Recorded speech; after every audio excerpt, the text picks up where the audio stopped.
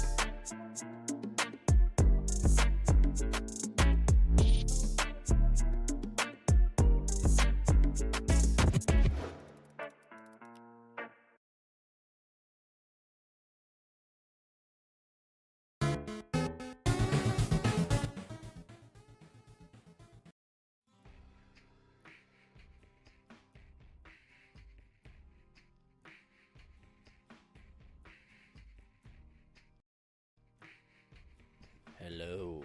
Hello, hello. Nice, nice.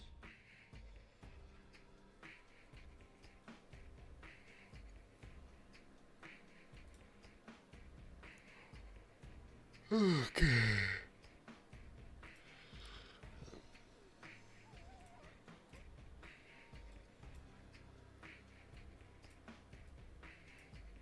Sorry, just getting everything situated.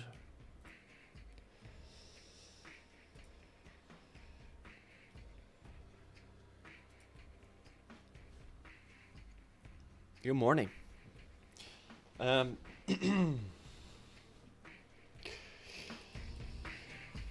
right, what's doing? What am I gonna do today? Well, I'm gonna switch some music. Not a fan of words competing with me.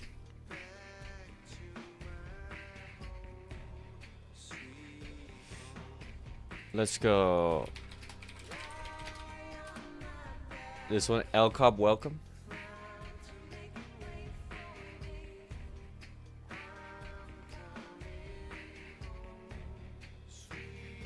I'm gonna do this.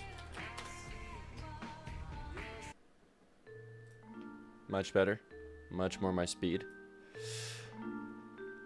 Let's, before a bunch of people get in here and make me design another enemy, let's fix the enemy I was designing yesterday. Okay, so we're gonna open up our Dino Walker here.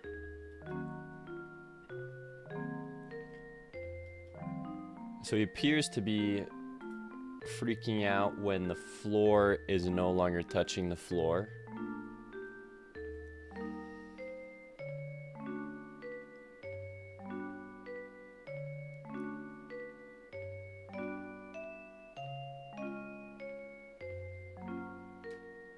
And maybe we have to do a floor and a floor. Okay, because basically what's happening is this is gonna flip, and when he flips, he turns, everything turns, and it's still not connecting. Because it flips. No, it should be connecting. Because he flips and then it jumps back here.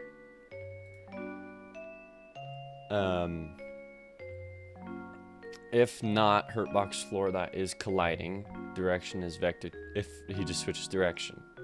Fair enough. Same with the wall. But it seems like he was messing up on the wall too. The wall here.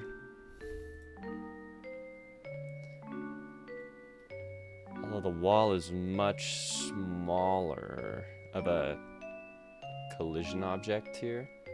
Looks like it's almost not hitting anything because of his own shape. We're gonna cast to -20.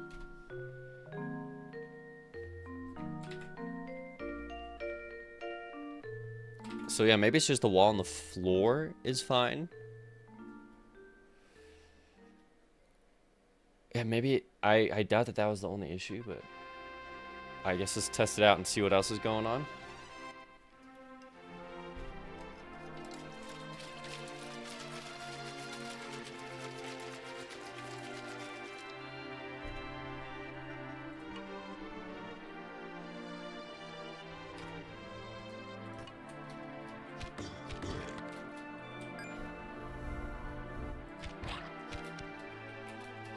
So he shouldn't walk off the edge there.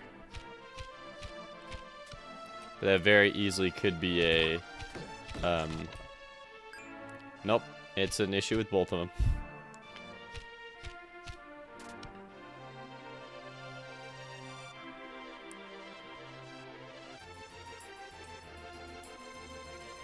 Whoa. Holy, he super speeds?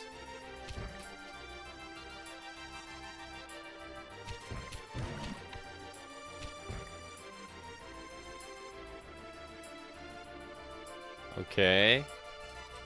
What I'm drinking must not be carbonated. No, I know. Yeah, it's not. That'd be insane. That's like psychotic behavior. The Thilly-drick ADHD mode equals true. Woo. Honestly.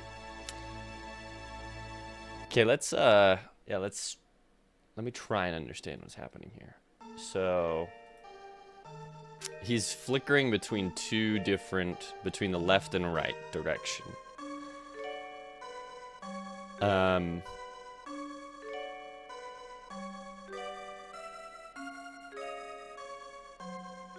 The only thing I can think of is why no finite state machine, Sag? I'll be honest, I don't even know what a finite state machine is. Should I look it up? Are switches and case statements not the way to go?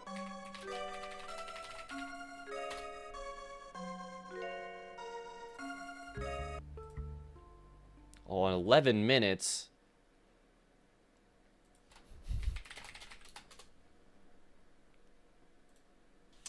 In this video, we're going to study one of... Oh my goodness. It's simply a powerful pattern to control actor behaviors.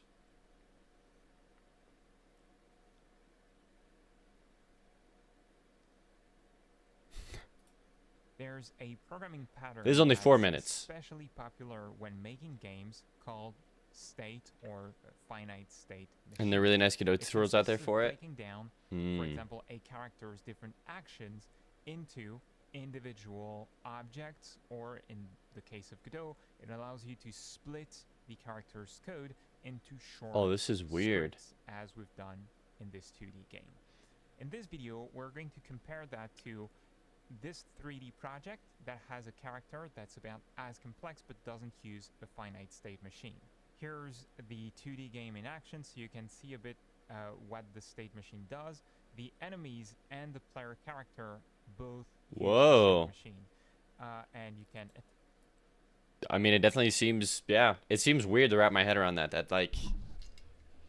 But like at the same time, is that not what I'm doing here? I'm just switching to different states, and each state just runs its own code. Is that not just a finite state machine, but all accessible in one code block? Which in my mind, isn't that easier? Because then I can see all the code at once instead of having to switch between objects. Instead of having idle, walk, charge, byte, and clicking on them over here, I have them all right here. Finite state machine is easier to expand, maintain, and understand.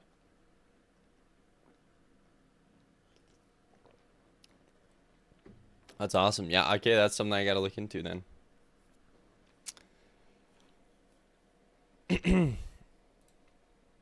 I got the video pulled up.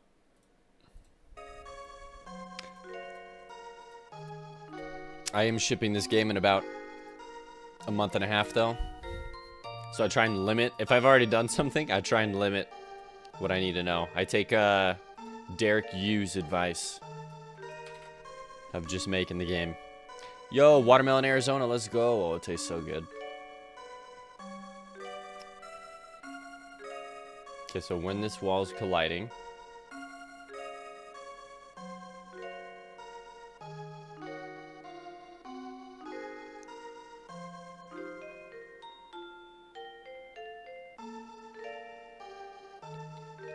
here's a nice tutorial.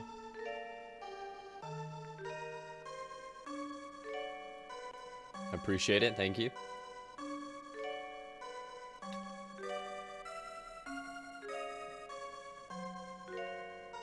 Motion direction. Nobody tell Thilodrick about my player. No one tell him about the 2,000 lines of code. And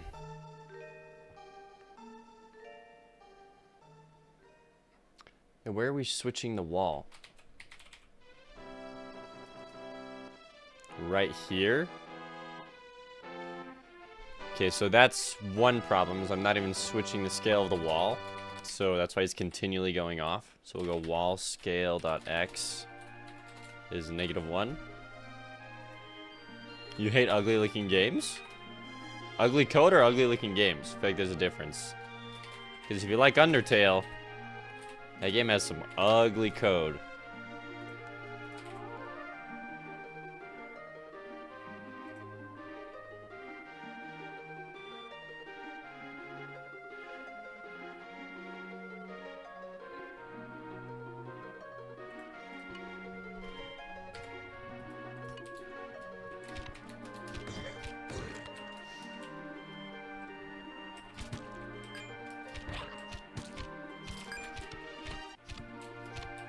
Wait.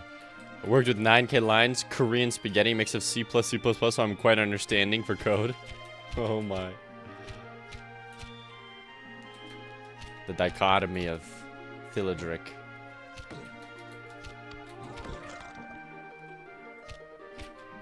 Okay, so still does not like walls.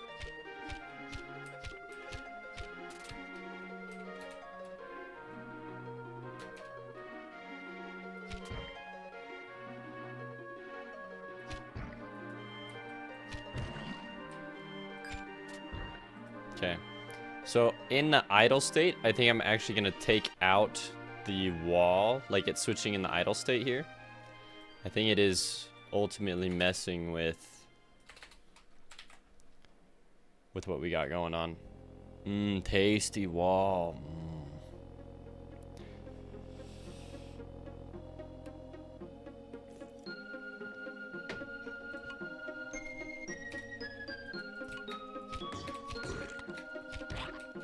I should have seen what it does. Okay, so they're still walking off edges. The little mini guy is not chasing me. They still like walls. He's trying to be vegan and you get in his way. Welcome, Kapow.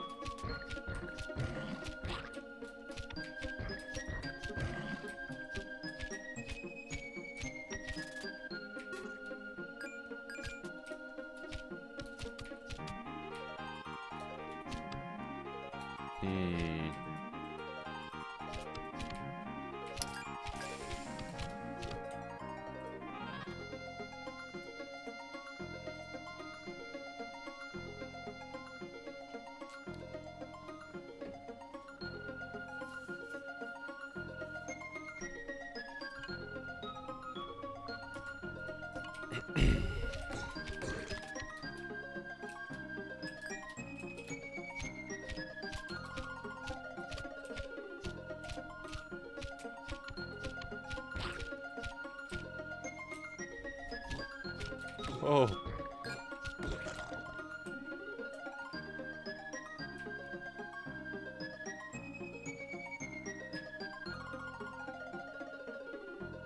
Okay. This is when he's not moving.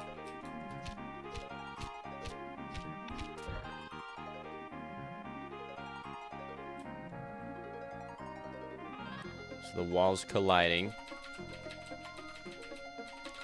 I don't think I've ever had a scene take too long to save. But that's good to know.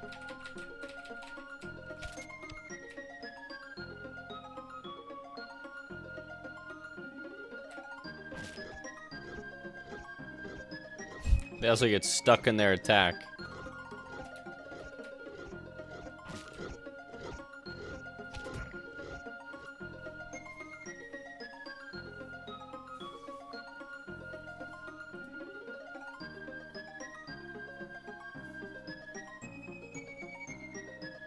Okay, so in the recover.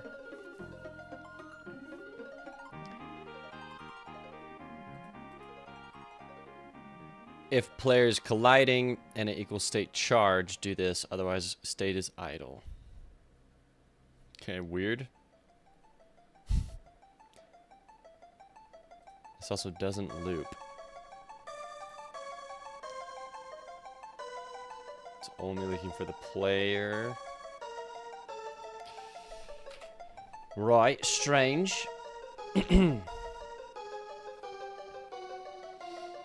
Let me walk through this again. If I touch the wall, I switch directions. Easy enough. When I switch directions, I'm switching the scale of the wall. So maybe, rather than do that, we handle that in here.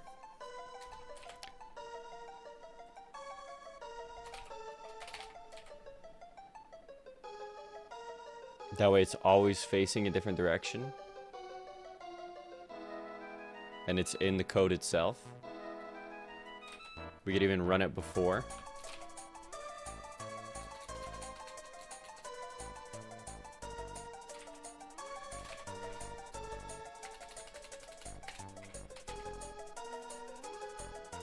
Alright, let's see this. Might be also the reason for me as my project develops since Godot 3.5. Yeah, mine's in 3.5.1 still.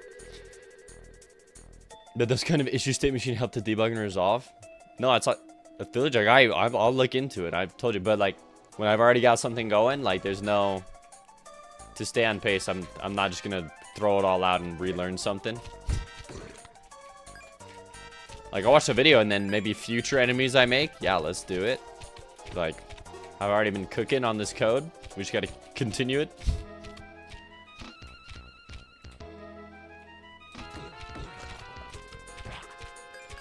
Okay.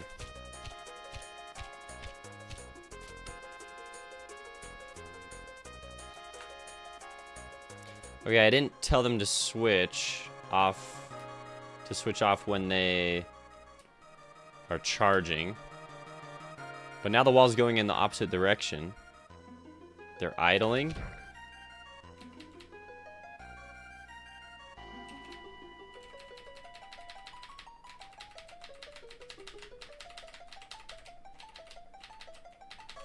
So they're not doing the spinning thing anymore, so I guess my hunch was correct about flipping it the other way. Okay, but then they just stay there forever? That's very strange to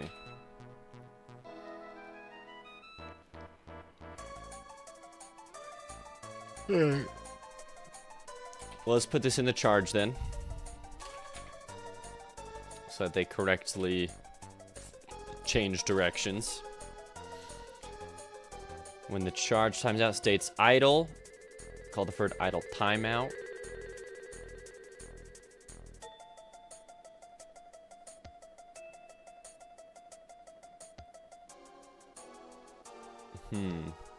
So he would have both. No, yeah, so right here. Charge timer times out. He goes to his idle state. We go to idle timeout. So honestly, I don't need to set state idle here. I just go idle timeout. And then we'll set a state in here.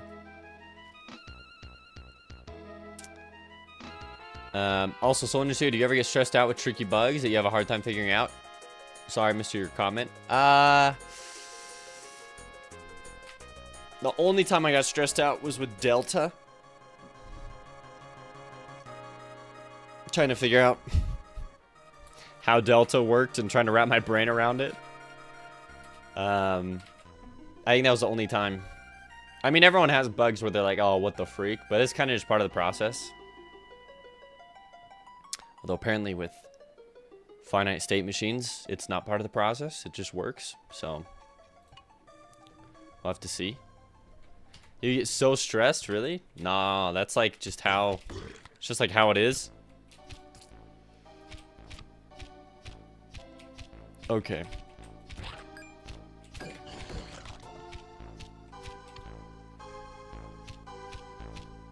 Hey, he hits the wall and he successfully turns, but not when he hits the wall. Oh, he turned.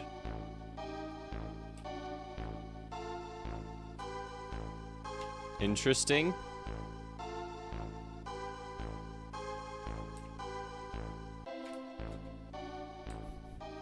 Yeah, see, he switched directions.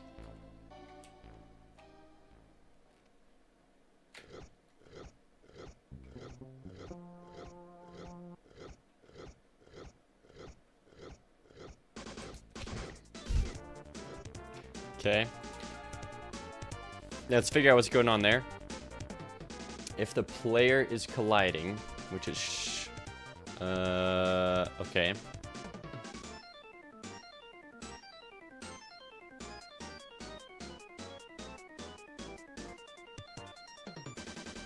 But I only care if it's colliding with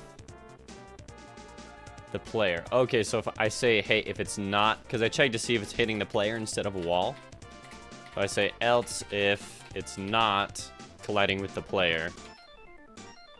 I also don't need to set idle here. I can just call deferred idle timeout. Okay, so that should fix that issue of him being stuck. Else if I can just say else. My bad. Soldier Suda, nice, that's good. I would get, oh, I'm like, well, my aim is broken. Oh, my, yep.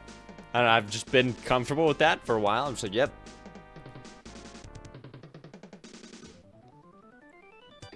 It is what it is. Okay,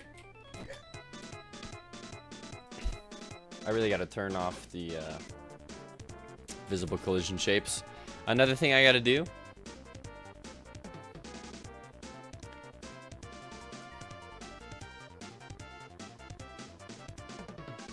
is I gotta switch the floor to be off the hurt box as well.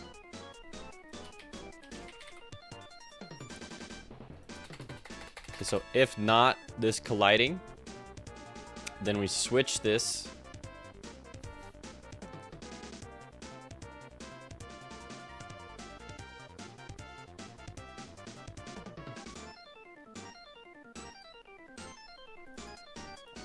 Weird. I go floor left, floor right. There's probably a better way to do this, but it is what it is. So actually stick this right here on the edge, so it's completely flipped. And what I have to do is, if floor left is colliding, then do, or is not colliding.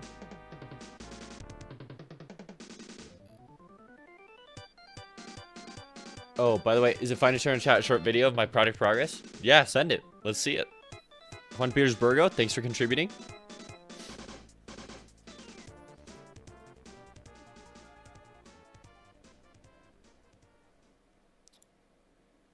So if this is colliding, or is not colliding, and floor right is colliding, then do that.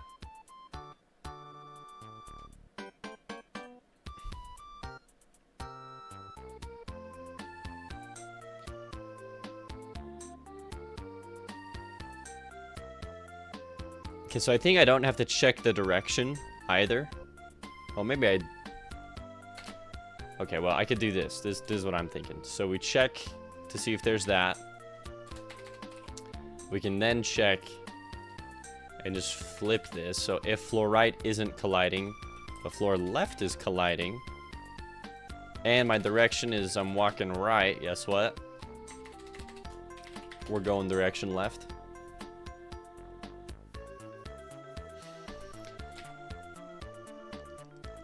And then charge, I want them to charge off of the tops of things. Also, with the small mini Dino Walker, does he not have a player? Also, take the floor. I need a floor left and a floor right now.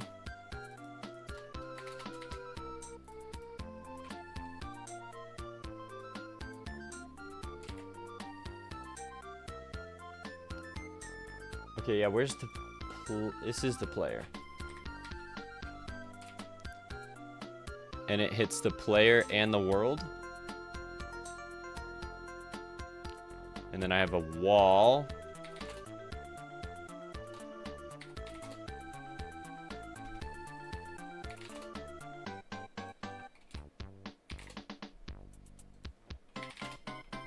Okay. Wall should be flipping just fine.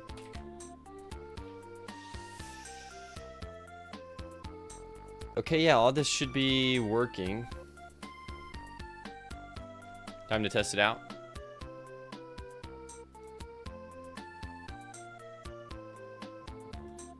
Oh, what? 3D game? Isometric? It's like Diablo? That's sick. I like the lava particles too. It looks really good. Dang, what? You going for a Diablo-esque game? 2.5D isometric, yep, like Diablo. This is so good. Oh my, the interface is so nice. That's crazy I guess like the last things I'm doing is like the interface and settings and stuff, and that's like the first thing you did. But I'm loving it. I love the dynamic lighting and everything. Dude, well done. Do you have like a Steam page or anything for people to follow your game? Or do you stream? It's a remaster of an old Korean game from the same time as Diablo 1 to 2, MMORPG. You're making an MMORPG? Oh my goodness, best of luck to you. I hope you have a team.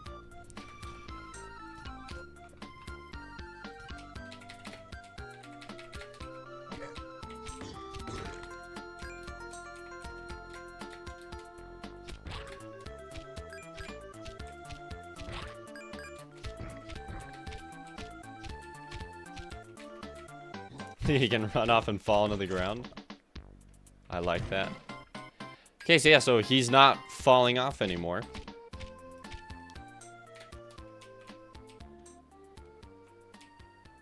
That's so funny. They definitely run too fast, but now they are properly working. Once he bites, he can get stuck into a charge. Interesting.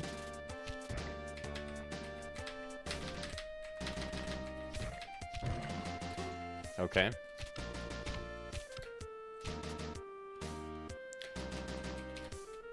You are a team? Oh my goodness. You almost got all the boilerplate plate done. Getting closely ready to first close alpha to check performance, compatibility, and network delay? Dang, what?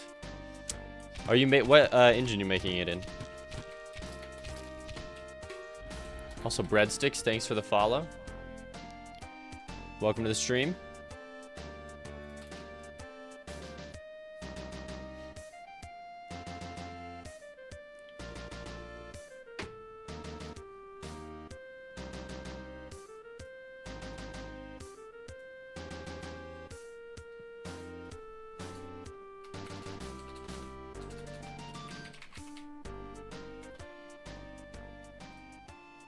Unfollowing because I was called out for following. All right. It was a pleasure having you for 2 seconds.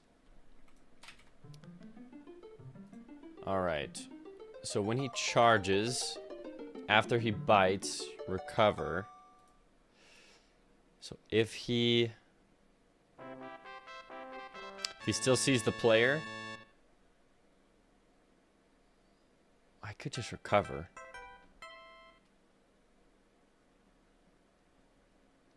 State equals charge. Within my charge state, I still should be colliding with walls. Is so weird.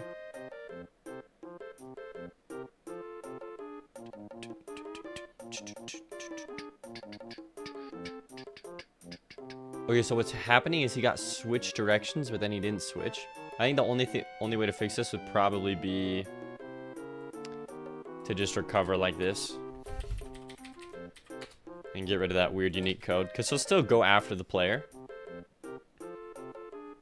and he'll still bite the player.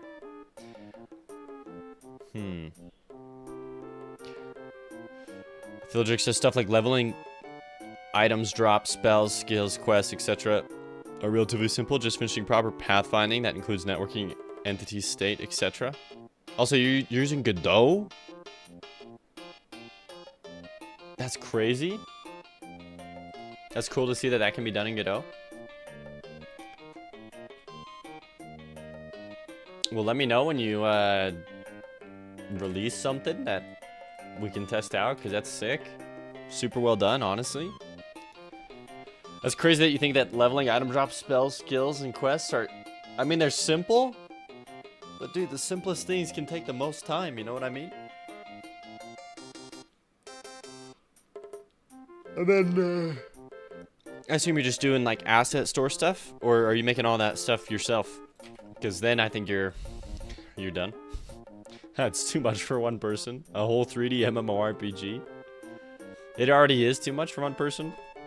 But if you're doing all the sound, art, and everything for it, I'll see your game in 20 years. Alright, let's try this again. All except sprites are done by you. Even the sounds. Wow. Music too? Dang. Sprites are being designed in 3D by my fiance. Oh, that's... Case, did she design any of the things I just looked at, or were those placeholder? Because that's tight. That's really cool.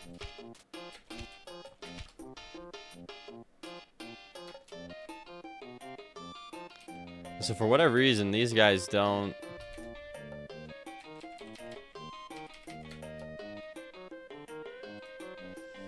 Player.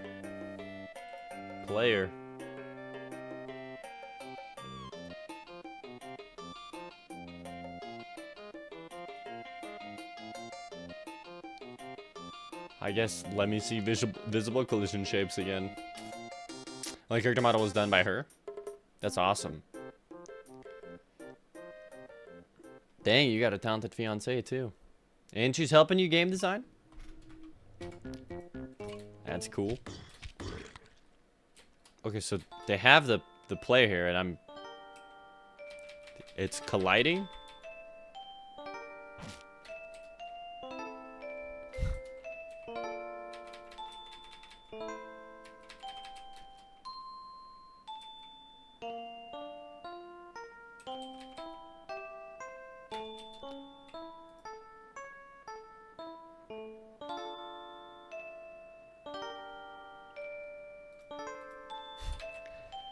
I got nothing.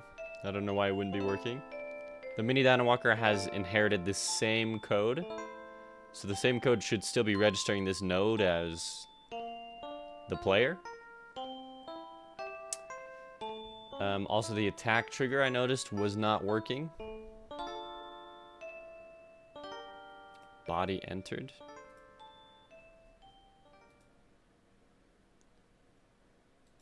Yeah, I don't know why this wouldn't be working.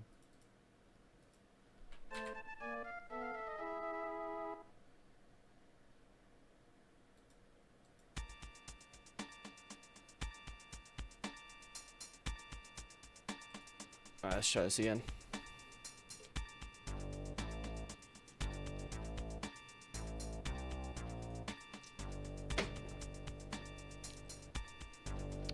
Hellbreath Mystic Tavern. Oh, like.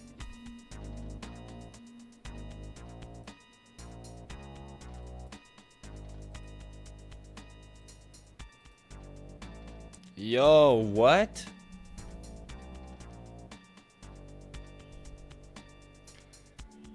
Yeah, dang, you went hard on the UI. It's very like nostalgic inducing though. This kind of style.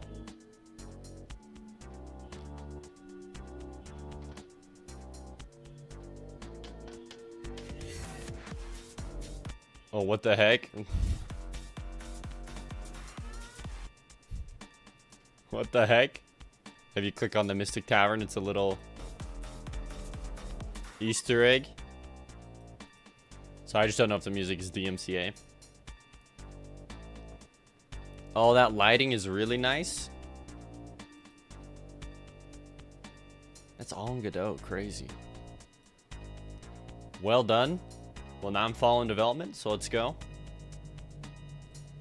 It's a small Easter egg. The music is done by one of the players of original game. Oh, okay, gotcha. Of the original game you're trying to redesign. That's cool.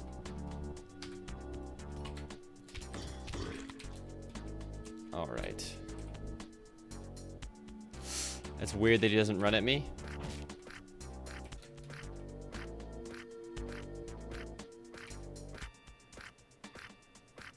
And you're just getting continually stuck in that state.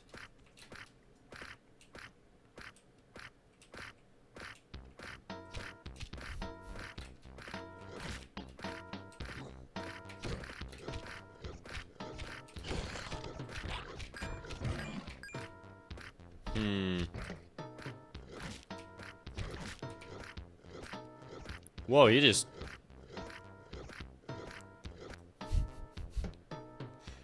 Okay, so we got some stuff going on. Even just in the main guy. Ignoring the mini ones. The mini ones seem a little scuffed. Company died, but private server's still live. Okay, but you're completely remaking the game, Hellbreath.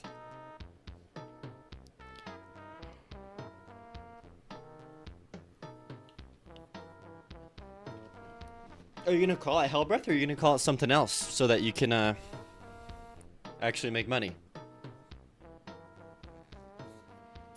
Seems like a lot of effort to not make money on it, you know?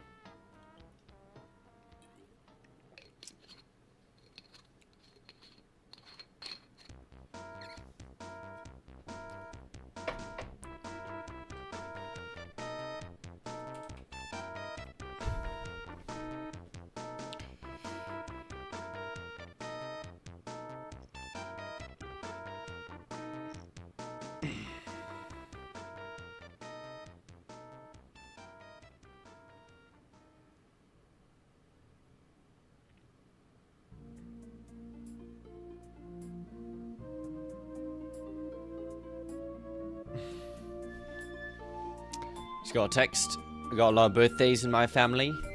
Gotta send the obligatory happy birthday message.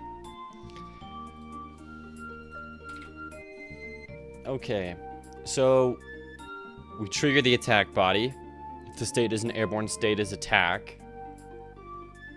I'm calling recover. Recover does the idle timeout. Which, hey, if player scene is still false. Okay, so that's the problem. Player scene is not being set to false. So where do I set player scene to false?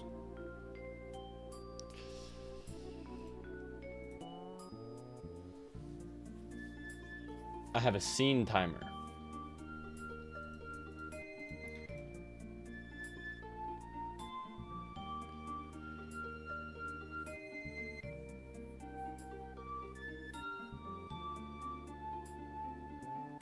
Okay, so right here, if I still see the player after I've seen him, I will continue to charge.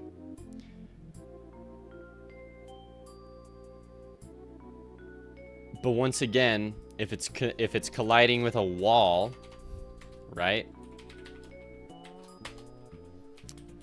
Then the state, or then player scene is going to equal false.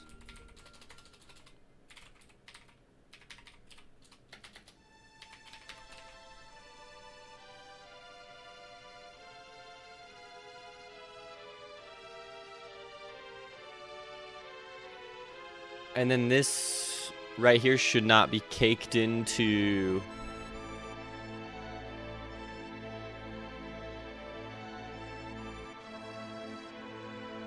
Okay, hold on, hold on, hold on.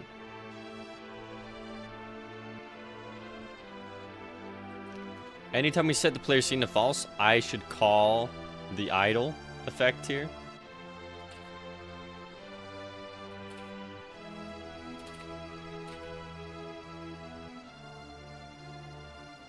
I'm gonna do it after we call this variable though. Even though call deferred should handle that, but I'm paranoid.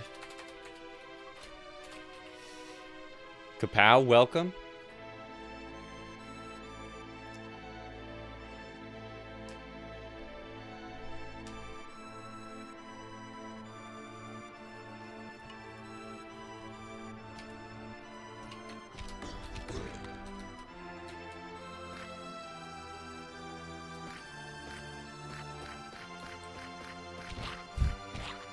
I don't understand the small ones.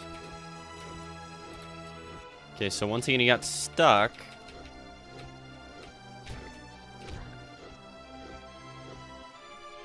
But why? We're hitting recovery, okay? It's calling this every time at the end of his chomp. Call deferred, idle timeout.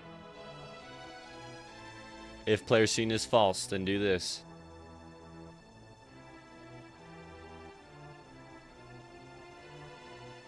On scene timer timeout.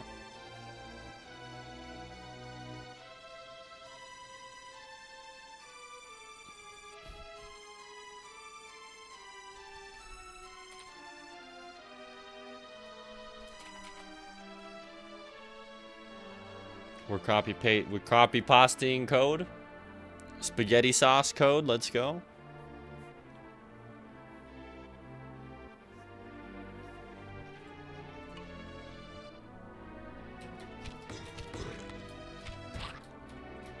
Ooh, that was weird. Oh. I don't like the stuttering. Because there's a debug thing going off here.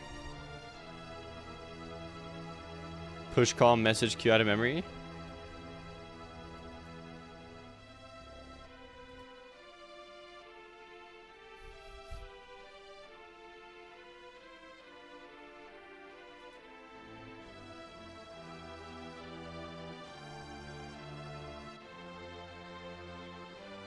It doesn't like this.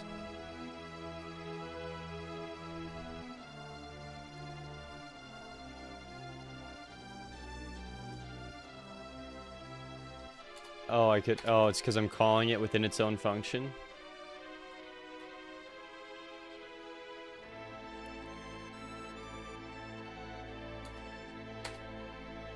Okay, so if this is colliding, but the result name is this.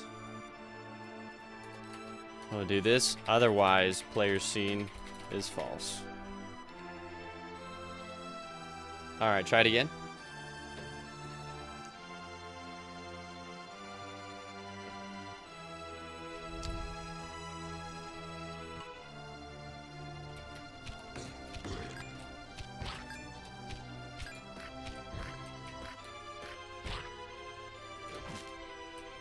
Okay, nice. Hey, he didn't get stuck on the wall. Big progress. Alright, he got stuck doing it.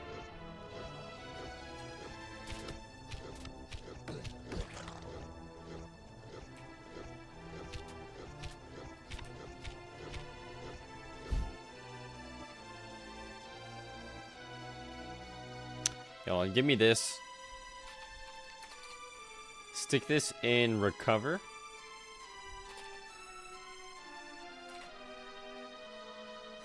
And then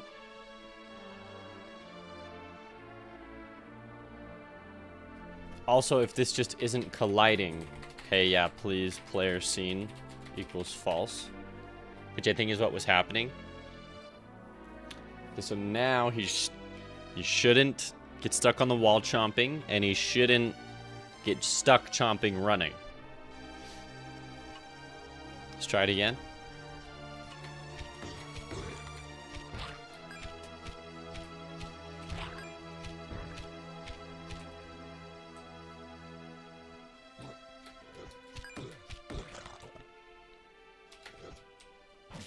Oh, he didn't?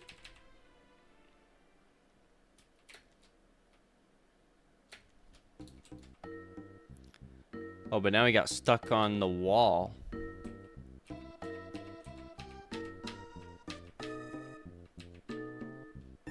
How are you stuck on the wall, my friend?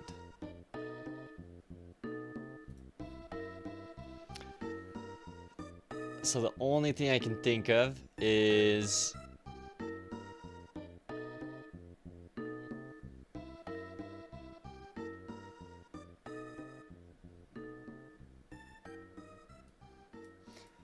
switching the wall scale here.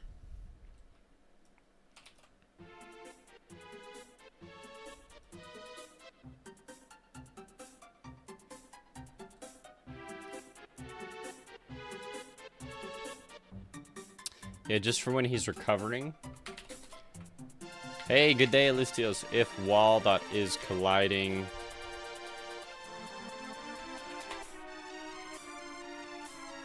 Or no, we don't even need this. If direction equals vector 2 dot right, then $ wall dot scale dot x should be -1. Else wall dot scale dot x should be 1. Hopefully this doesn't make him start tweaking out on walls and stuff.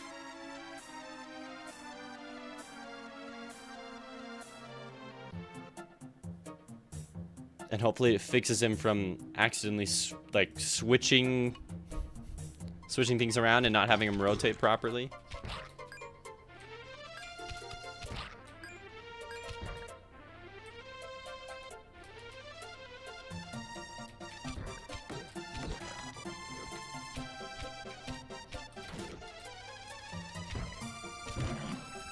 Oh, I didn't want to kill both of them. They seem to be in a working state now.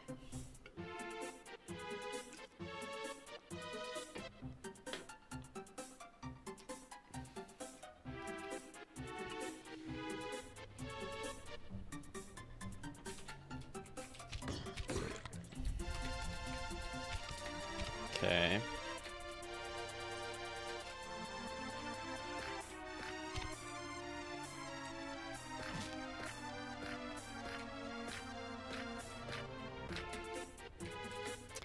Oh, because this is not calling recover probably in his animation.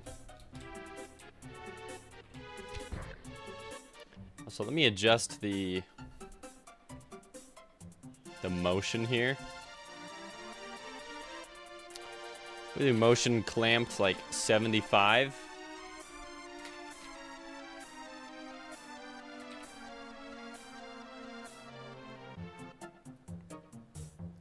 $700.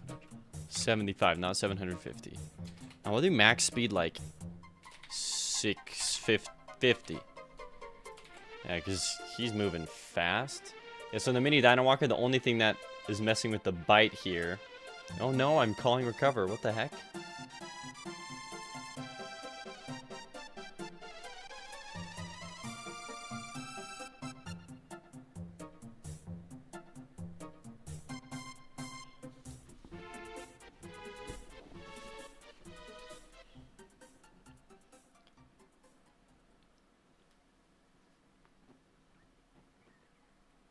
All right, I am confused.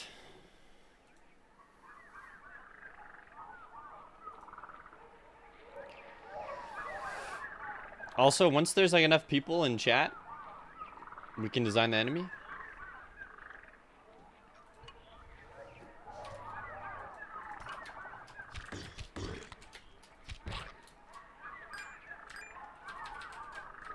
Oh yeah, I wanted to see something. So in the world, if I click on Mini Dino Walker,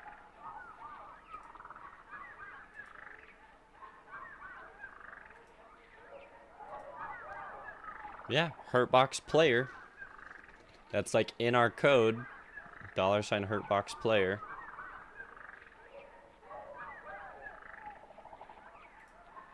Also, hello. Music.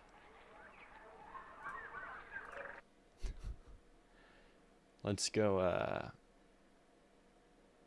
let's do this one. I will do this.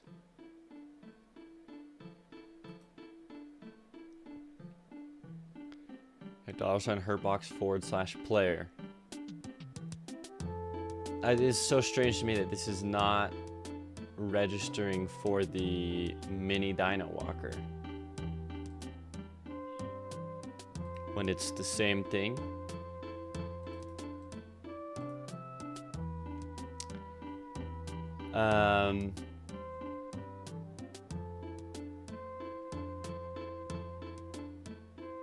The walls and the floors are all working the same, like how they should, which is also strange that the player wouldn't be.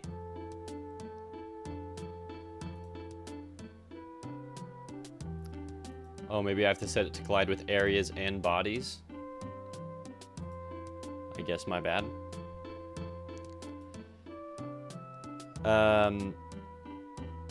Okay, so the other thing that's strange to me is that they keep moving even though they have an attack trigger.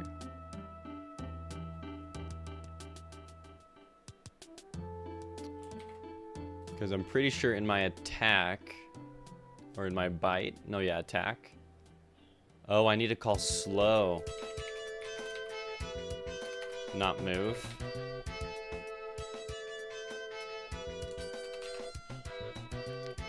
Yeah, that makes more sense. Okay. Alright, well, let's try it again.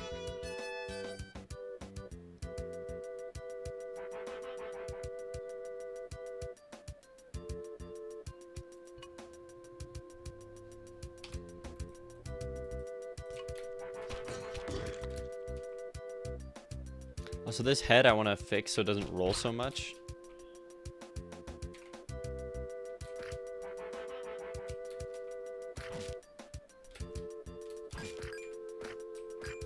Okay, so there he is getting stuck in it again.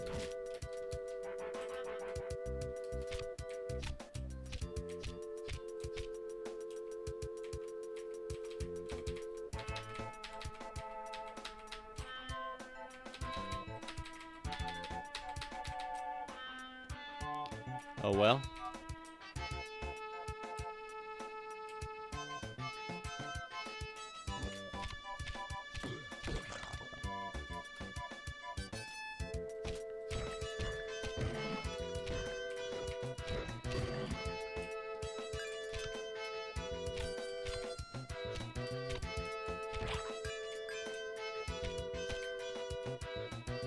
I don't think I'm sold on the death animation there for the dinosaur, the Dimetrodon.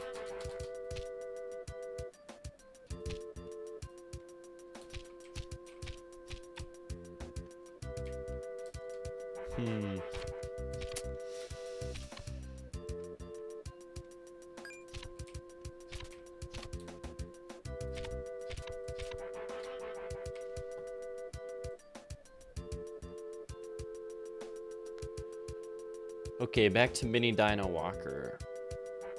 What? I have a floor left, floor right. I have a wall. I have the player in the hurt box. I have a scene timer, an idle timer, a charge timer, an attack trigger.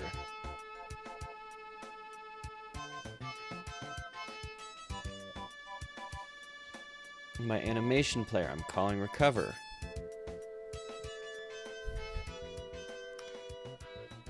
Charge. I have a charge animation. Did I have that different here? Nope. Charge, fall, idle, walk. Charge, fall, idle, walk, bite.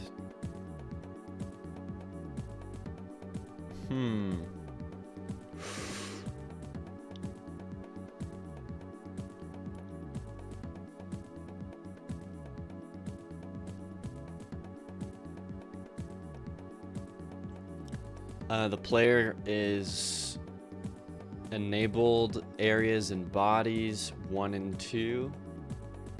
Player enabled 1 and 2. Player only collides with bodies. Doesn't even collide with areas. And the actual Dino Walker. Okay. Maybe I I delete the node player. I copy this node. And I paste it in. It is what it is. Nice roulette, nice.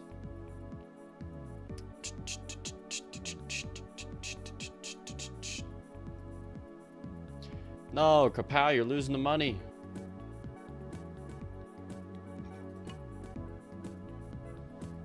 Okay, I want to get this enemy working.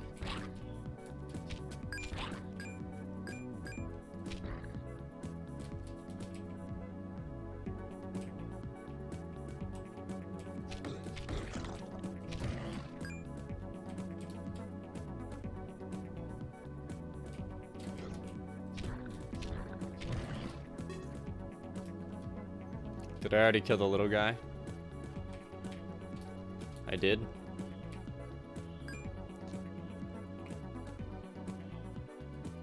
Didn't even test him out?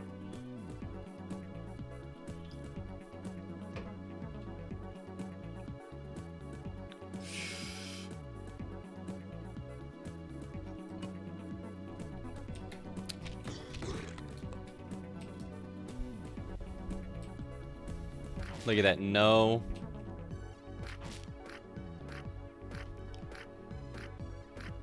First off, I have no idea where you're getting stuck. Oh, because the player was colliding.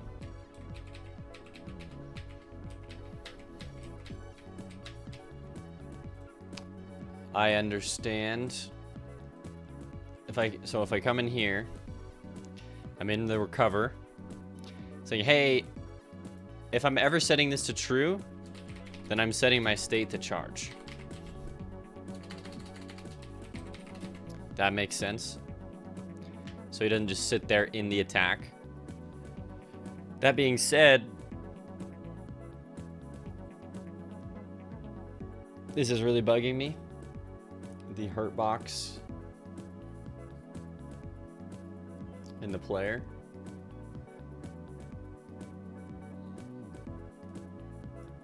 So I'm gonna move the player to be outside of the hurt box in the hopes that this fixes the mini Dino Walker. We'll fix all the code where I say player. And then we just have to write in some code to fix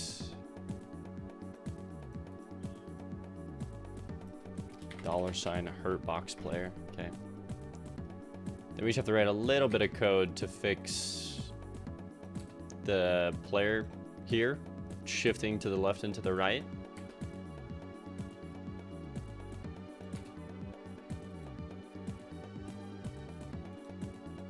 Okay. Yep, so for example in walk here, all we gotta do is say, hey, $ player, that scale.x is -1. And then right here, we just set it to +1. Then I come in here into charge. And I do the same thing.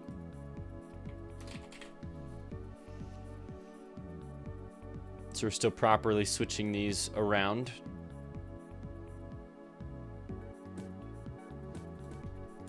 Okay.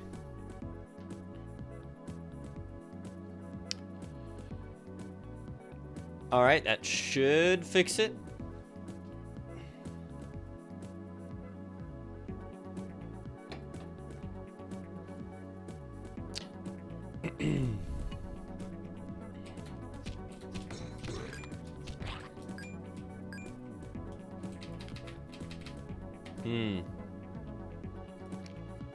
In Mini Dino Walker, did I move the player out here? I did.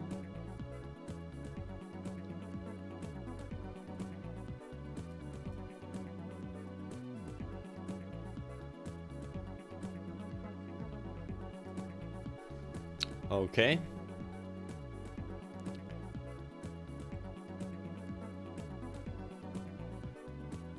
Scene timer, 0.75 seconds. One shot, idle. to not time out?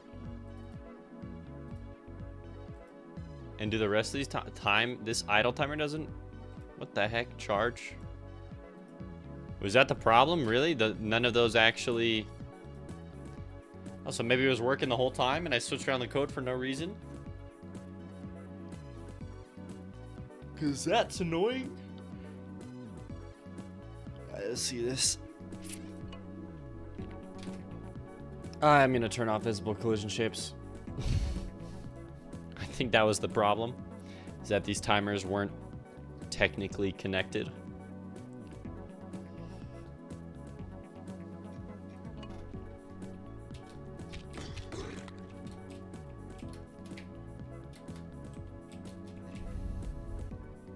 Look at him running me with his mouth open. And then look at him fall! That's cute. Okay, yeah, he works now. Perfect.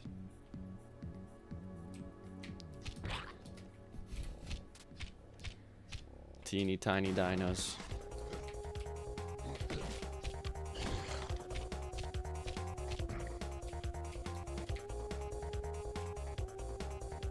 Okay, I'm gonna make him move a little faster. So I'm thinking like in the charge here, motion clamped, maybe 80. I don't know. Something where they seem a little bit more of a threat if they're looking right at you.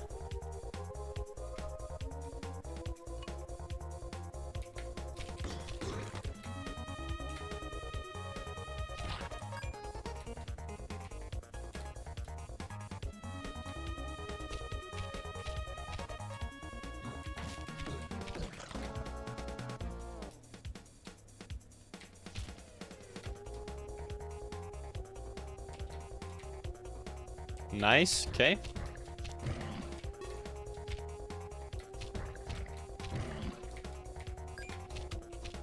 Alright, yeah, let's, only thing I want to do is create it's perfect. I just want to create a secondary death animation. That maybe looks more like this.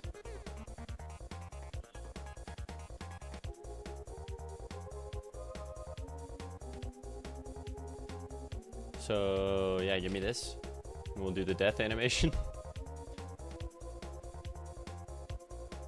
Create a new sprite here. We'll just do 42 by 42. I don't know. Okay, I doubt the blood is gonna go that high. Let's try this again.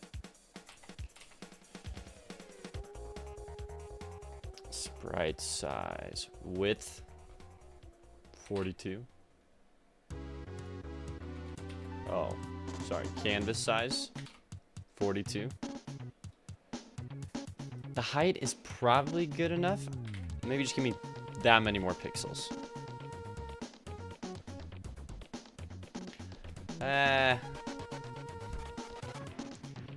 Give me 44 and 40. 46. Okay. Death animation round 2.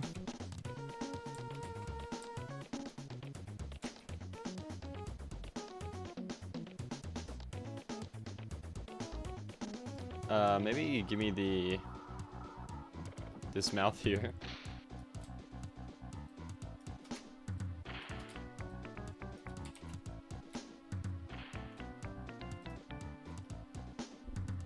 Also, is this actually the sprite? Because if it is, that's scuffed.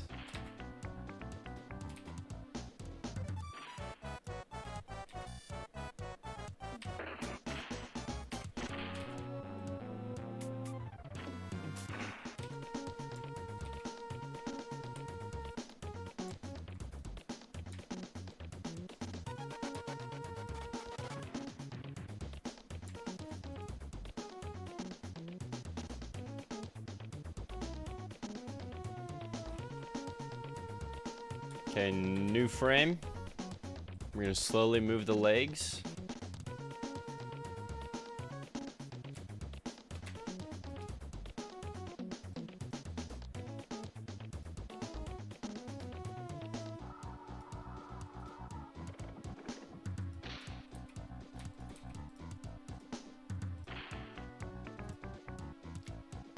We'll just make him fall down. Kind of very similar to the original animation, but also just a little bloodier.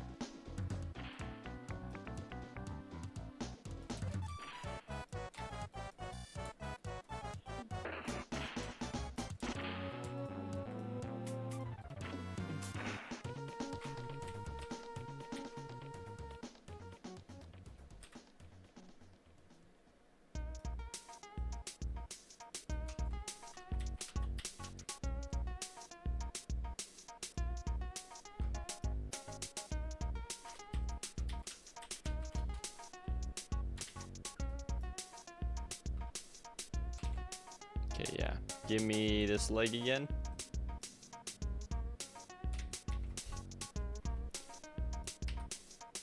Actually, you know what?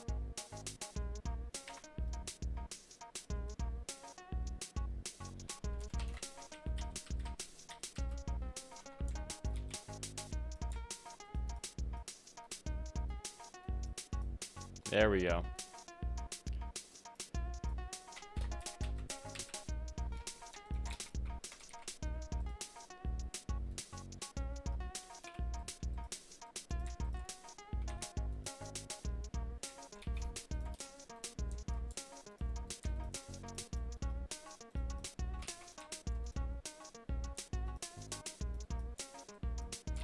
Okay, give me the claw color. Yep.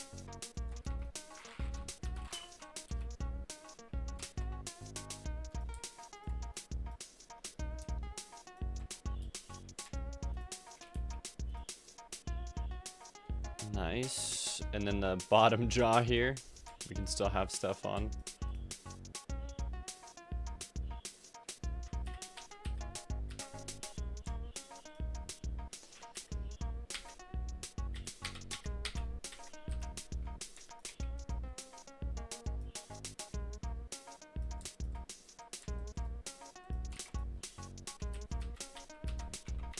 Yeah, something like this.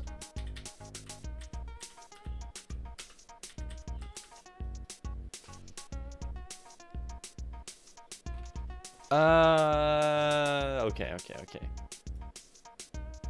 give me the bright red. It's coming out the mouth.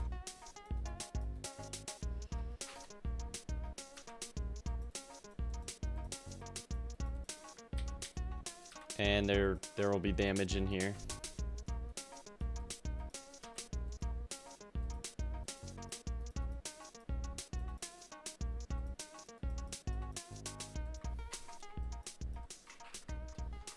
Okay.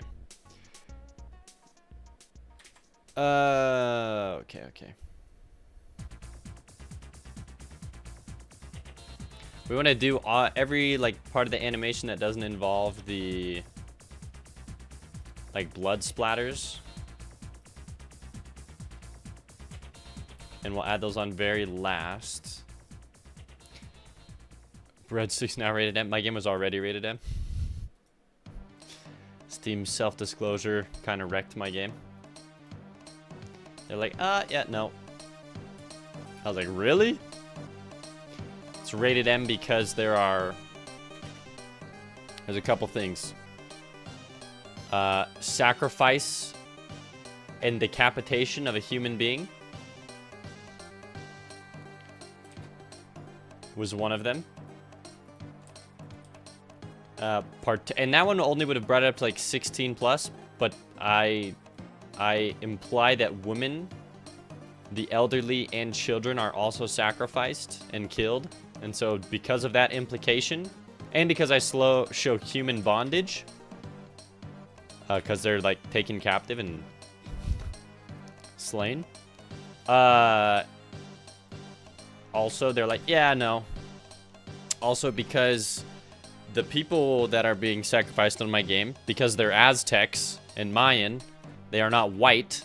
That also bumped it up from 16 plus to 18 plus. So if it was just white men that I was killing, we're solid, good to go, 15, 16 plus. Nope.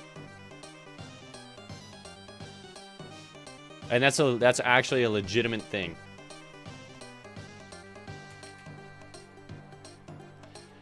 On top of that though, so that pushed it over. But there's a few other things, a select few other things that also bring it up to that adult rating.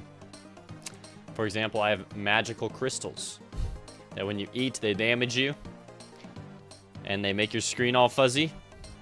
And there's a NPC in my game that gets addicted to them.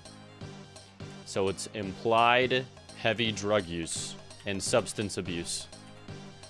And I was like, all right, well, it is what it is.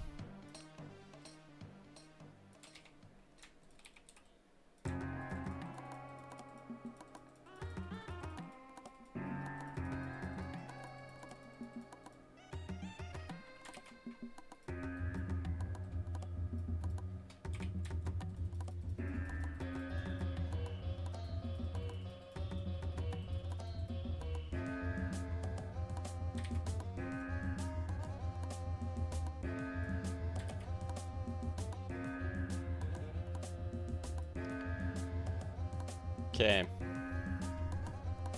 Of course, you're joking, but that is interesting. I've never heard of stuff like that.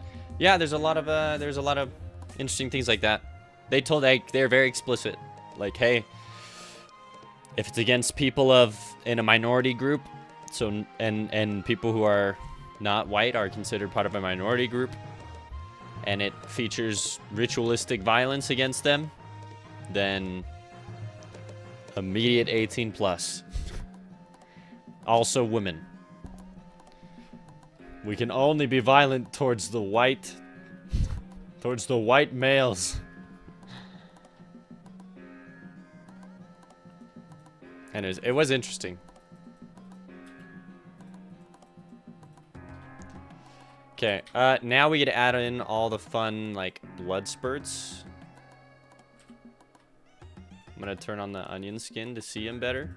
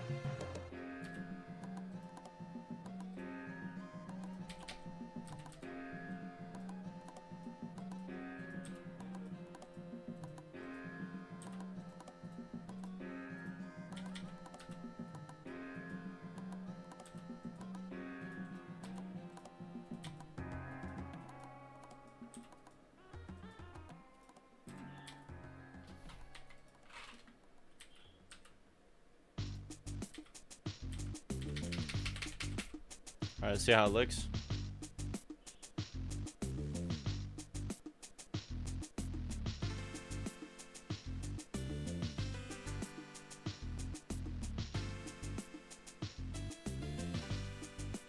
Sure. So we export it as a sprite sheet. We'll save this as... Oh, no one look at that. Forest enemies. Dino Walker Alt Death. PNG.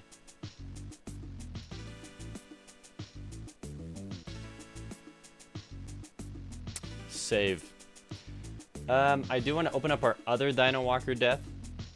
I did want to edit it just slightly. So let me look it up here. Dino Walker Death. Just a bit too much white for me.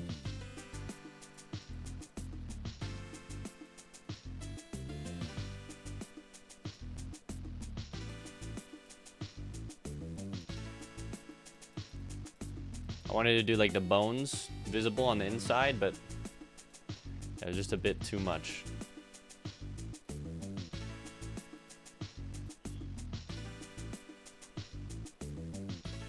Okay. Save that. Let's come back into Godot. We create a new node.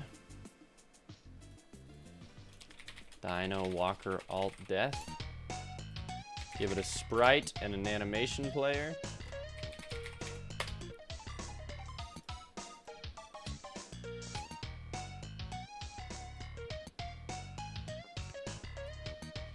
How many frames is this? 1, 2, 3, 4, 5, 6, 7, 8, 9, 10.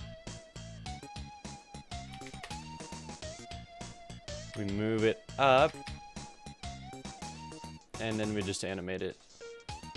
So wait, there's 10. So we give it 1.1, I believe.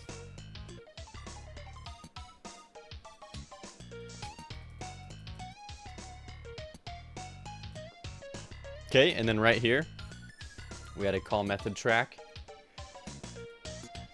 where we queue free the object. Nice. Save it into forest enemies, Dino Walker Alt Death. We autoplay it, and it's good to go. Okay. We go over to our Dino Walker. Hold on here. What the heck am I listening to? Okay, yeah, the death here.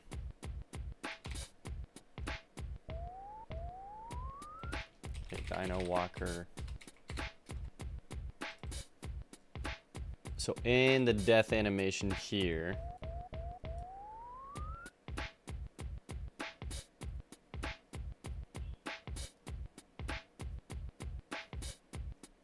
oh, you know what I just realized?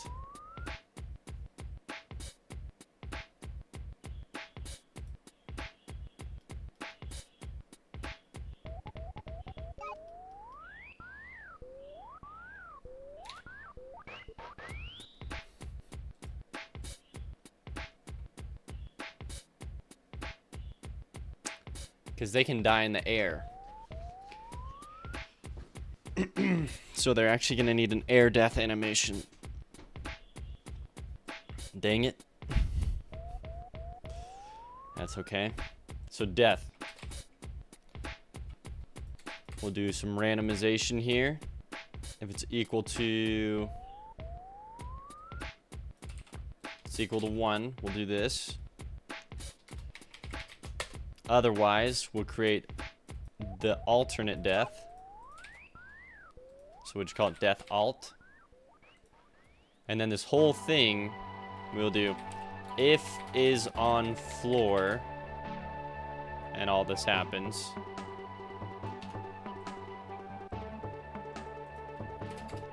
Otherwise, then we're gonna create death air.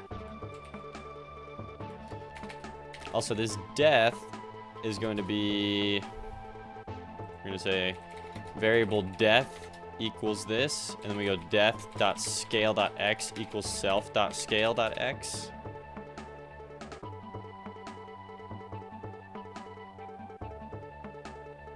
Is that right? Sprite.scale.x, how about that?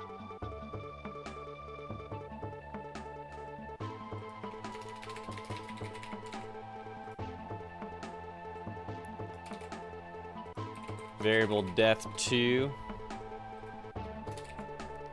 death2 scale.x. This is just so it's facing the right direction. And then we do the same thing here. Variable death3 death3.scale.x. Okay, so when we create the death animation, it's facing the direction that the Dino Walker was facing.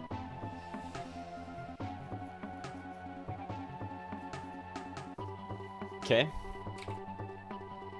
Another thing that I want to do is in the hit function here. Hit.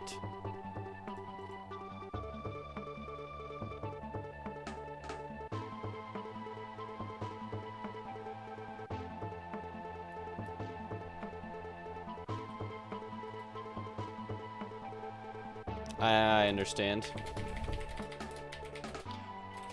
So basically, I'm playing this sound, but the other object inherits from this. Okay, I get it. Variable adult equals true. And then in Mini Dino Walker, all I gotta do is say, hey, In my ready function, I do everything else. I think that's how I do it, right? But I say adult is false. The script isn't fully loaded.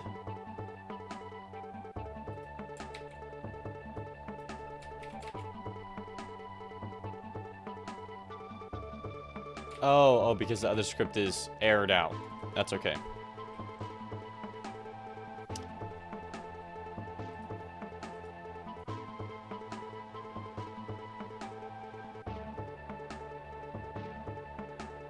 Okay.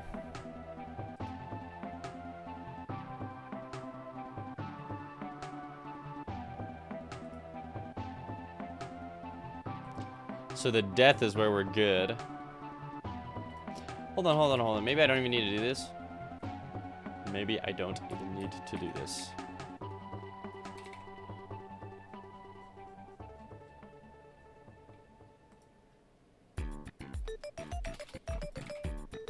Yeah, maybe it was working. Okay, either way, let's add in these alternate death scenes that it can load in that are being covered up by the Twitch chat enemy design day.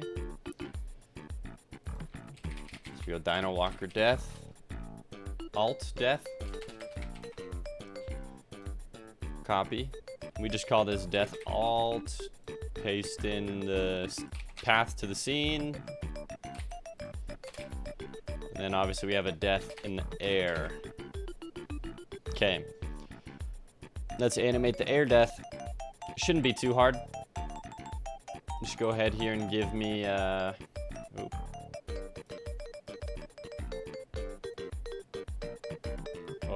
Oh.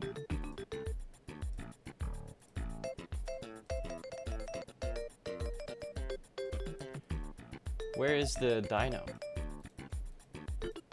Oh, here he is. So there's him in the air. So this is what we are gonna base the air death off of. And honestly, let's make it brutal. Let's go height 48. Which would make this 44. No. Should make the width 52.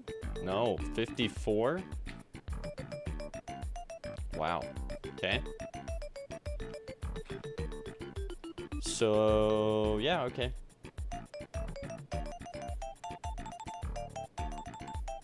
I guess let's just work on it from here.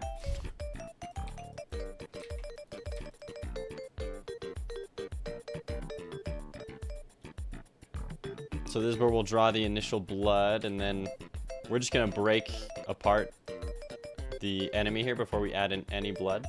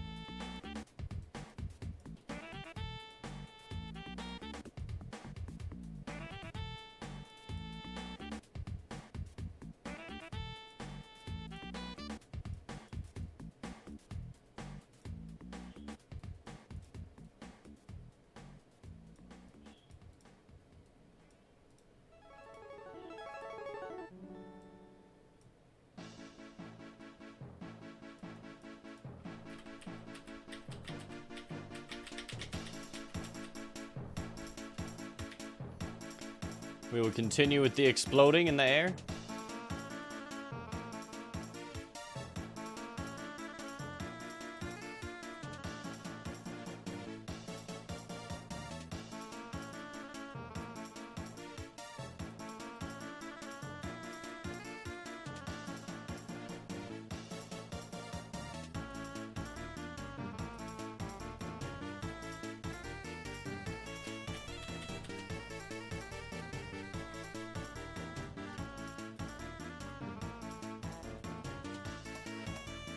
There we go.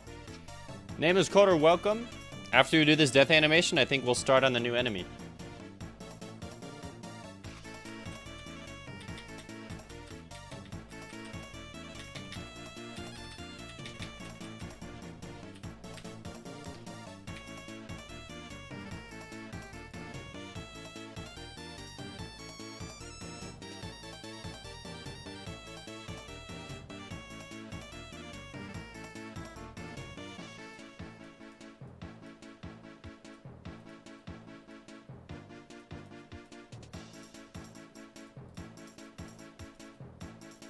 Which enemy won the vote?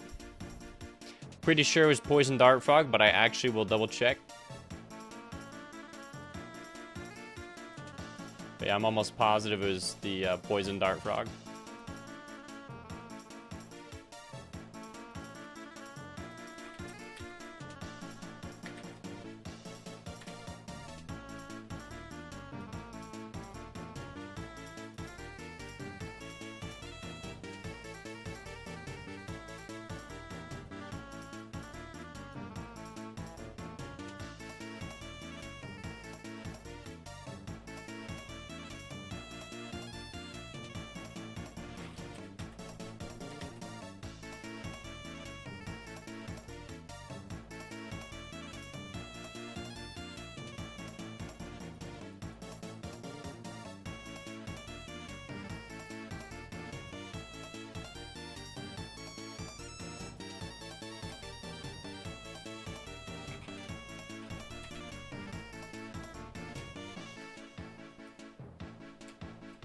I think just this barely can be there.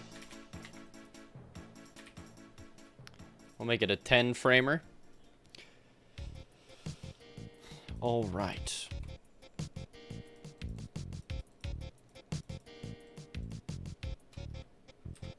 Gotta go, gotta come.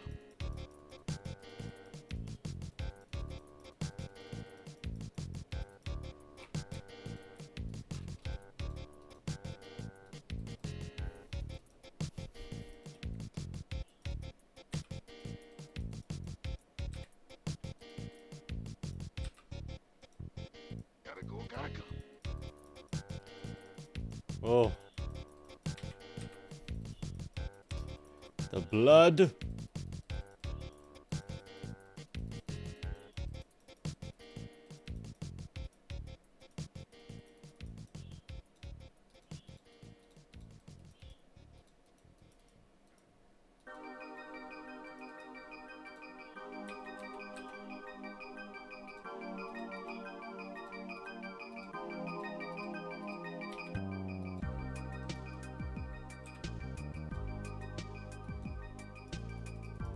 Okay.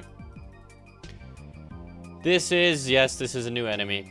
It's a replacement enemy for the Dino Walkers. I really, just looking at people play my game, the Dino Walkers are the lamest enemy. They were the buggiest enemy. They had really old code. So I wanted to redo, and they didn't look up to par. Like, they were also the most basic looking enemy. So I was like, how can I make them look cooler? So we originally, I just redid the art, and then I was just gonna briefly redo how they were, but we ended up changing a lot more than I thought. So yeah, it's a new forest enemy. They're, in my opinion, yeah, the other one is just so weird. Like, it would do this weird, like, like if you walked in front of him, he'd like dash forward really quick for no reason. And so just being able to, yeah, I don't know, just actually have an enemy that doesn't feel janky in the first area, I think is going to be really important for players. Like, my game's fun, but I want, especially in the first area, I don't care about later on, I'll be honest. Later on is its own beast. But especially for the area that the vast majority of players are going to play my game, not only do I want it to look cool, which is also why I redesigned how the enemy looks, but I want it to feel good. So that's kind of what we're doing here. Because if your first area feels good and then your second area is okay, players are willing to push past that. Because, like, well, the first area was freaking dope. They just are. But if your first area sucks and maybe your other areas are better, because like I genuinely think that like a lot of the enemies later on are sick or the boss fights get super cool. But players are never gonna get there if they don't like, you know, what's there in the first place. So, and maybe this is just copium, and maybe I'm just scope creeping the shiz out of my game and constantly redoing the first area, but I think it's worth it. I think it is.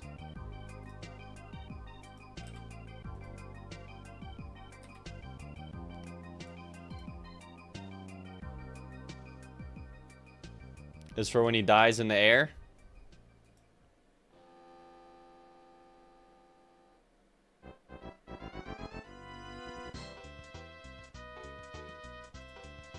Okay. Export as a sprite sheet. Save as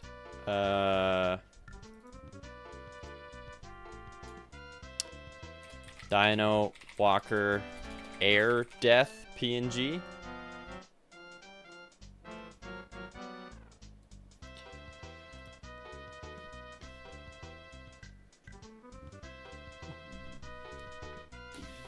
Okay, once we put this in, excuse me by the way, then we will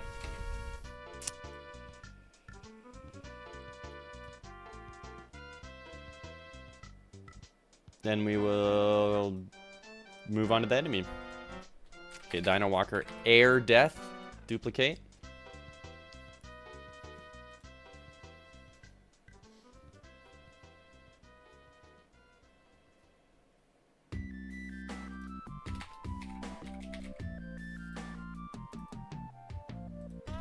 Alright, so we give it a new animation here, and it should just work. Like, everything about it should just be perfect. It's the same number of frames as the other one. So now we can go back to our Dino Walker. And I can give it Dino Walker Air Death. And then I can tell it to do Air Death if he's not on the ground. So right here. Hold on. Variable death equals. Variable death 3 equals. So if he's on the floor, he randomizes between these two death animations. Otherwise, he dies in the air. Okay.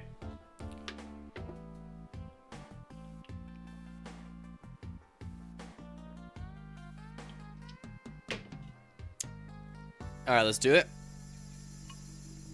Testing it out. Oh, and like now they can like be airborne. They can like run off like edges now, like that if they're charging at you, which I just think is better. Also, if you hit them with a sword now, like they won't glitch out and potentially fly off into the universe, into space. They actually have an air state.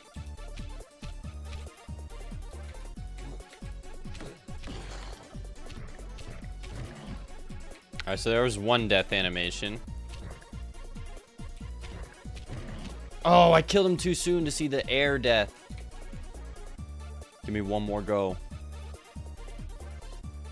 He dies in 3 hits. I gotta remember that.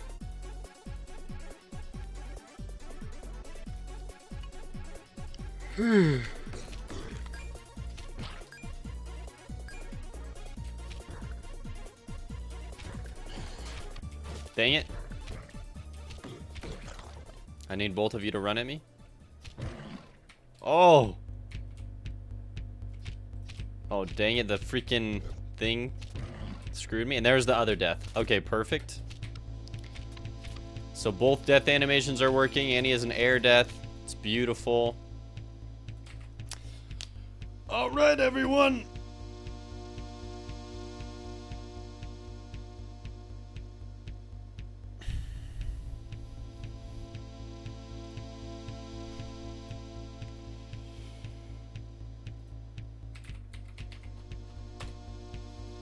Straw poll. Show results. Poison Dart Frog with 4 votes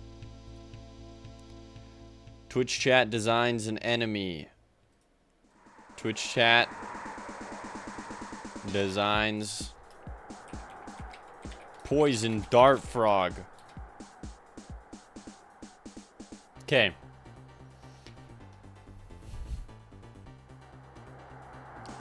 I don't know if there's a lot of active people.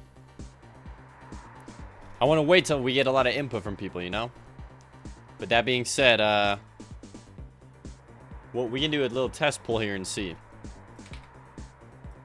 Okay. New poll. Poison dart frog. Size. Is he small? Is he medium?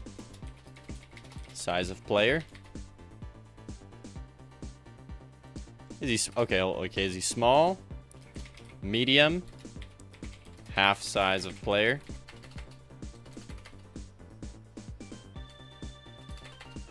Half the size of player.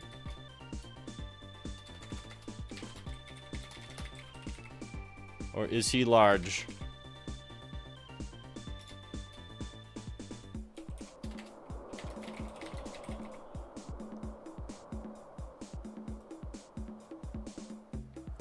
Let's see if there's a lot of if we don't get a lot of interaction, we'll hold off on making him until there's more people in the chat.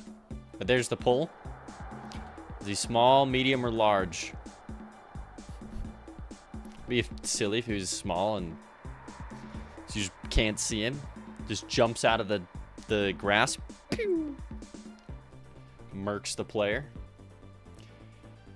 Okay, now while that is happening, let me pull up the poison dart frog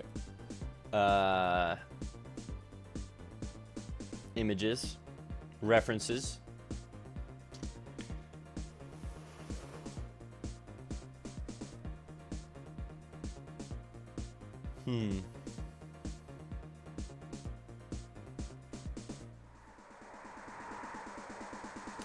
I don't know where they were sent.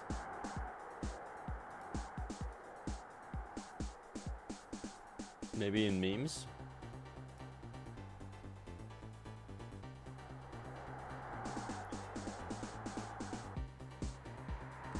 I could have sworn they would have been in like general. Maybe they were sent in general.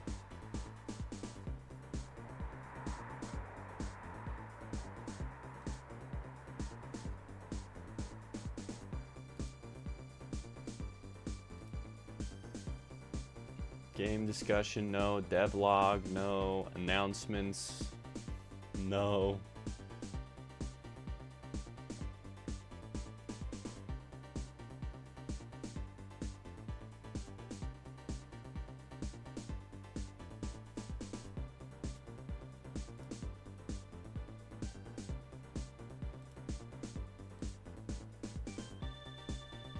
Artwork?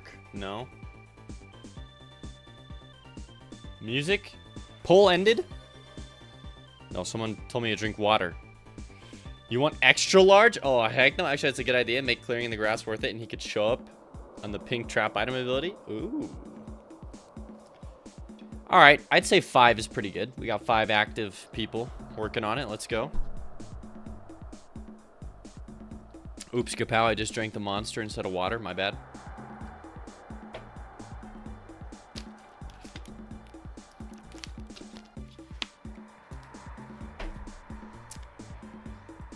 In miscellaneous, maybe? No. It's got to be in...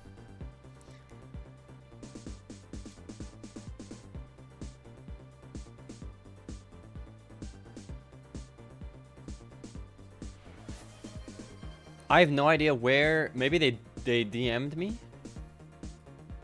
Oh, they DM'd me. Okay. It was Beasley. For the monster I just drank? Oh, okay, thank you. Thank you, Nameless Coder. Okay, how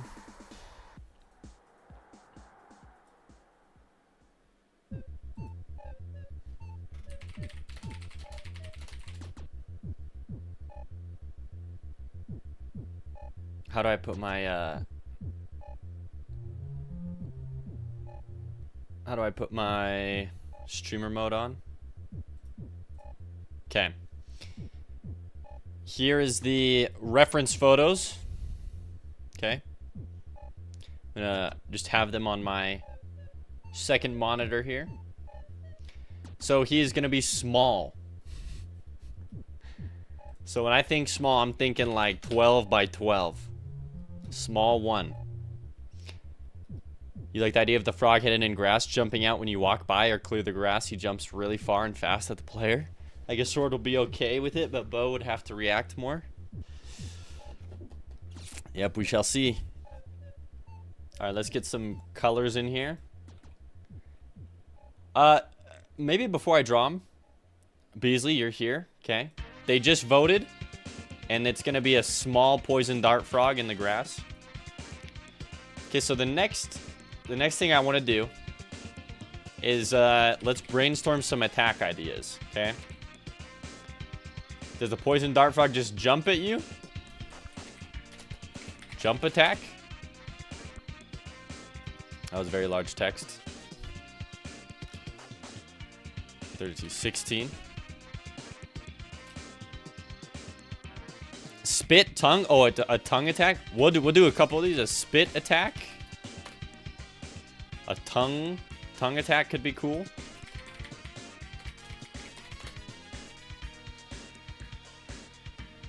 Okay, hold on. A tongue attack sticks to you, pulls you slightly forward. Tongue attack. That sticks to player and pulls forward. It's like a suicide enemy. It just jumps and just explodes.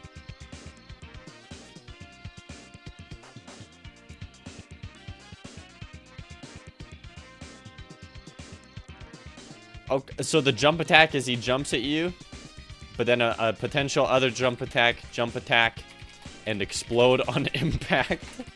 What the heck? Okay, these are all ideas.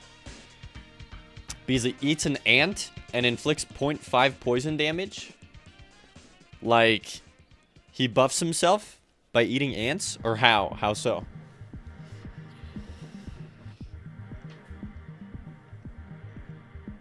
Yeah, buff spit damage.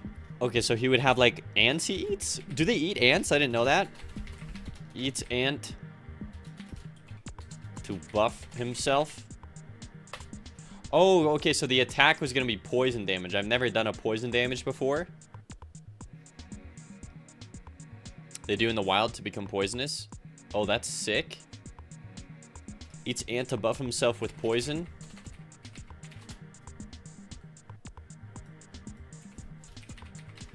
Poison sucks though. How do you fix poison?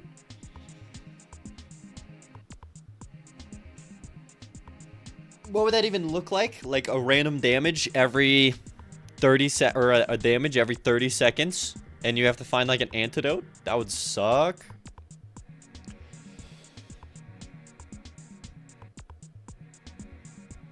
You don't fix it. Oh no. Okay, poison is delayed damage. Okay, so we can't. Ooh. So we can't do all of these. Hey, Redstone40, welcome. Designing an enemy with Twitch chat right now. Okay. So I'm willing to give him two attacks here. Okay.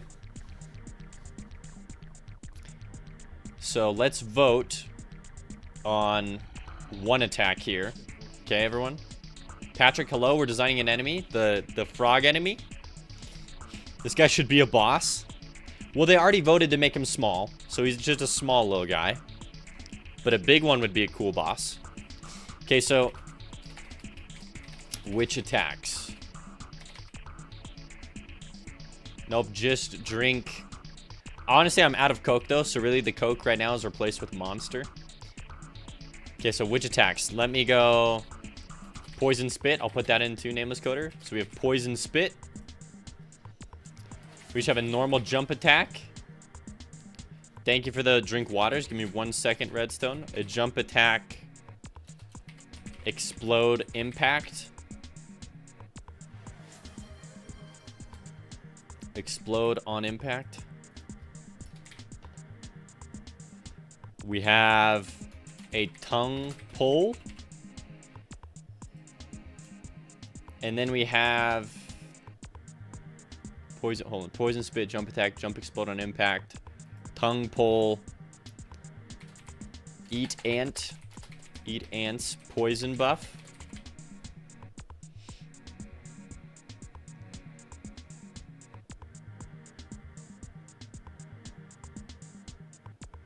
Okay.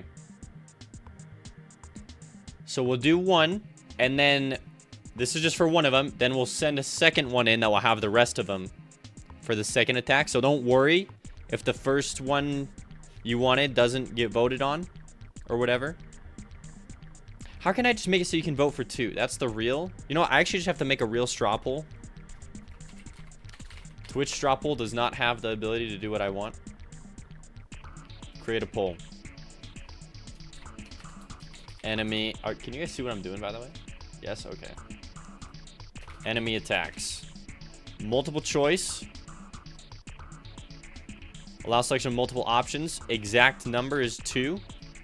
Okay. Sorry, let's do it in here. Poison spit. We have a jump attack. Jump attack. Damage on impact. We have a jump attack. Explodes on impact. A tongue pull. Tongue, stick, and pull. We have an eat ants to buff self with poison attacks. We have an acid spit. Oh no, we already did that. Poison spit. Sorry, and let me read in here. Poison spit and tongue. Purely ranged. A poison or a tongue attack. No stick. Apply poison. Also, lightning for the one I referenced called the Dendrobates leucomalis. I'm doing good, Redstone. Also, let me drink these now.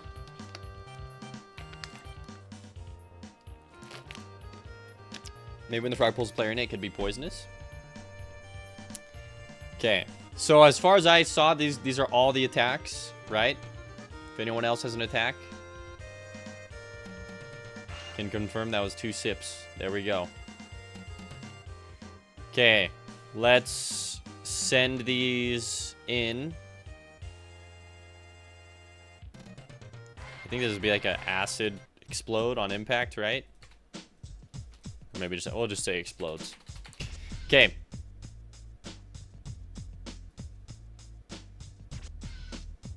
Allow selection of multiple options. Exact number 2.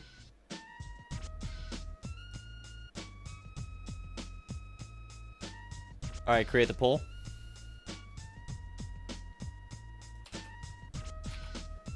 What do we choose? Poison dart frog. Here's the straw poll for picking its attacks. We'll let that cook for like 5 minutes. While it's cooking, I'm going to start drawing. Okay? I'm going to start brainstorming. So he's small. We got to remember that. That's what we voted on. Maybe we got to take a revote if there's more people here now, but he's a small boy. And he's yellow in a very dark color. Dark black. Busy? You didn't know we were voting for size? Well, I have to know how big the enemy is. Like, who knows? If he doesn't have a size, then it's kind of over.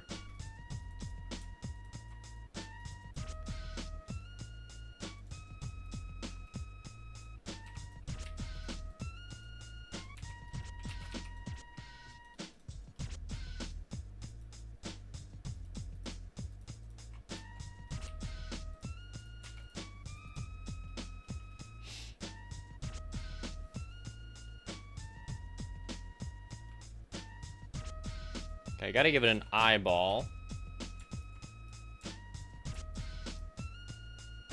How big will it be, the enemy? 5 people voted. Well, 5 people voted. 3 people had said small. There was small, medium is half the size of the player, and large is the size of the player.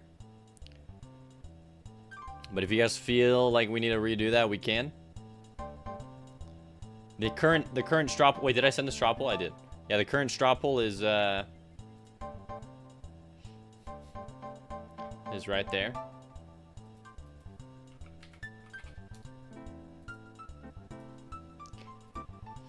The giant poisonous frog would be so sick. You want to re-vote on that? Okay, that one we can do in Twitch chat here. We'd already voted on it though, just saying. Okay, so we have small, which is the size we're currently drawing. Medium is half the player size. And then large is the player size. I'm not going to go any larger than the player size, I'll be honest. That's entering into boss territory. Here you go. Oh, I said which attacks, but that's it should say which size.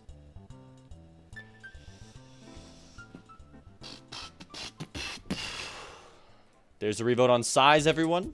I guess everyone's picking large now. Hey, but 3 people had picked small last time. Where are they at? They're getting the short end of the stick.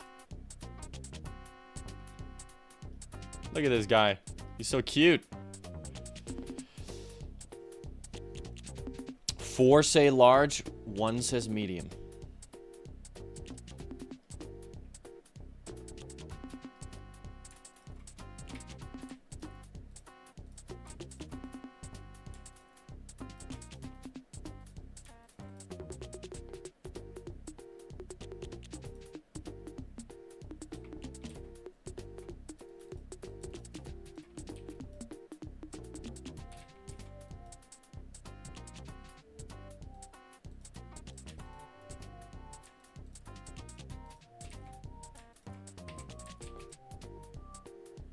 He's so cute, though.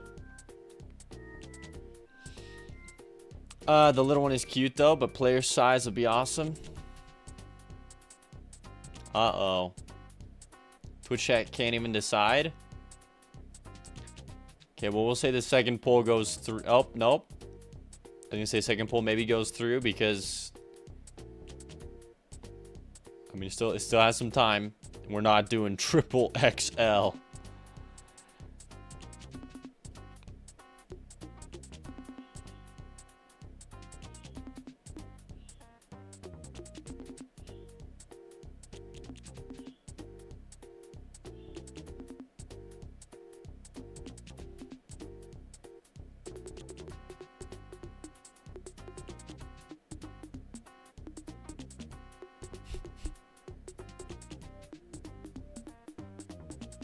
Maybe we just have this small frog as like a little small thing in the background. Where did these medium votes come from? I don't know. They almost they're overtaken. 7 people are voting now. Although I'm surprised no one's voting small this time. I thought the people who voted small last time would have come out of the woodwork. I mean, look at it. Drink Coke, Redstone. I appreciate it.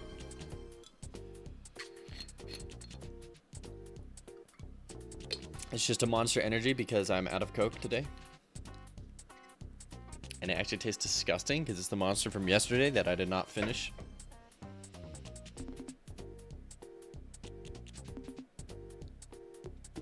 Who's spit poison darts? There's the poison spit. 50-50. Okay, so I don't know what to do with that. 50-50. Thanks, chat. What size is he supposed to be?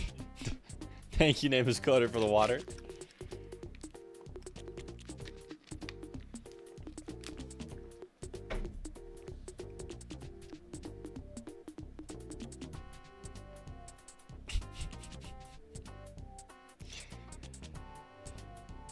I voted but wasn't listening, so I don't know what I was voting for.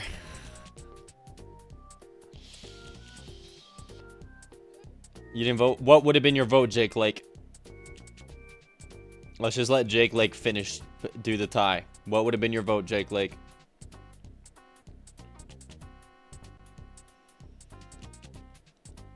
Uh-oh. You got a lot of power, Jake Lake. Oh! Oh! Oh, okay, we're doing medium. Jake says small. That would have been good. I think Jake Lake's locking in the vote of medium. Okay, so medium is half player size.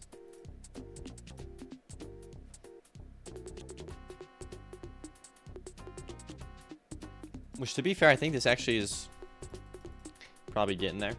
Okay, so the player... Hold on. This is how big the player is. Or how big he shows up in game. He shows up at the top of this. Okay, so 24 by 24. So medium, we're looking at something like right there. He'll still look pretty freaking big. If you know what I mean.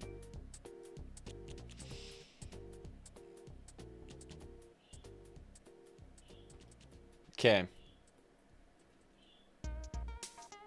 He still is a huge frog. He would have been a huge frog regardless. This is still huge. Okay. Let's work on the redraw here.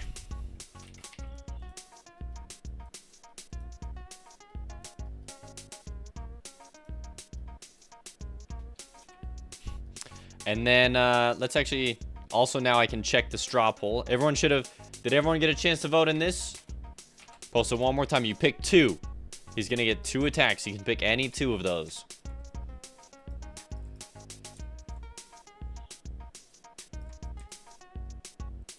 What color are their eyeballs?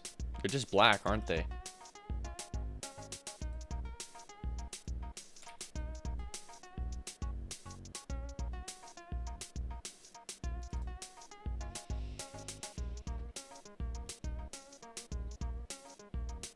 Patrick make him 10 times bigger than player? No, just his eye floating.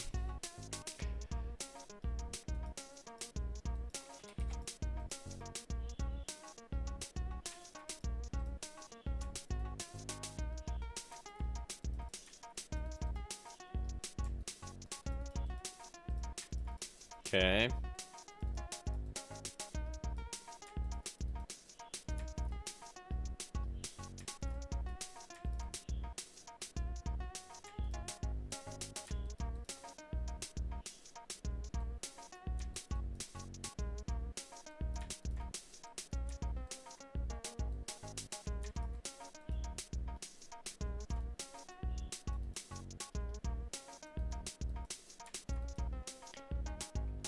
He's got some cool...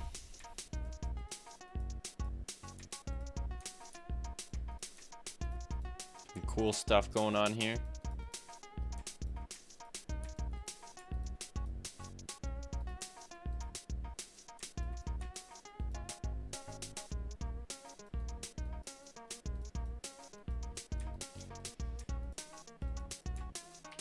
I don't like the head though.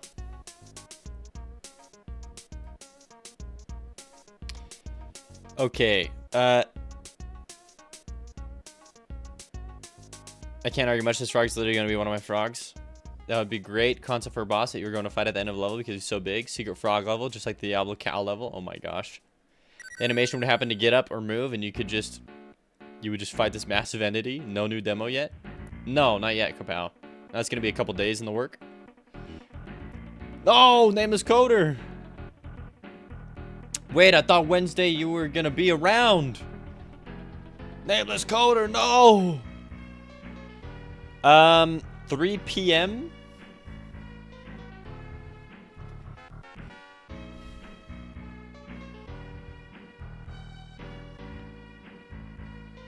Yeah, I can stream for another hour after 3. I'll be on till 4.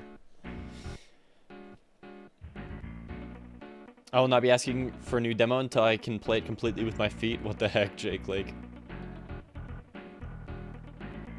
Okay, let me yeah. I'll be on Nameless Coder. Let me check these enemy attacks. Show the results.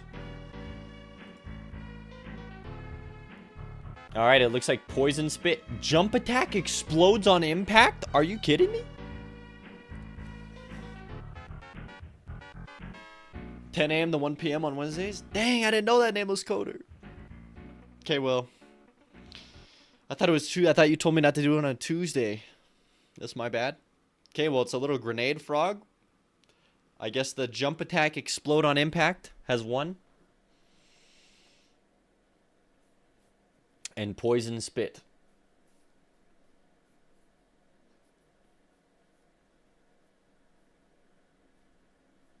Okay. I'm not gonna lie, the other ones are super cool and creative though. I am low-key a little happy because these seem pretty easy to do, but these seemed very cool, but they were gonna be a challenge. Also, we ran out of cool Nintendo music. 3DS music? What?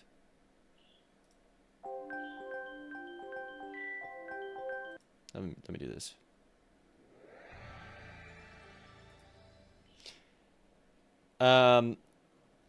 Did everyone get a chance to vote? Alistios, did you get a chance to vote?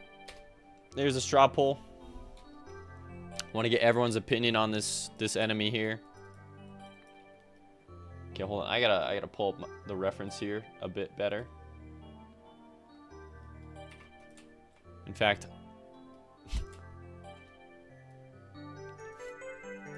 I'm just gonna redraw this.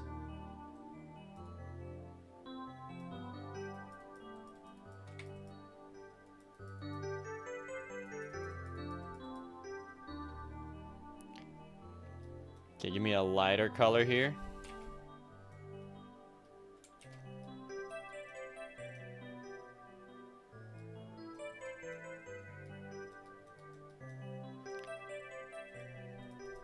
This is like what the frog leg looks like.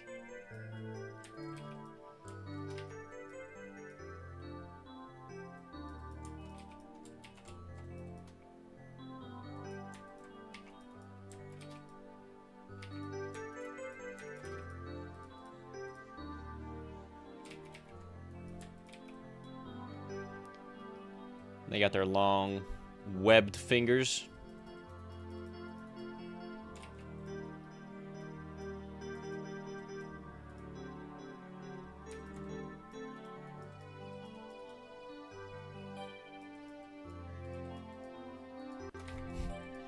It's gonna be kind of terrifying to have this giant frog like explode on impact on you.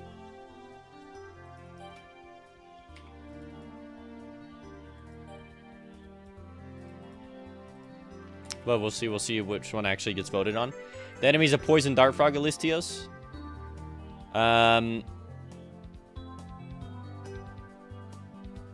Okay.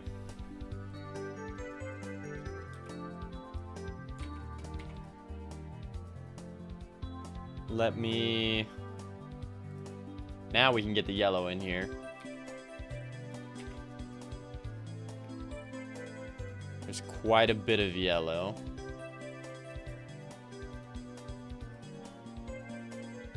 And then some more yellow. The whole arm looks like pretty yellow.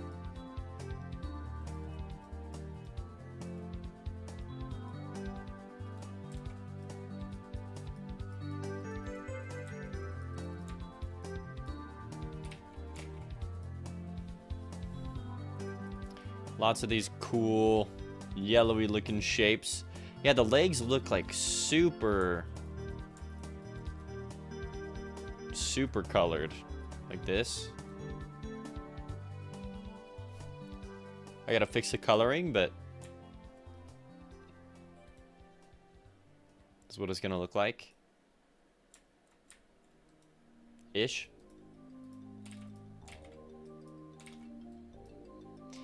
The eyeball definitely is not white and black though. Jake like, oh, I just thought of a death. He sends out exploding spores on death that leave poison gas for the player to run through for like half a second. Voted. Thank you, Alistios. Okay, I'm thinking one thing that should help here is this.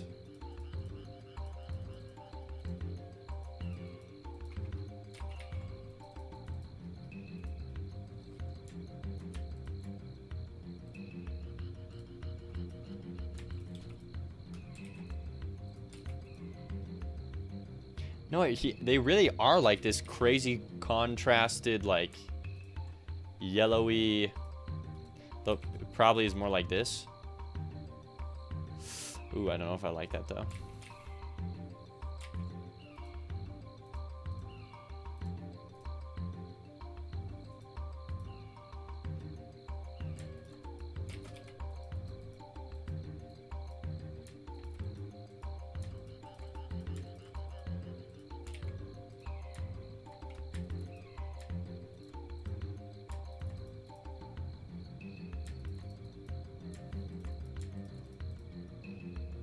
We'll do something like this. I don't know what eye color he's gonna have, but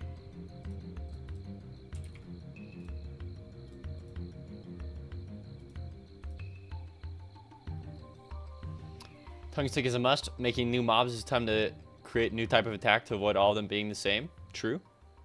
Yeah, they're super vibrant. All right, let's see the attacks. I think I've given everyone plenty of time.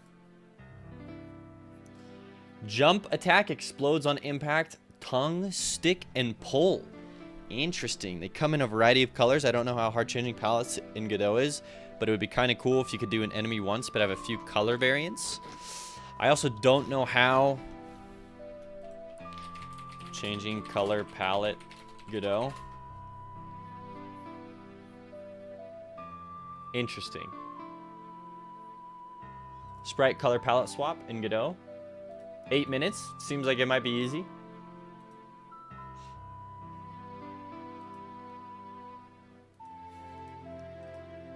Maybe not, though.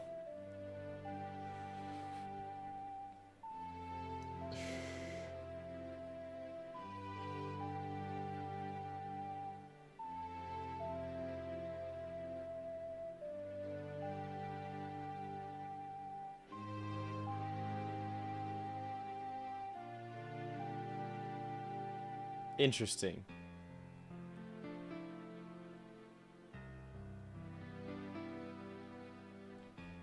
It seems like it might be pretty easy.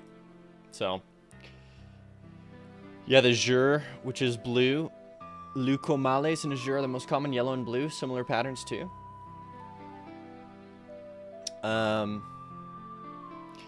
I agree with you. Taking into consideration how much it takes to program and animate every new mob attack, reusing assets is always a good resource to pull from, and almost every enemy that you encounter has a different style of attack. He made a YouTube short about cutting down on game ideas. That's true, but this is what the Twitch chat deserves. You guys earned it, so let's do it. That looks sick. That looks really cool. Should we make this guy multicolored? Like have a blue bottom, a blue tummy like that? Also, I just was giving him a colored eye. Their eyes are so hard to see, but you need to be able to see the eye, otherwise it's just, I think it's just gonna be weird. Anyways, let me finish the outline here. Okay, yeah, so we're doing a tongue attack, and we're gonna be doing a, hold on, a tongue attack, and a jump explode on impact.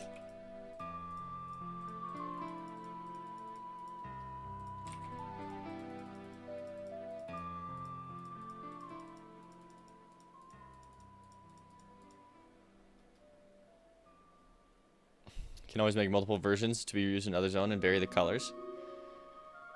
Yeah, we'll say we're locked in with those attacks. We've had enough people vote. These are gonna be the attacks: jump attack, tongue, stick, and pull. I'm not looking at it anymore. Beasley! Whoa, thank you for the gifted subs. Thank you so much for the 5 gifted subs, Beasley. So we had the jump attack, and we had the tongue attack.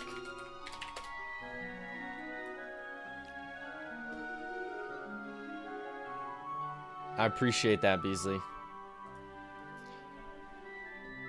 Okay, let's, oh my goodness. I gotta figure out a way to make this pattern look a little cleaner. Otherwise, it's gonna wreck my brain.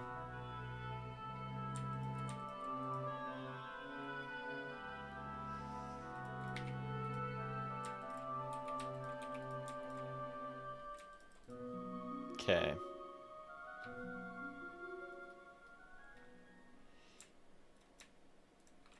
Give me this color.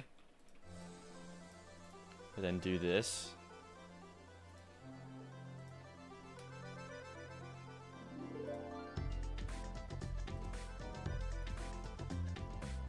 We can add in some slight shading.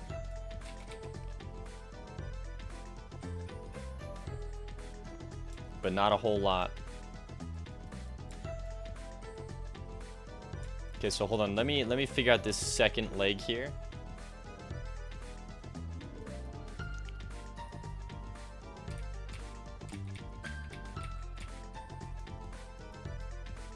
It's gonna look like this.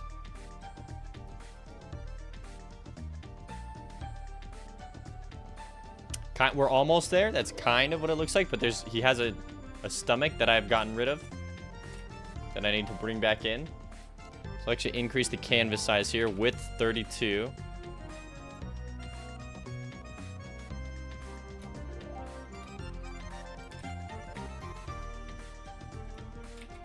I can't believe Beasley's pet is making it into the game. I'm just joking. It's awesome.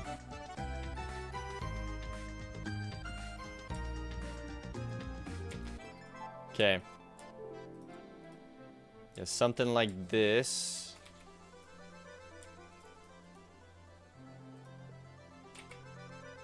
What is your frog's name, Beasley?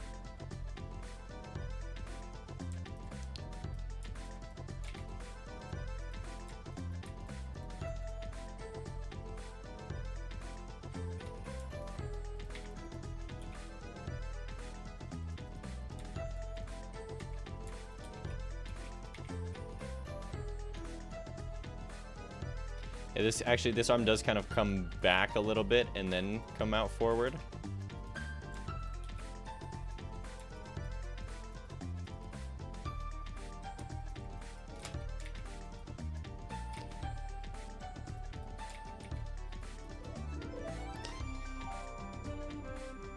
Dendy.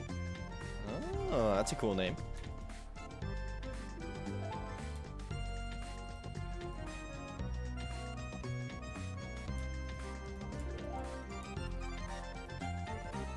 Okay. I'm liking the patterns a little more now. I don't know about the blue eye, though. Yeah, jeez. They got such, like, pitch black eyeballs. I just feel like it'd be, like, a void.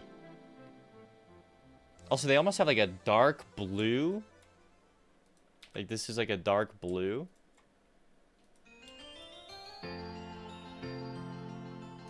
Anyways, then he has like a dark void for an eyeball.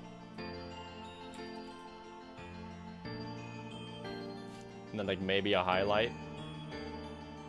Not even really though.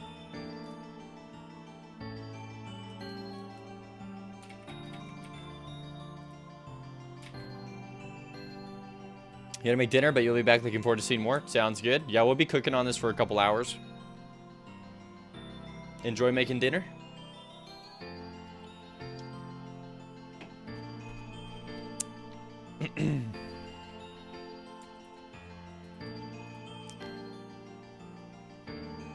Yeah, I think I gotta give it a colored eyeball. I don't think there's getting around it.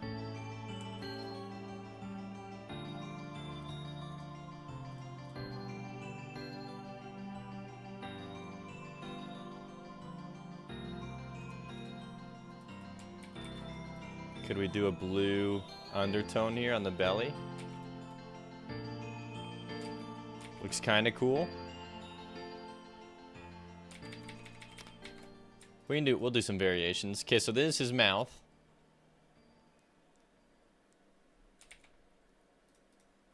The reference image I'm looking at too is like, look at how his full arm is just yellow. It's like not even...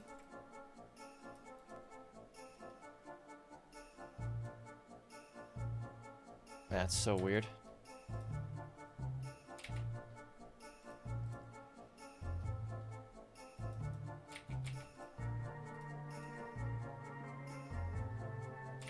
Yeah, I think it just looks more aesthetically pleasing with less colors.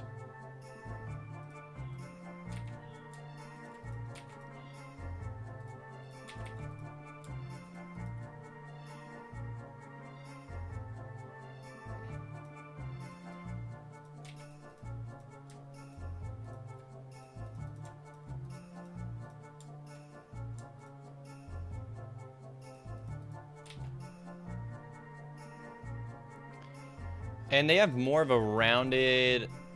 Yeah, they got more of a round thing going on up here.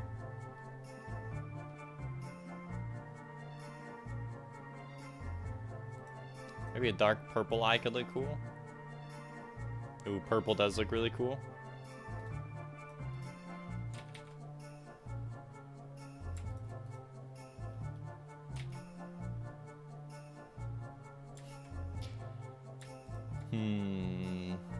Maybe just a wee bit brighter. Yeah, there we go. Also, let me pin the Steam page as a comment here real quick. Pin. And then I gotta pin this on YouTube.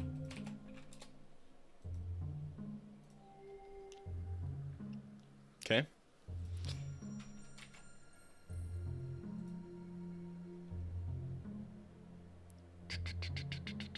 Does he have anything on his belly in these references?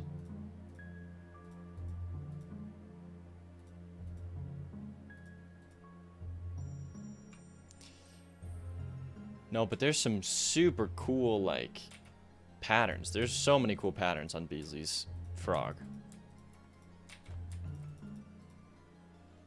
And by the way, they do come down on the belly like this. It's very interesting to see. Okay, so I have this lighter color here, which I think could be a tiny bit lighter. I think it will help us out. Because then I can like shade the whole top like here.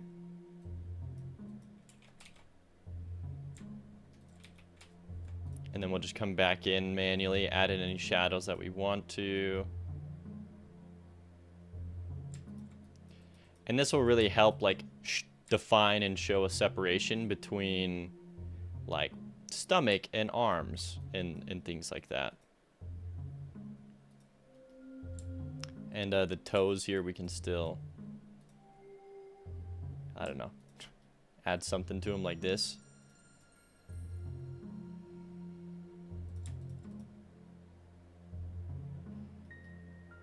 Okay, we'll color this in.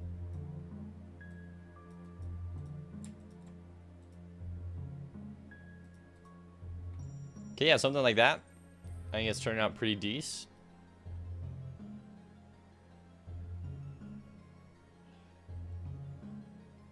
They do got really long fingers.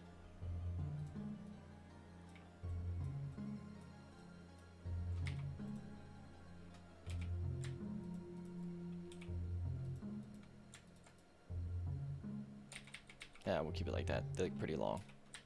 The hand seems a bit thick though, so if we could do anything to make the hand a little more thin appearing. Yeah, I think that helps a lot.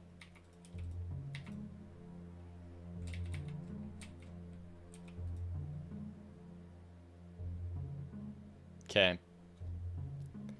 I'm liking it. To make the eye pop a little more, we can do an outline around it like that.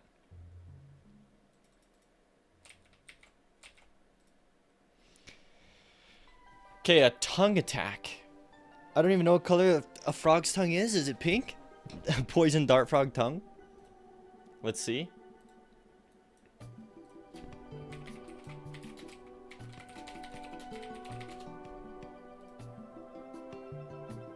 Okay, they are, I think they're pink, I guess.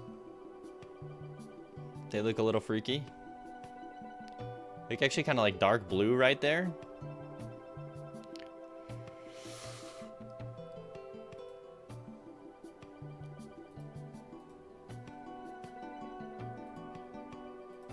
I don't know if these are considered poison dart frogs.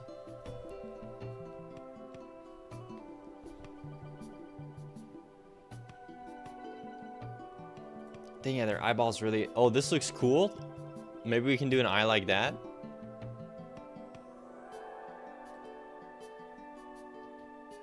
Oh my goodness, the eyeball.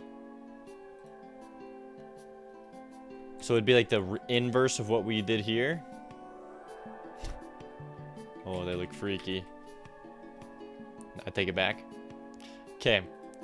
Here's probably what it's gonna look like.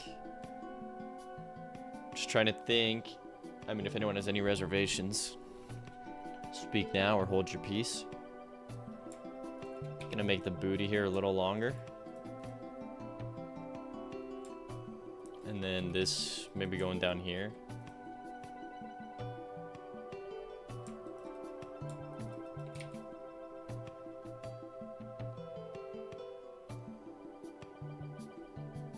Like, I don't know if this should be bigger back here.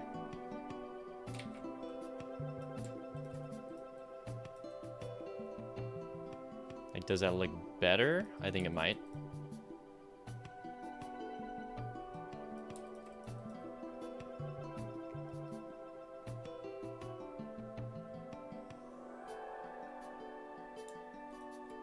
Also, we probably should get more of this yellow color around some areas here.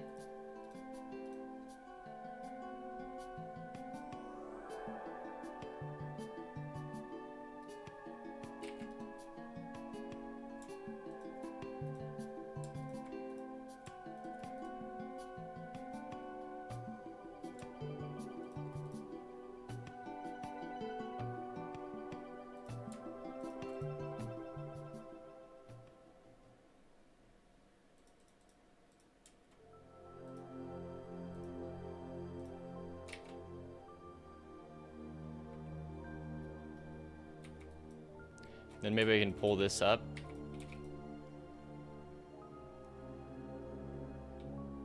I actually think it looked more frog-like before. Yeah. Definitely the back arching down is what makes it look more like a frog. Okay, so bring this back in then.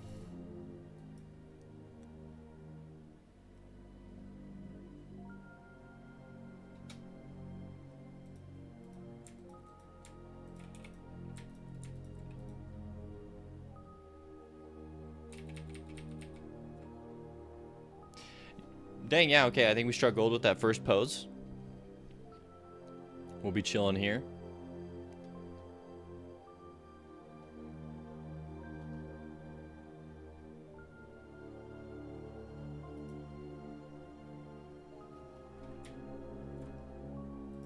Now the tongue is going to be interesting because it has to go towards the player. How am I going to animate that? Because it's going to extend out, so it's going to be a stretched object, so it'll look a little dynamic. And when it hits the player, is it tongue and pull? Is that the one that, I believe that's what it was? Straw pull. Sundown. Where's my pull? Dashboard. Pulls. Tongue, stick, and pull. Okay, yeah. Stick and pull. So it's got to pull the player in. Might be easy to animate it as separate, right? Oh, 1,000,000%. Especially because I'm probably just going to animate it with code. So we'll have to do a... the height does not have to be very big. The width can be kind of whatever. And let's get one with a lot of pinks. Yeah, something like this. We got a lot of pinks to work with.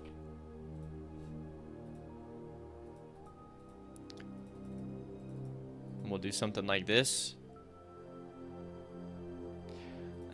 Give me canvas size. Make it 6 on the height here. Just at the base here.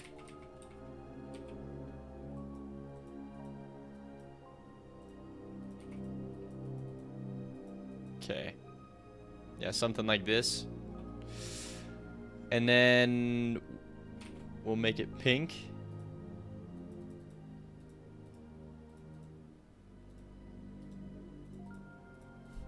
We get some nice, gross looking pinks in here.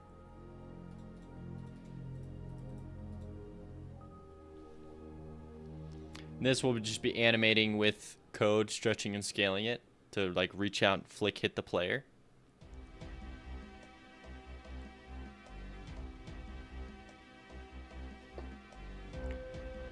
For it to actually, I'm thinking here, for it to grab the player.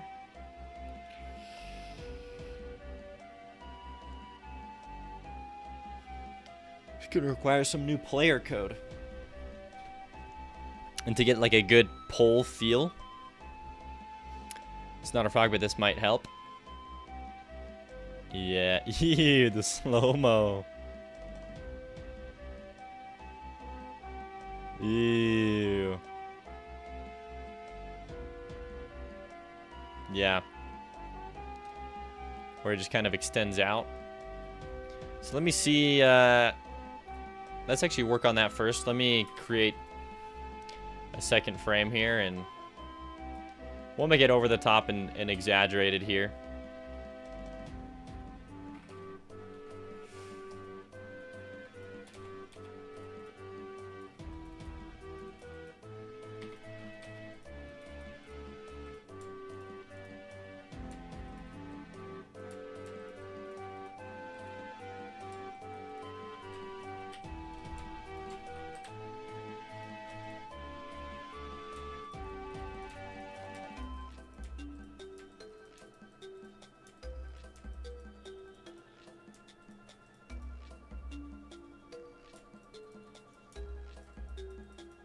Okay, I'm just trying to animate in the stretching and movement of the skin here.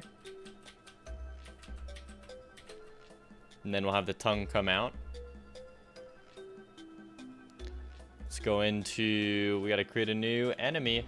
So a new inherited scene, inherit it from the enemy.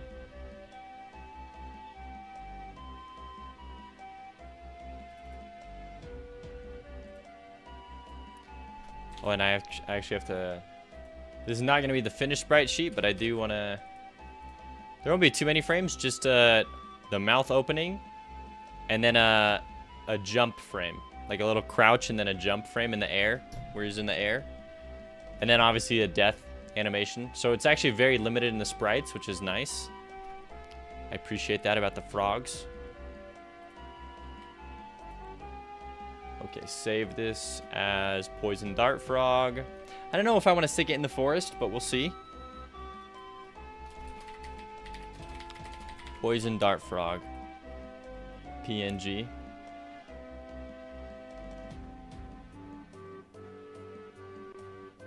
I guess he's going in the forest for now. If anything, I should probably put him in the jungle, though.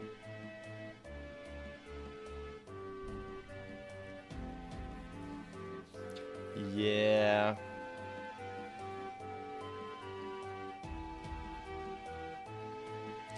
Yeah, it probably makes more sense to be in the jungle.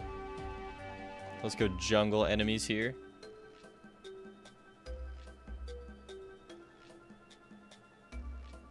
Oh yeah, I haven't caked in here for whatever reason.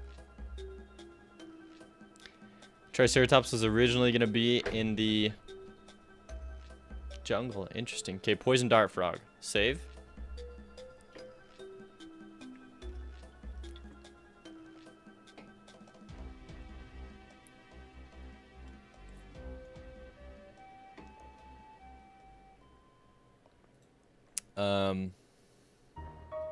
Okay, we give it the Poison Dart Frog sprite.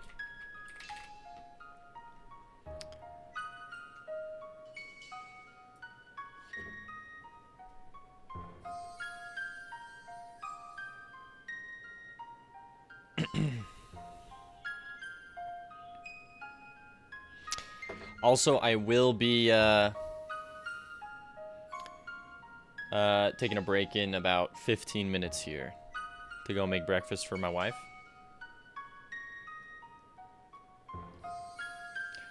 And El Cobb has to walk his dogs. We're synced up. Okay. Animation for now, it's 2 frames. We're gonna raise it up so it's standing above this line. This enemy is gonna need a secondary sprite here for the tongue.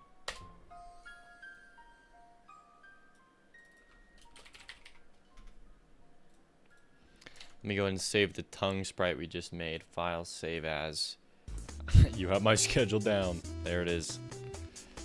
Tongue or frog tongue. PNG. Save.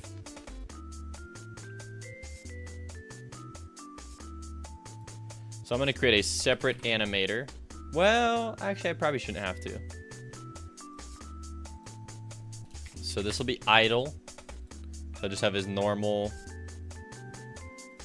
frame here. The tongue won't be visible. And then we have tongue attack. This is where we'll set the tongue to visible. And we'll give it the frog tongue.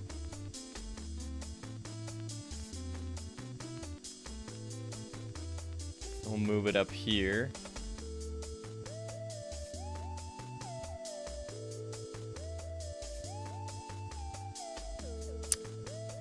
I'm actually going to have to create a node 2D that has the tongue in it so that I can properly flip it back and forth.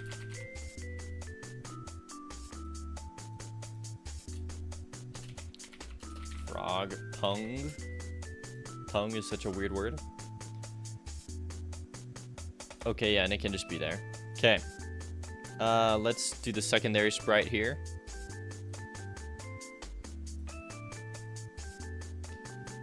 And then this tongue will also be behind the frog.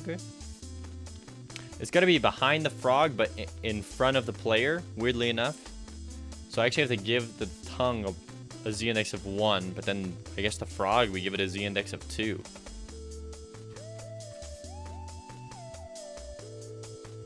Okay. And then this will stretch and move towards the player. I used to have like luck in the game that results in a higher chance of gold drops. Thinking about adding an item. I have like a skill tree that modifies how much gold drops out. But that would be something very simple to add in. Like, it wouldn't be hard for me to add in a stat that increases luck. So if you wanted one that results in higher gold drops, that can be added in. I already have a... let me pull it up here. In my game, I do have an item that is... it's called the Eye of Gold, and it increases gold drops. But if you just wanted a simple, like... one that's not as intense, it's like right here. Chance for golden enemies to spawn in, and when they get hit, they drop gold. But yeah, if you just wanted something a little more chill, like, oh, increase, like... I also have one for blood gems, which is blood. I also just realized I'm covering him up. But, blood and gold.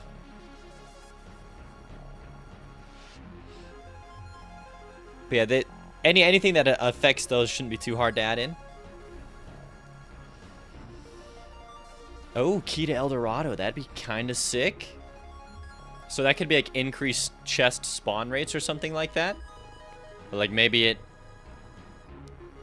I don't know. Yeah, you can cook up something. Any of that stuff is not hard to add in, so feel free to think about it.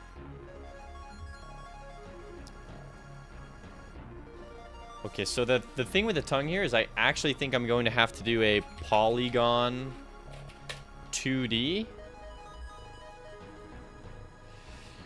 I know El Dorado is a city of gold. Higher gold odds make sense. I love the song from it's like an old animated kids movie. I was listening to it and my wife was like, "Why are you listening to that?" I was like, "It's stuck in my head." It's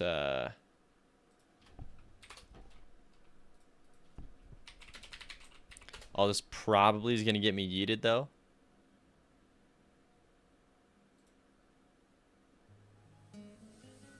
Oh, maybe not?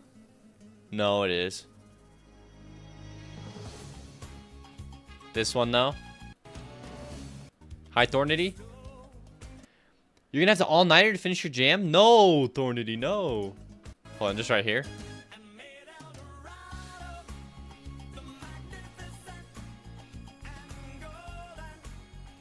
Thornity, don't do it. What is taking you so long?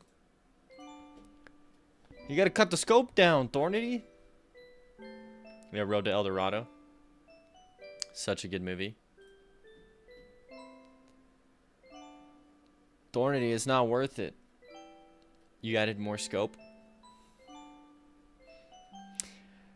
So, yeah. I wish you the best of luck, Thornity. Now support any form of buy or sell for any item. Oh, dang. Yeah, Thorny, I believe in you. I'm stoked for the jam, for the game jam, and to play the game again. You got some talent. So the problem with the tongue here that I'm gonna run into, okay, is I can't. It has to stretch towards the player. I can't mess with the scale to do that, right? Like, let's say, oh, I'll just do this, 2, 4, because then eventually the tongue that goes all the way out over there, unless I were to do something like adjust the scale of this. So not the tongue sprite. So then I would be adjusting it like here. Right, but you can see the problem there as well. So then it's probably got to be something like this, where I move that up there. I move this right here. Maybe then I can increase the scale. Okay, maybe not by 20, but by 2. See, then it like shoots out. But there is a thing in Godot where you can use a Polygon 2D to mess with stuff like that. You start with 10 gold, buy beehive for 1 gold, now you have 9 gold and 1 hive. You buy wax for 1 beehive, now you have 9 gold and 1 wax, etc.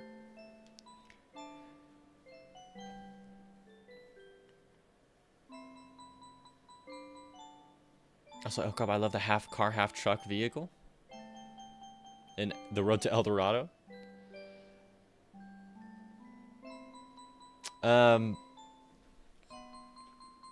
Well, don't burn yourself out, Thornity. It sounds sick, like I'm stoked for it, but like, dang, dude. I guess just do what you can. Anyways, what I was saying is polygon textures, you can give them a... Like, I could give this a tongue texture. And then I can animate bones and adjust the bone position. And then that can in turn stretch and modify the canvas. So for example, I give it this texture. I come into UV. We got to give it some points.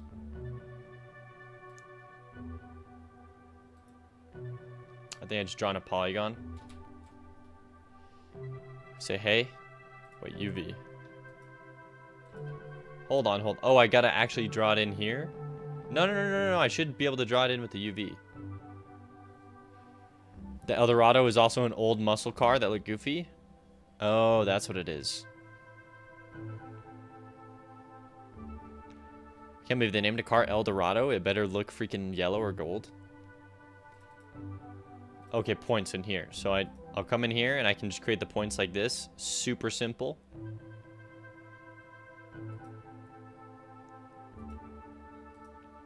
Like it could just be 3 points. And then I give it a skeleton. And I attach a bone to it.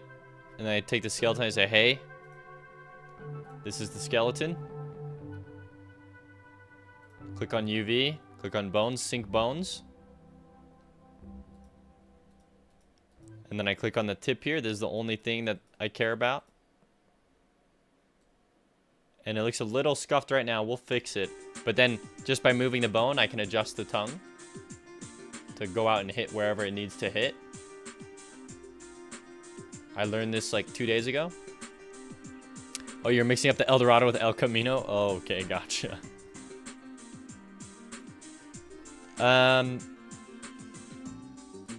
Okay, though. I need to... I forget how I fixed this last time, because I was running into this issue.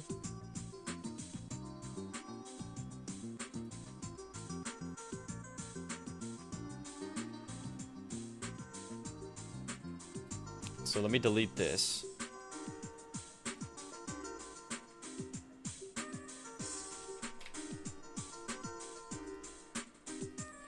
Enemy, poison, dart, frog.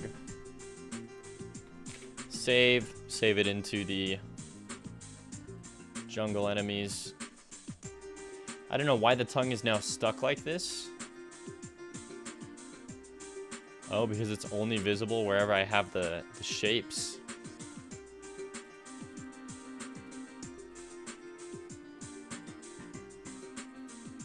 Interesting.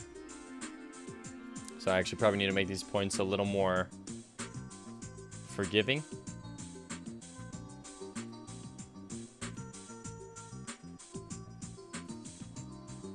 Maybe even 2 points. Oh, I guess we'll just restart it then.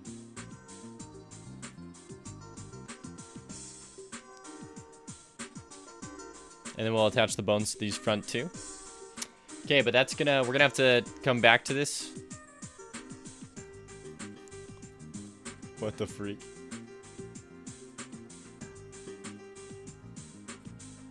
Why does it look so weird? Okay, yeah, like I said, I'll have to figure out what the heck's going on with all this in a second. Whoa. Probably just redo the polygon. But I'm gonna go make breakfast for my wife. We'll come back, we'll finish working on the enemy. And yeah.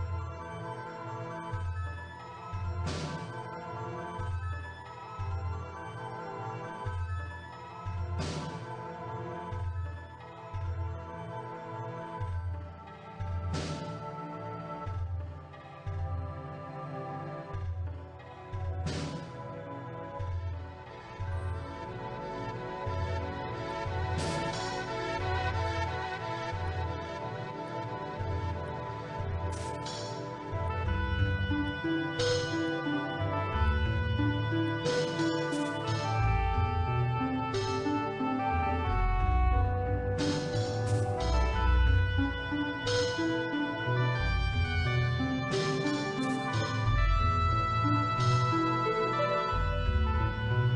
muted. I wasn't on time. I said Juan Petersburgo, what's up? Working on a poison dart frog enemy. I just realized I forgot my toast.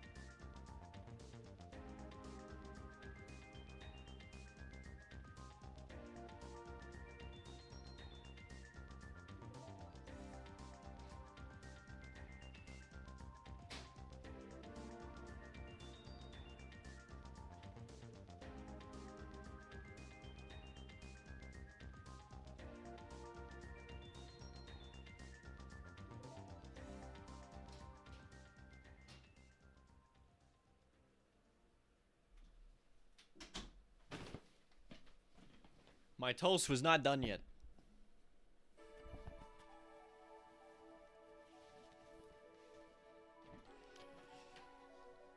So, what we're gonna do to do this tongue, we just figured it out. We're gonna do a polygon 2D. We're gonna give this polygon 2D a texture. Then we want to go into UV and we want to give it some points to display the texture.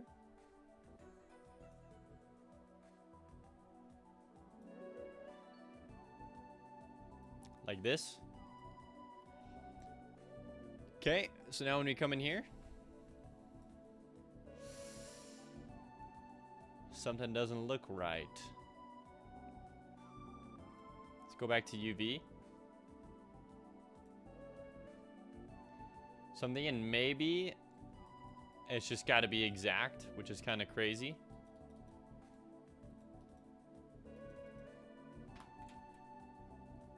So in that case, I guess we'll just make it exact. No, but there's no way we have to make it exact. It's just so strange. Hold on. I've done this before and I've never had to make it exact, but for whatever reason, yeah, it's like, cause like it doesn't awkwardly stretch this one, but just these back two. So I'm thinking maybe if we just move, we just move these back two like this.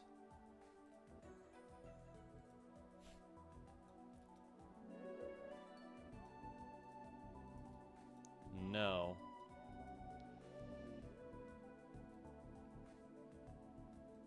Okay, yeah, that's very strange.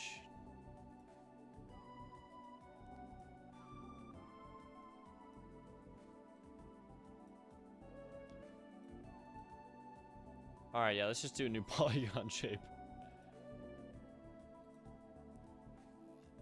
And then it looks like from here on out, it's okay.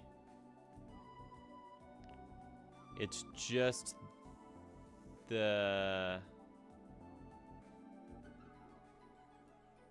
just this.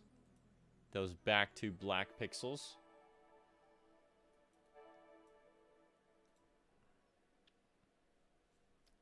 Okay, so see, that's actually looking fine now. Okay, so now we give it a skeleton.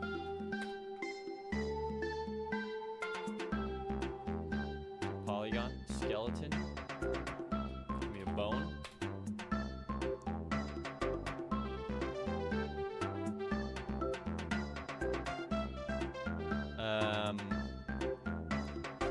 Give it this skeleton here.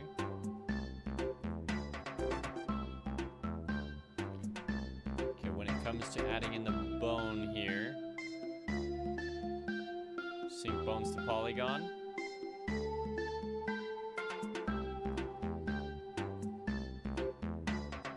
Okay. I don't know why it's rotating like that. It's super weird to me, but the bone should now move the polygon.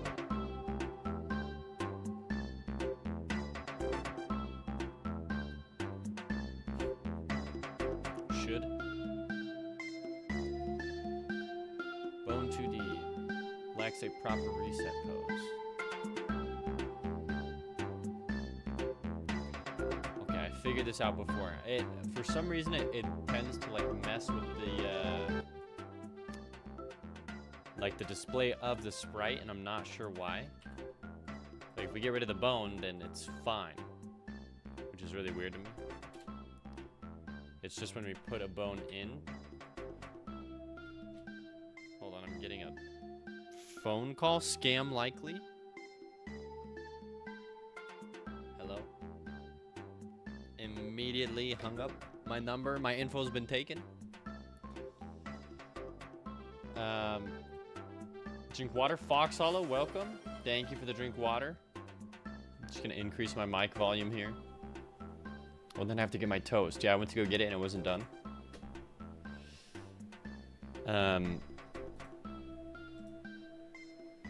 Okay. So, take me into the UV. Take me to bones. We have no bones. Give me a bone.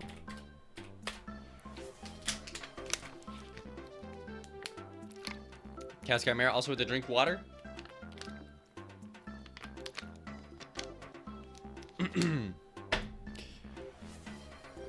Alright, Polygon 2D. Skeleton options, show bones.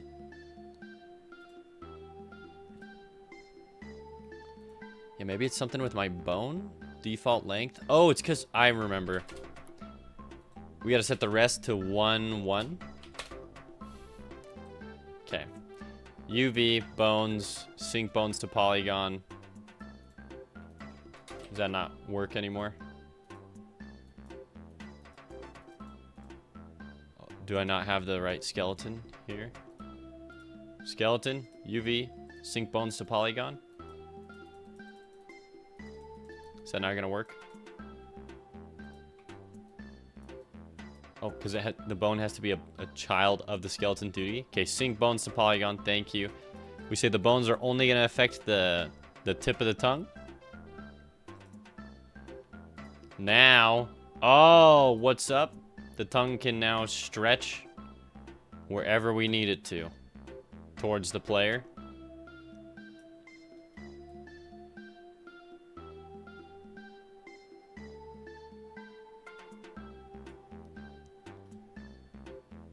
Okay, reset the position though.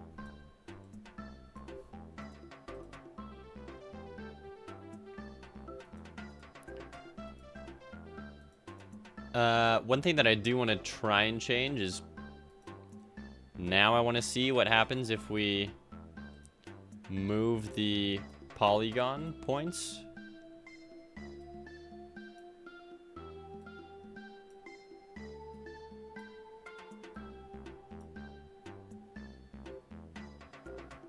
Okay, let's see that.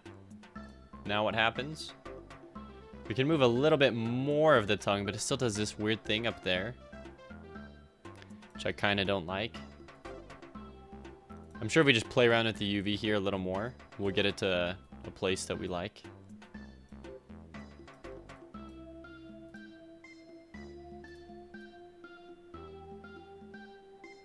Kind of.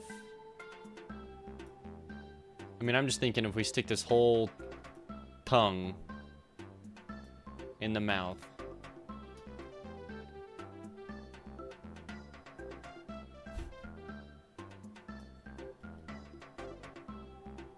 Or like it should be able to stick to the player and move around.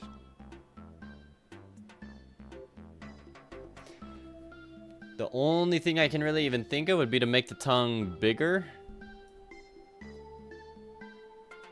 Like the sprite of it bigger. So that it doesn't look as weird.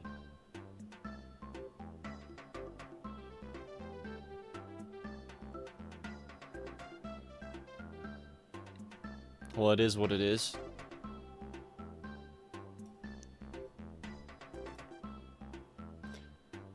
Although that bone really does, it just looks so wonky. Where's the rest position? Reset to rest pose. Oh no.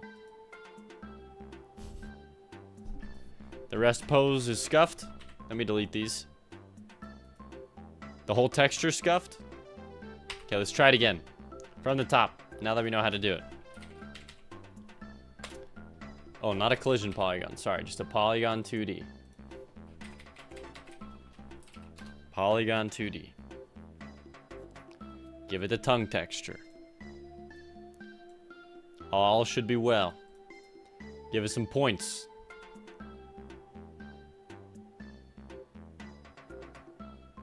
Okay, so we give it 2 points here. Okay.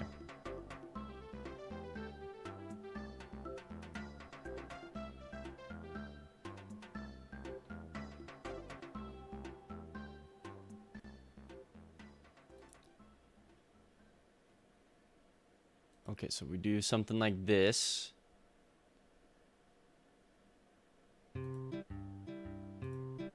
Okay. We move it to where we need it to be. It looks normal. Ish.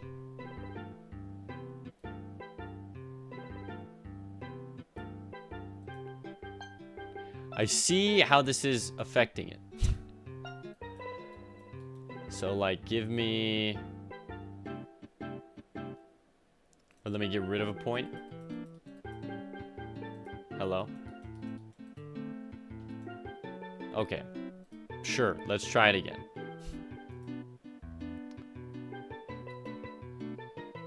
Wait, just... I mean, if I could just get rid of this node. Remove internal vertex. Yes, this one.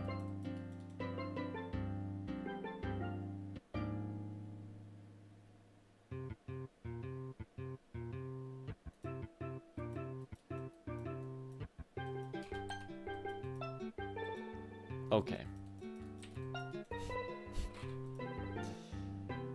All right, from the top, here to here, all the way to here, down to here, to here to here. What if it's just a square? Perfect. That's what we want. Give it a skeleton.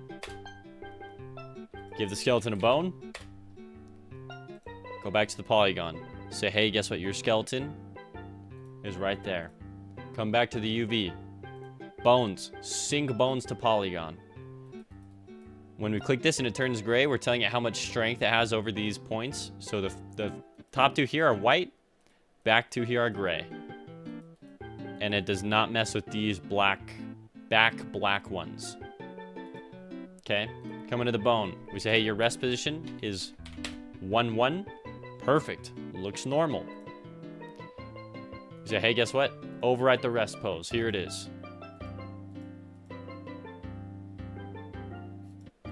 So now, when this tongue wants to go attack someone, whoopsh. Oh, just kidding. It looks so weird. It looks so weird. Wait, hold on. This is not what I thought it would be. Wait, what the heck? I mean, I guess it kind of works. It did not move how I thought it would move.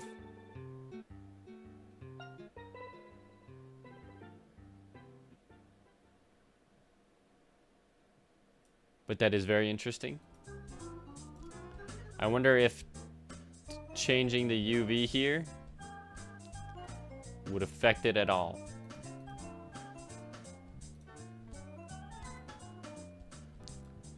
Like if I did this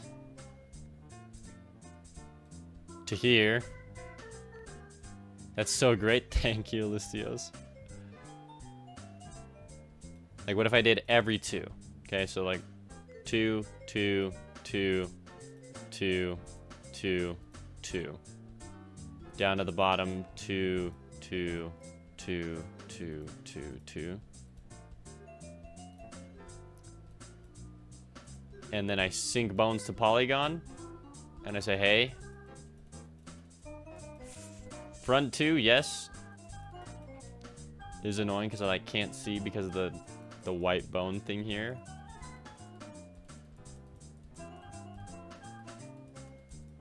Okay, but all of these should be white. And then as we get closer to the back, they will become gray. So now these last 2 are just gray.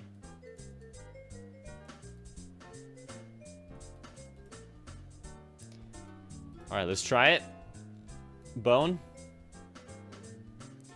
Alright, we're gonna have to redo it. But we got close. We were close. Okay, delete polygon 2D. New polygon 2D. I have to create a new one every time because I don't actually know how to freaking reset it once it gets scuffed. Okay. Any % polygon run starts now. I'm gonna do bones, but at every, well, okay, hear me out, hear me out. We go 1, 2 for the first one, then 3, then 3, then 4. Okay, hopefully this gives us a cool desired effect. Okay. Tongue, good to go. Now we give it a skeleton so that we can modify this polygon 2D, and we give that skeleton a singular bone. We tell this that, hey, your skeleton is here. We go into the UV. Click on bones. Sync bones to polygon. Perfect. Front 2, white. This is the strength of the bone and its ability to manipulate.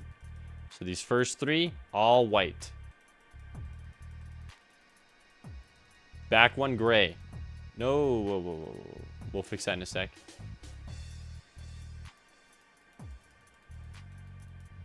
Okay.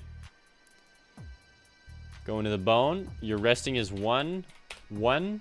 Skeleton, overwrite rest pose. Okay. And so it begins. We can animate the bone. Ah, dang it. I mean, it's not bad. But yeah, the tongue will be able to go out and hit whoever. See, it's not bad, but it's not good.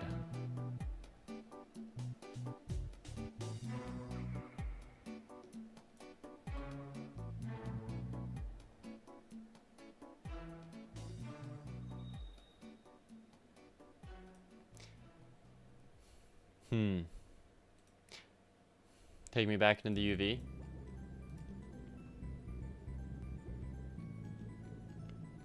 Okay.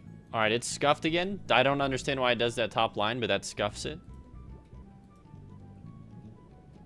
Okay, I'm gonna go get my toast. But we're making progress on the tongue.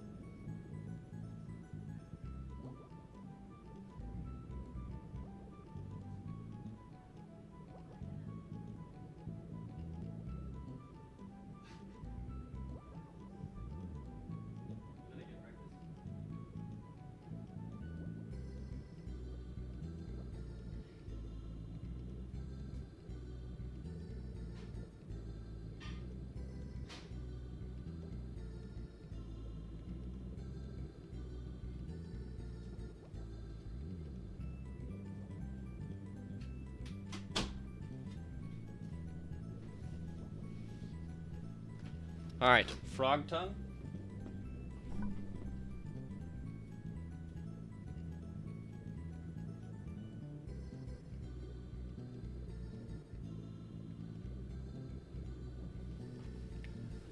We gotta redo you. 5th time is maybe not the charm, but we're gonna make progress. I'm gonna move the smoothie so I don't knock it over. Okay. Get rid of all of it. New Polygon 2D. All right.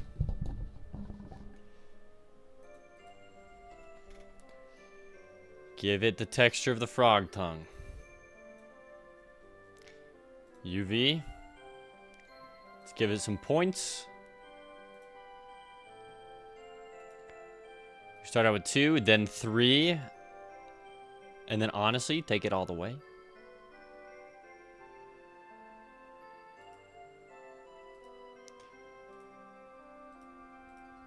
Okay, something like that. Now, close.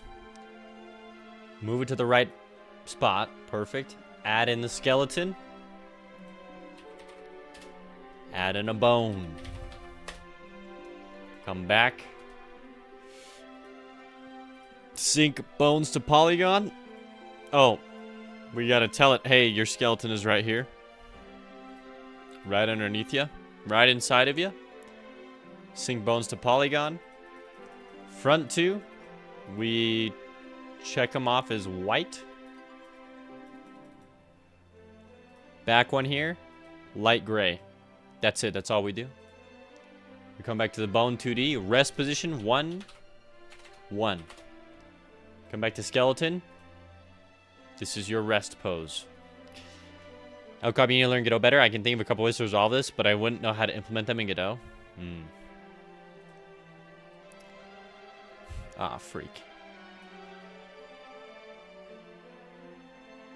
Ah, freak. Okay, so modifying it that way does not appear to work well.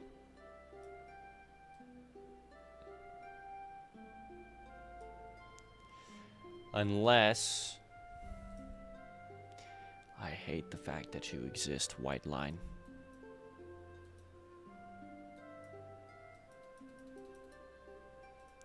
Unless we do that. How does that change things? You know what? I think we might just have to do it like this.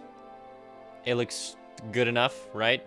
There's the tip of the tongue, and the tongue will just bloop, bloop, bloop. I think I'm just gonna have to do it like this. Referencing the El Cobb GIF. And then what happens if I rotate the polygon? I'm just curious. Probably bad things. Not so much. I could get away with rotating it a little bit.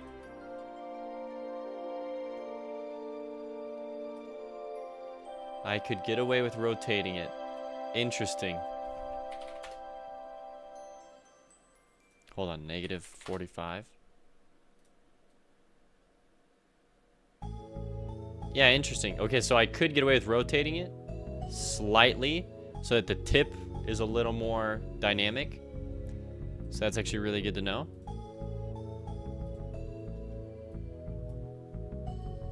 Okay, putting this back to how it normally is.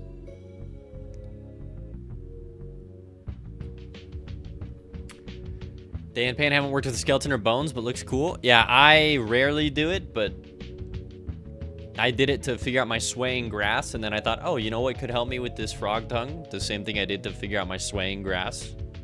Because I had to figure out the tutorials online use bones to sway grass back and forth and to modify the sprite like this. So I was like, all right, well, it is what it is. Okay.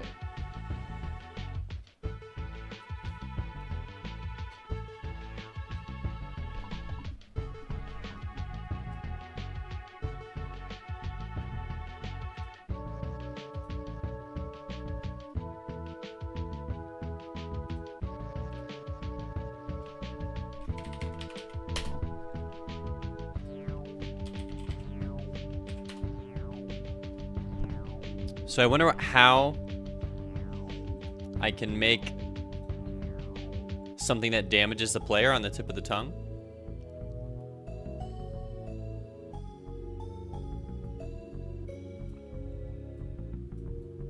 It'd be like right here. Yeah, the bone doesn't move it. Unless we stuck this on the bone? Or on the skeleton? No, stick it on the bone? Wow. Sticking it on the bone works. Okay. It's kind of weird. So we're gonna have to do... Okay, so because that works, I'm just gonna have to do a hitbox on the tongue here.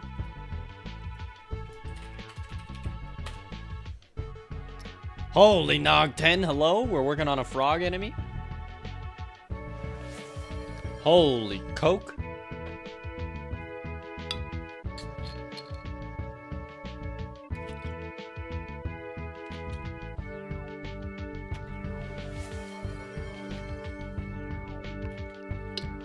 Thank you, Nog 910. Wash it down with some Arizona. Okay. So yeah, in this hitbox, we just give it a little shape here. Put it on the tip of the tongue. Now when the tongue moves to hit somebody,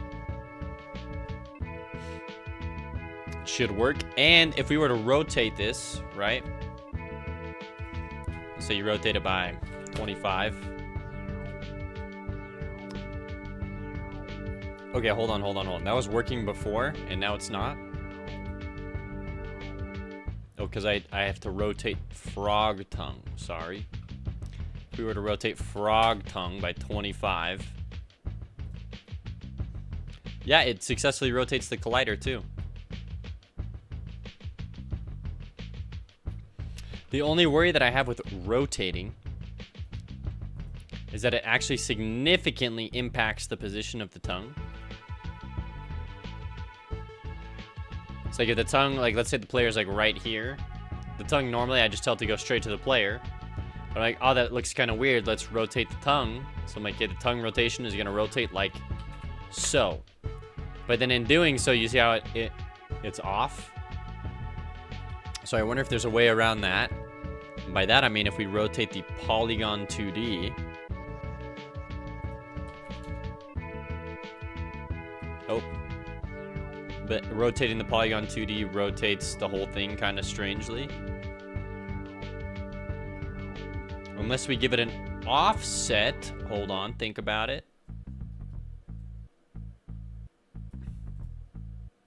So polygon 2D offset.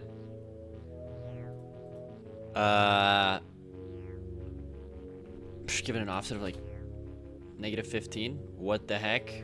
15? What the heck? Maybe don't give it an offset. That was weird.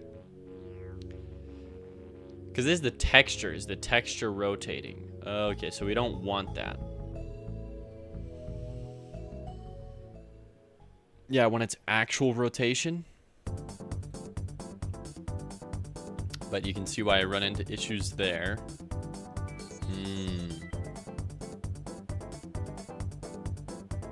Unless I completely reset up this node so that the rotation, or so that the sprite is over here, so that when I rotate it, it just rotates from the base here instead of the center of the sprite. Gotcha. Nog910, you're gonna try and finish the demo with the bow now? Ooh, you're not gonna wait for the new demo to come out?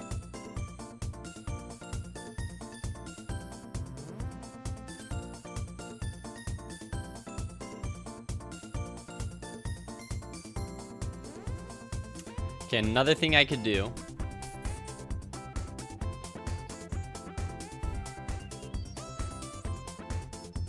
Hold on, what happens if I rotate the bone? Okay.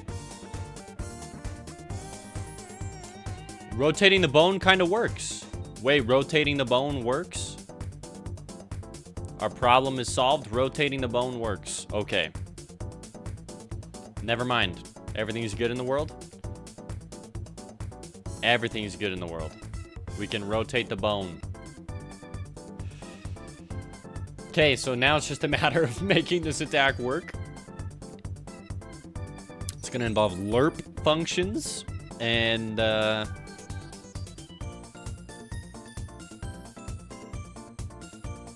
probably a maximum distance as well.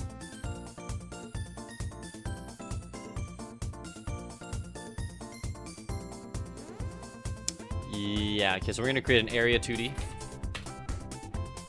I'm going to call it the tongue limit. Going to give it a collision shape. Make it a big old circle. Originating from right here.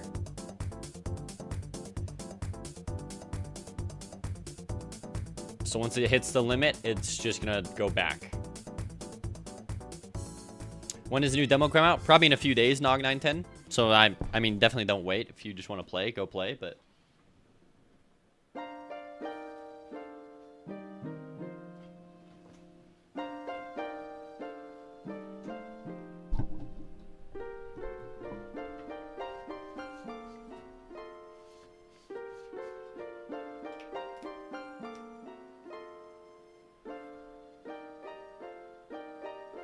Okay. So it's super easy. All we do is lerp the movement of the bone from its position to the player. And then once it hits the player,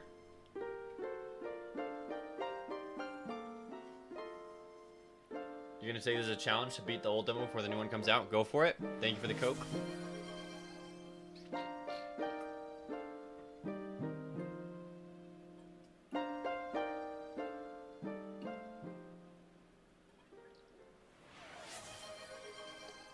Alright.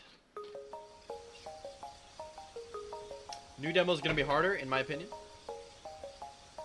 So, good luck.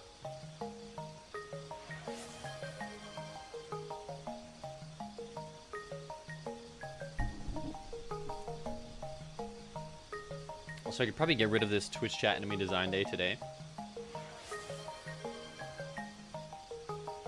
Probably update this to say poison dart frog.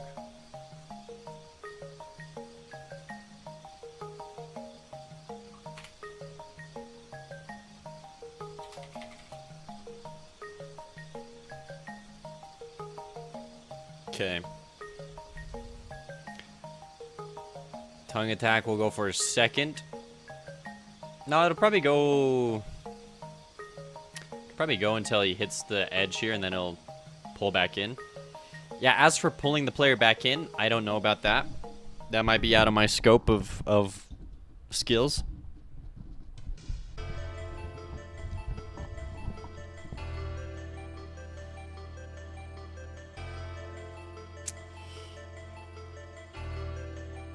But I guess, yeah, let me go for it here.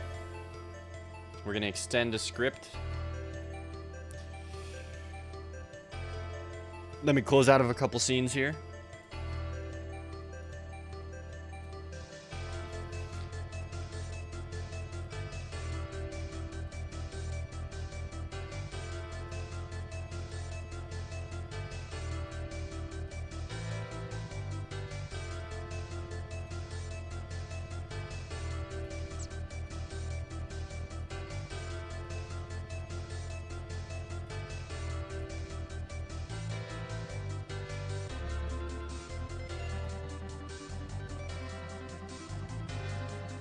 Okay.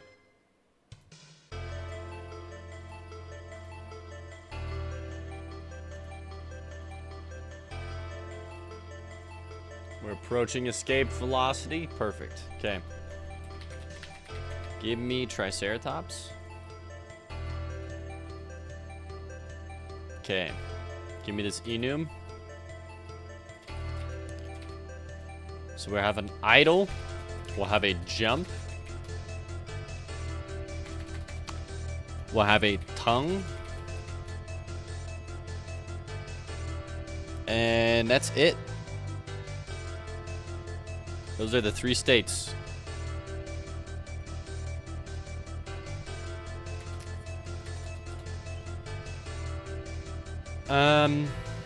Then go ahead and let's do the process here.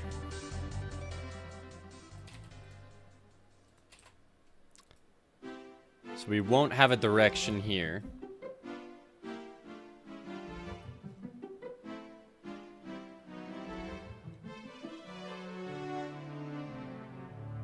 Well, we could. We'll create a variable looking is false. And then depending on where the player is, we'll adjust a couple of things. So we go sword lizard here, because I'm pretty sure he has this code. Yep, right here. If the global position of the player. Okay, so we actually also need the player to be in here.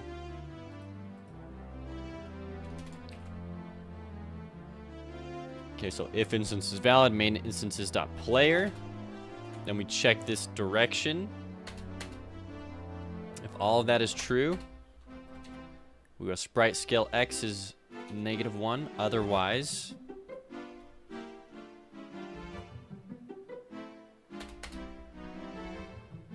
sprite scale is this. A couple other things we gotta switch is frog tongue dot scale dot x would be -1 and +1 is based on the direction. And then for now that's probably all I need. Okay, match state, we'll have an idle pass. We'll have a jump, which actually the jump is the one we're gonna pass on. The idle we can start. And we have tongue. Which in tongue we'll go animation player dot play. Oh, and I have to put a $sign in front of it.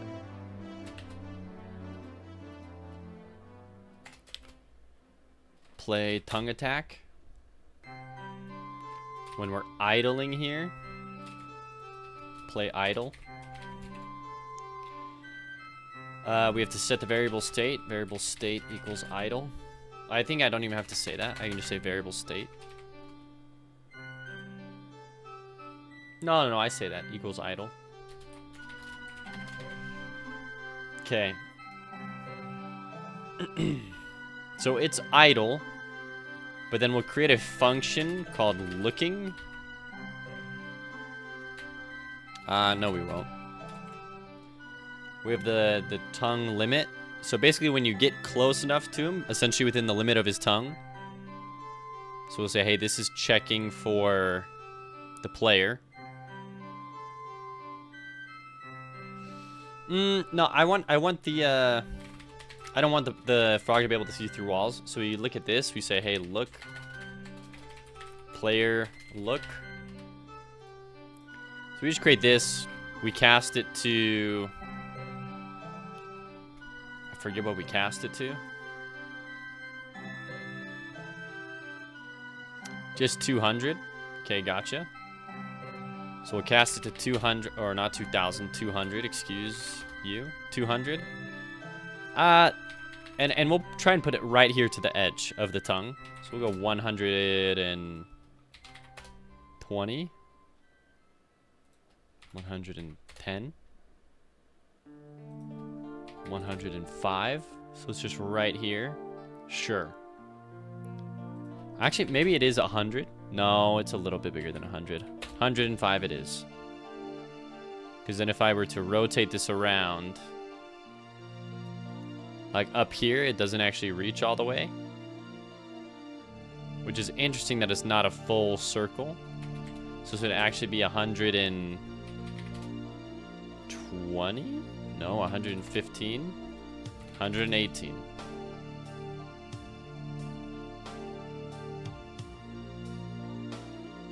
Yeah, interesting. I bet 120 is probably where it's at. But then yeah, then if the player walks over,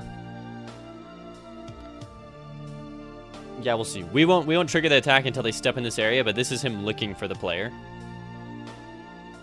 Lap 1 boss time. Nice.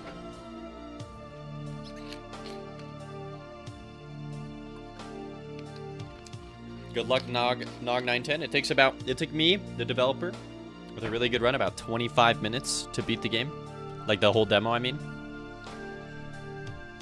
Okay, so this is colliding with the player and with the world. Okay. It is enabled. So then when it's looking...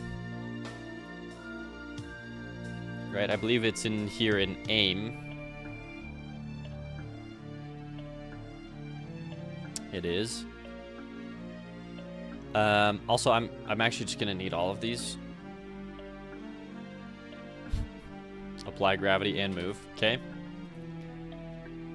So let's piece these apart. Only take the things that we need. Aim. We're rotating the player look to point towards the player. If player look is colliding with the player, or is colliding, because it can collide with the world, we double check to make sure it's actually colliding with the player. You got him. Nice. Good job, Nog910. Then, if instance is valid player, so we're going to replace that with this. If instance is valid, main instances dot player. Same here. Anywhere where it says player, we're just going to replace it there. It's also asking about gravity and a couple other things that we need to put in here. It's these 4 that this enemy is gonna need. We can get rid of jump plus equals 1 here.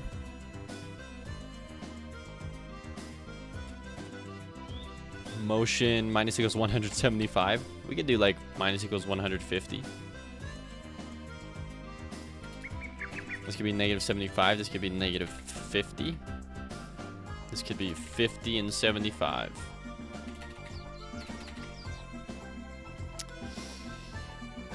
Nog910, I got a good build. Could be the run. What items do you have?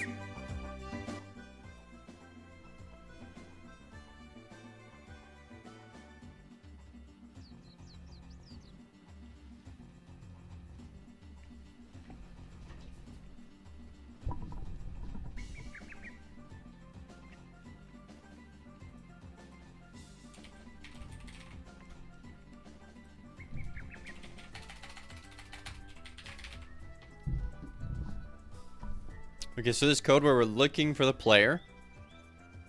If we find the player, guess what? Looking is true. So then we'll say, hey, aim.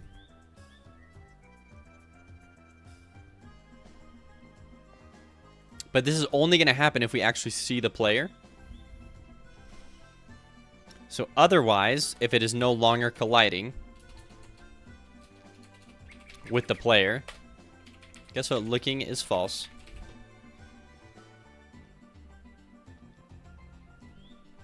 And if it's not colliding in general, looking is false.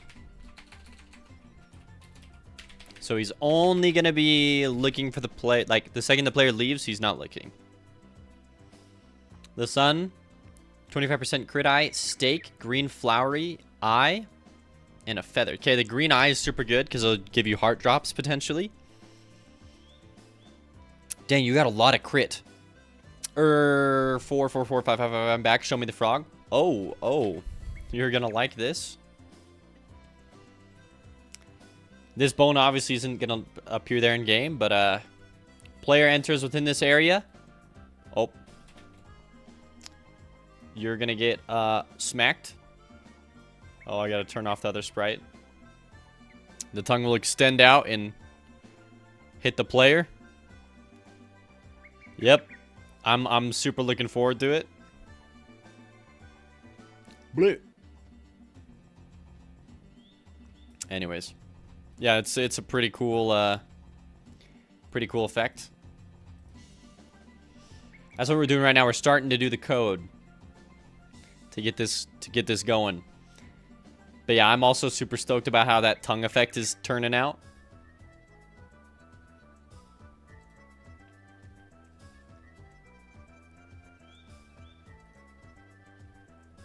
Okay,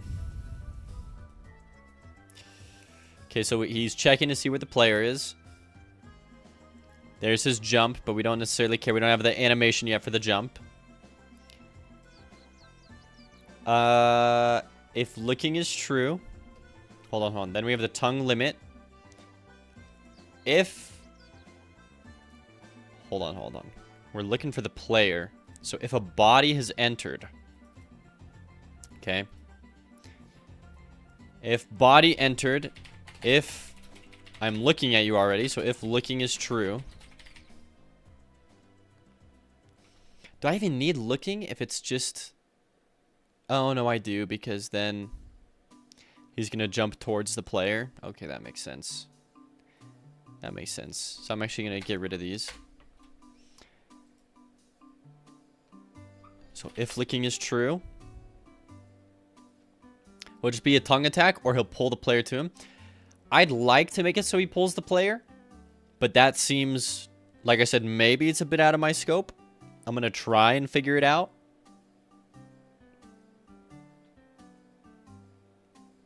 But it's going to require, like, code on part of the player and stuff like that, so I don't know. I'd like to.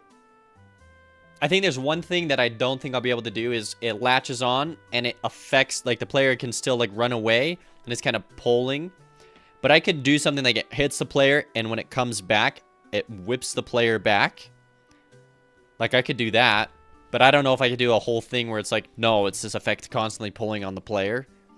Like, I don't know if I could. That is what seems out of scope to me. I don't know how I'd go about doing that. Or rather, I think that would be... I could probably figure it out, but it would take me a significant amount of time. So if looking is true, state will be attack.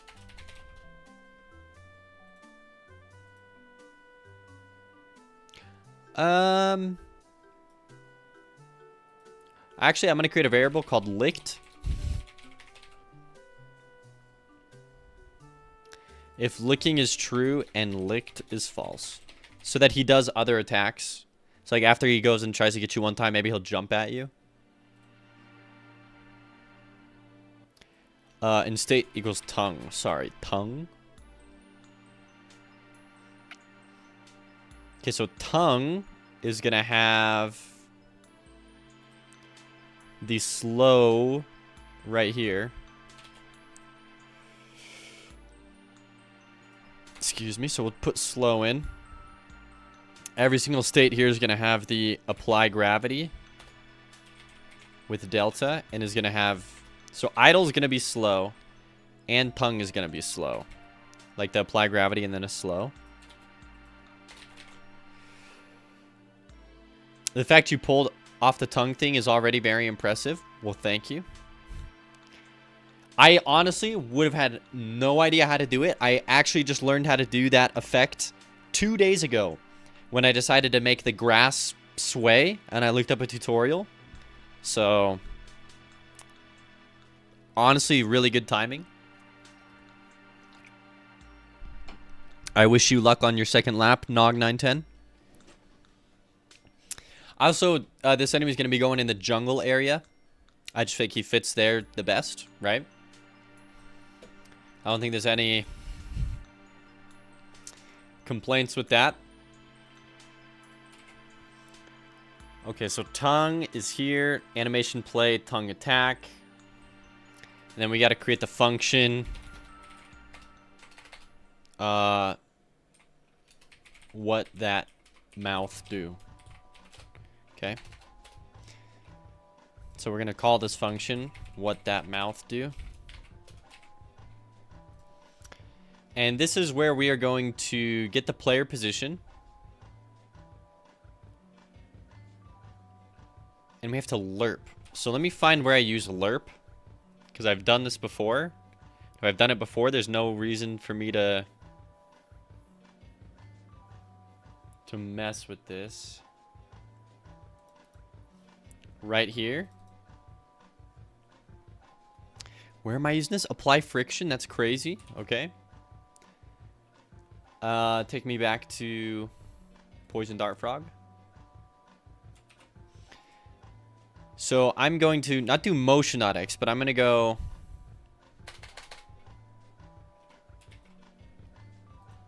Hold on. First I need to find motion, okay? So what is my motion? My motion is the player position.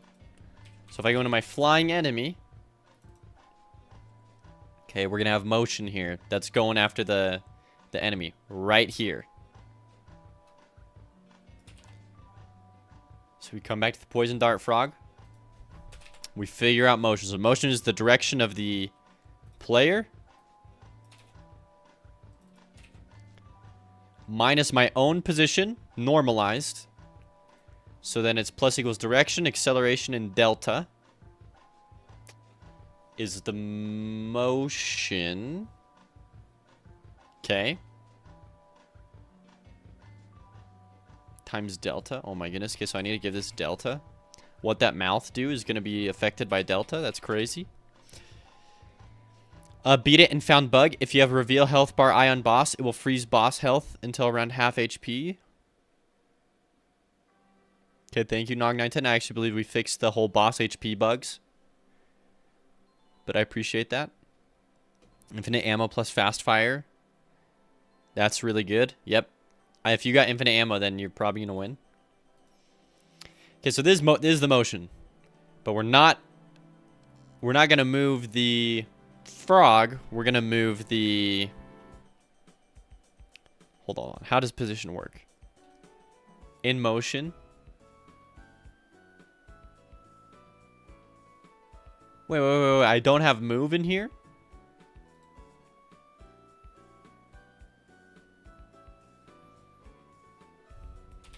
Goodness gracious.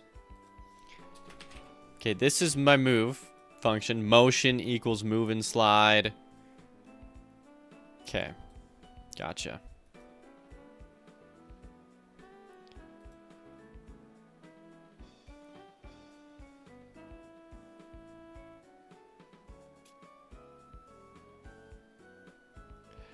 Hold on. I get the direction. And then I'm just going to move to where the player was. I don't want to move to where the player's moving to. But your damage is tiny, Nog910? Nah, you got it.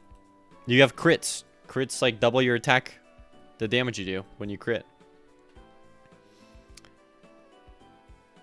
Okay, so if I'm just getting the direction one time.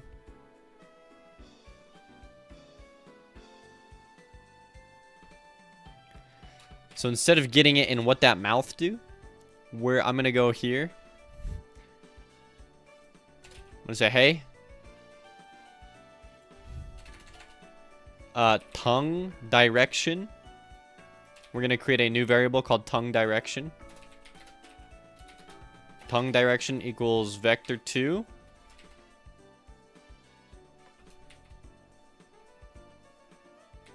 Zero, zero.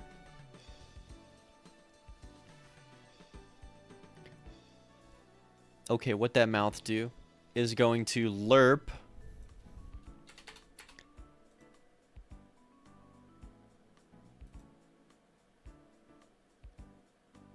okay, what the heck is I'm gonna do this real quick. So I need to move the position of the frog tongue bone, skeleton bone. Okay. Dot position. This is what I'm trying to modify. So the position is going to equal a lerp from variant to variant. And then the weight. And then a float. Okay. So the variant would be self.position to variant. So the place we want it to go is the tongue direction with friction? Or no, with the weight with friction. No, just with friction. So something like this. Oh, but I don't have friction. So instead I will say What did I use for friction here? What number?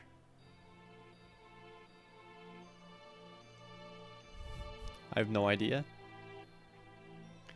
Normal enemies just have friction? There's no way, because then it wouldn't be giving me an error.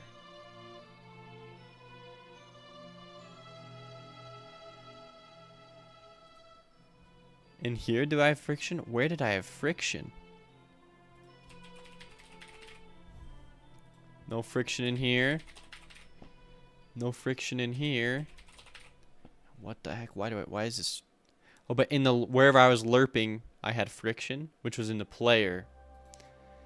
Okay, gotcha. In the player script, friction is 0.2. Okay. I'm just gonna put in 0.2 then, and we'll see how it works. I'm not too worried about that. Friction should be built into the physics engine. I know that was weird. I don't think I'm using the physics engine though. I'm just lerping between two positions with a number. Okay, so this is what this should do then. I should move between these two positions at a 0.2.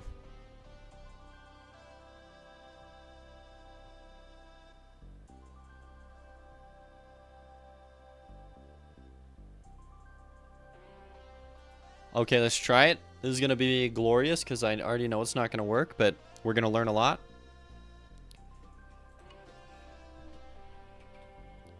All right, let me find the area that I'm in here.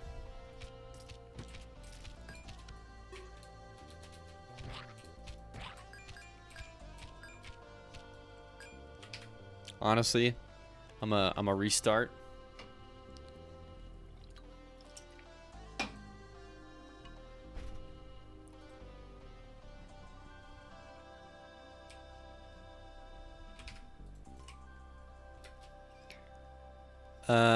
Yeah, give me this. I just want to be in an area that's free of all other enemies. So this is going to be the area. The level 1 item room. Item start. This is where we'll instance in our poison dart frog. Yo, he do be kind of big.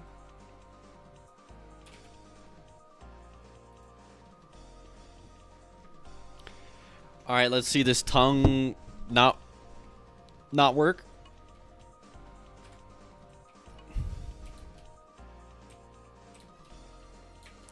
So right out the gates, he's facing the wrong direction, and you can see his tongue. Okay.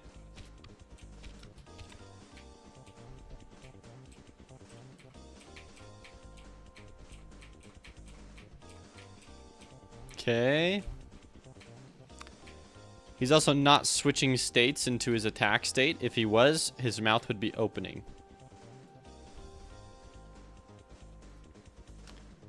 Okay, so first thing I'm going to do then is fix this. If looking is true, I think that's another thing that is messing with it.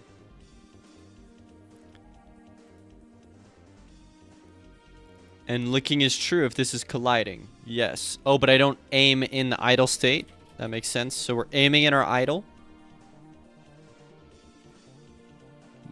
Oh, aim delta? Oh my goodness.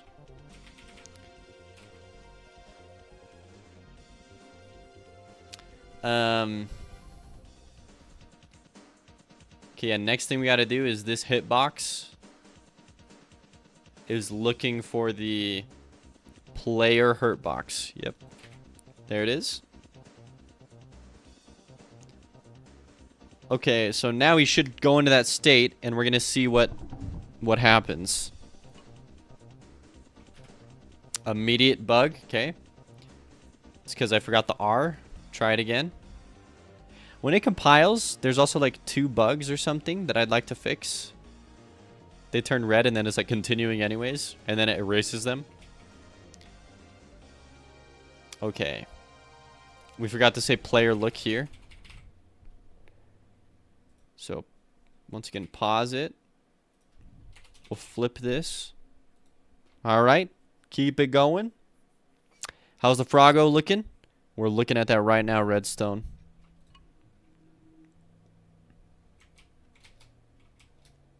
He's not looking good.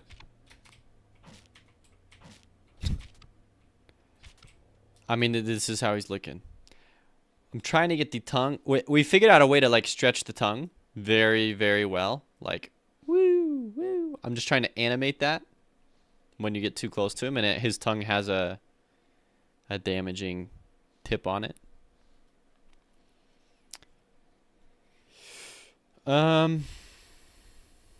Also my music. We ran out.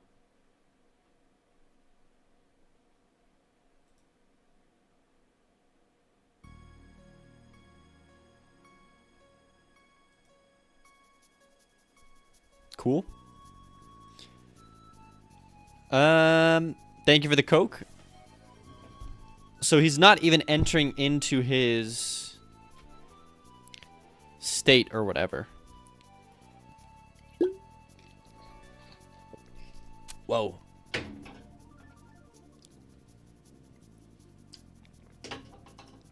He's not even entering into the state. So I'm going to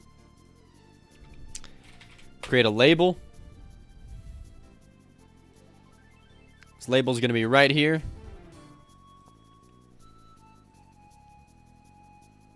I'm going to create 2 labels. Second label is going to be above. And process delta $label dot text equals string, and we're going to just give it our state.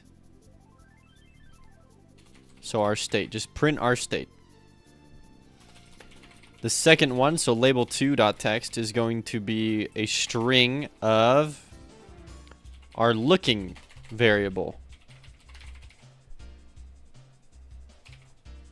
So if looking is true or false, licked is false, okay?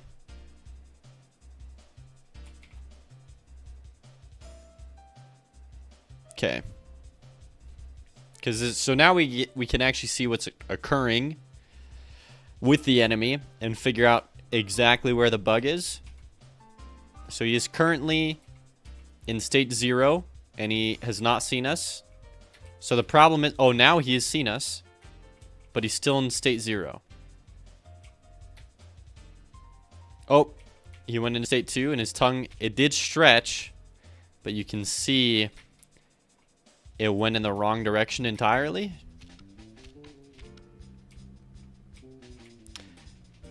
Okay, so the tongue did move. It also lerped like crazy fast.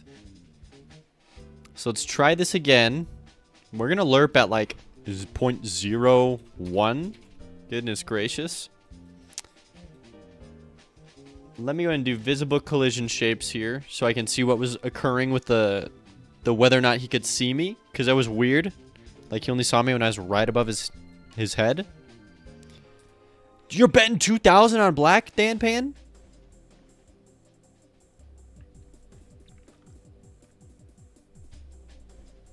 Oh, but how can you even do it? Wait, can you still bet? Yeah, I think you got to be a sub to interact with stream avatars. Okay, so it's false. Okay, so look. Oh, because he's hitting the world, but now he's hitting me, so he should be looking at me. So that's kind of weird. Yeah, that was a bit strange.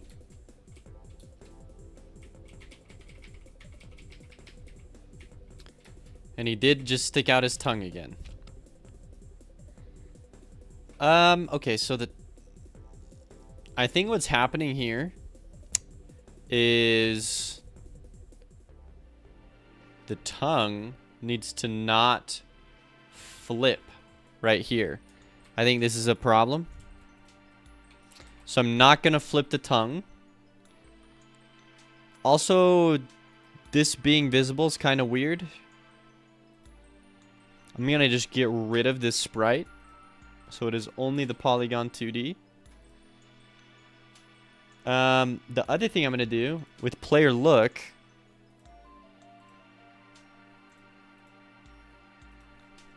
right? I'm aiming. I'm constantly aiming. Constantly in the idle. If the result is a player looking is true. I have no idea why this is the way it is. Maybe don't collide with the world. Maybe just collide with the player. I don't really know how else to...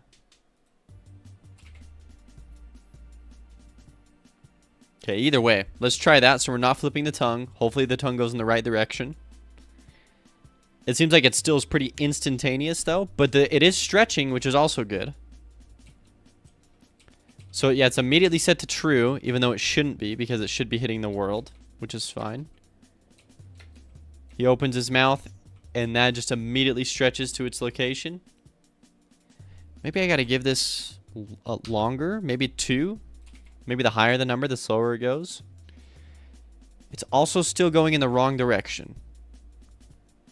Okay, so tongue direction is this minus the global position.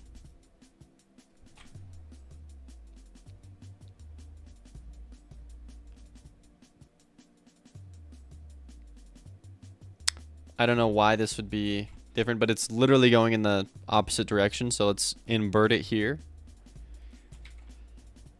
And then let's go to player look. Okay, you collide with the world as well. Okay. Yeah, I don't know. Let's test this out again.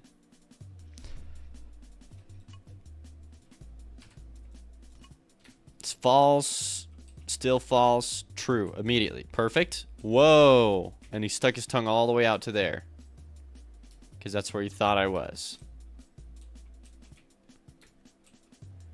And it was pretty immediate. So the lerping is not... Okay, let's Google this then. Lerp between 2 positions. Godot.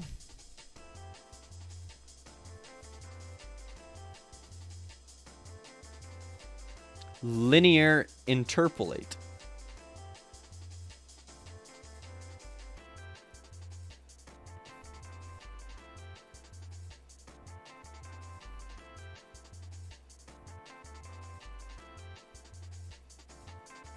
Okay, this is intriguing.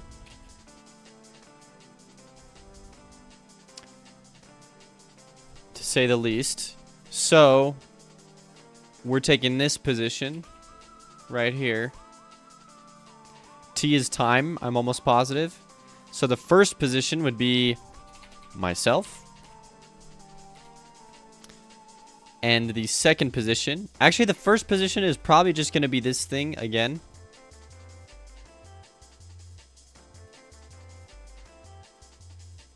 We'll just do self position.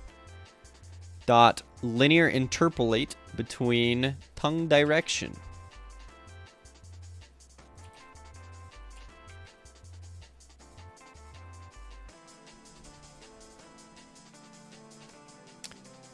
By time, t is not declared.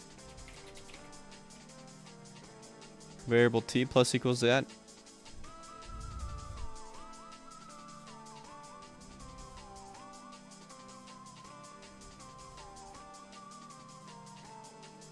Hold on, what the heck is t supposed to be?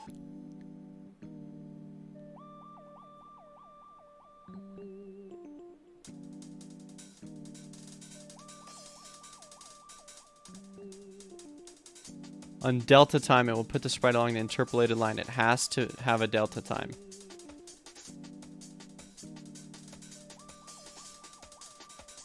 Yeah, it's just time.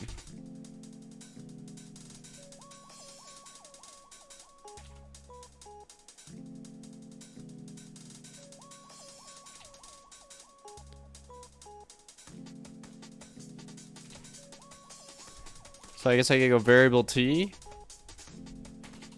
Say t plus equals delta times 0.4. But I have to give it something then. T is 0. Okay, this seems like it's going to be very slow. Delta time is independent of frame rate. Yep. That's why I'm trying to put it in here. so that he works the same on every single operating software system. 1 HP lap 1 boss. I don't think I got this. Oh no. Yeah, no, never had a chance. Oh dang, I'm sorry, Nog910. What happened to your other run? That was so good. Okay, self-position, tongue, direction, 2. Hold on, let me get rid of this now. I guess it's linear interpolate is the function that we wanted. Let's try this.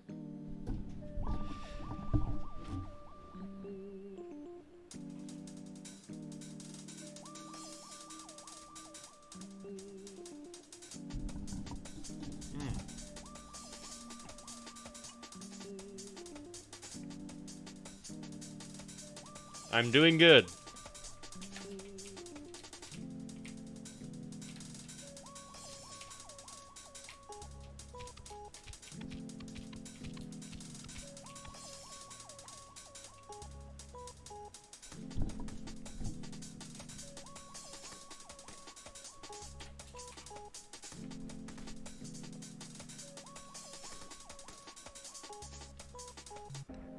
Okay, so I take this back.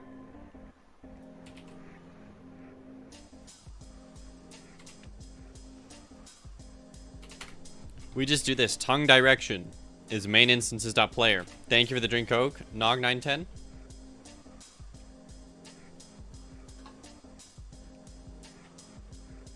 You finally maxed out the bow? Heck yeah, so wait, you have all the ammo and everything? Feral MC, what's this game gonna be about? It's about you play as a man who was killed, and his whole village was sacrificed by these Saurian, these dinosaur humanoids, and they resurrected their god Quetzalcoatl, which is a giant feathered serpent from Aztec mythology. And your guy has made a deal with death to come back to life, which is why he's a skeleton, to go kill Quetzalcoatl.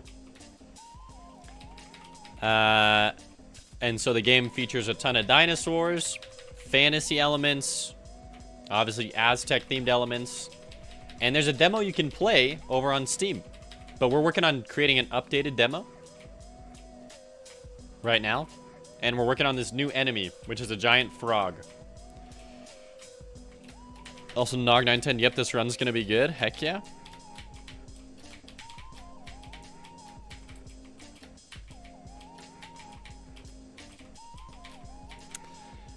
Okay, what is going on here?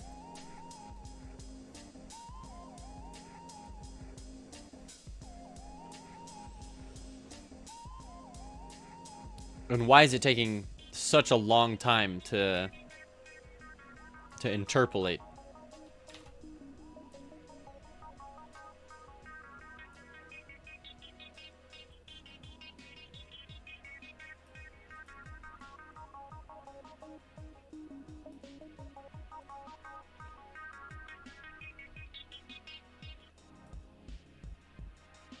Oh, okay.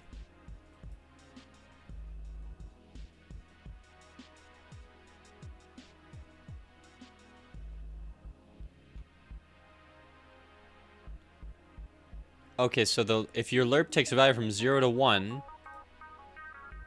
so position A to B, in the time it takes, which the time it takes should be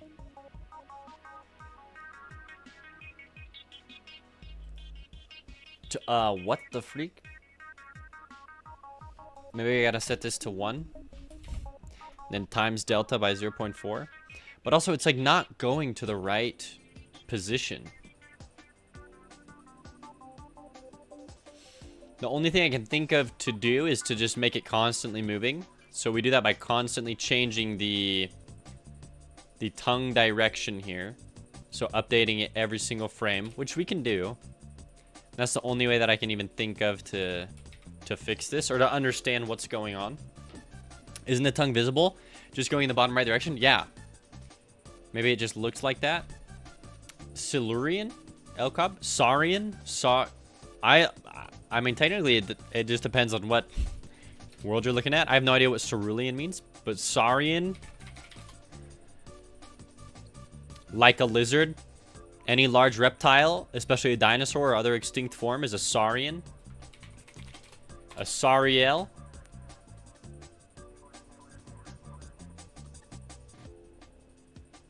In the Forgotten Realms is a humanoid that descended from dinosaur-like creatures. And when I look up what did you just type in? Silurian?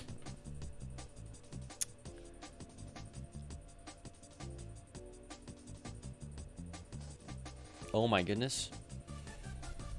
Wait, this actually seems kind of sick.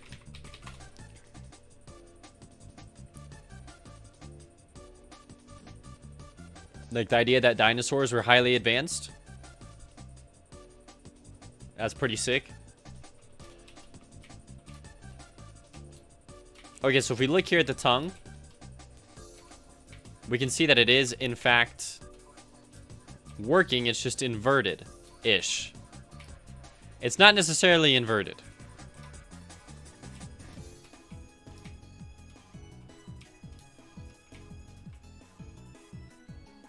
Okay, so we're interpolating this position.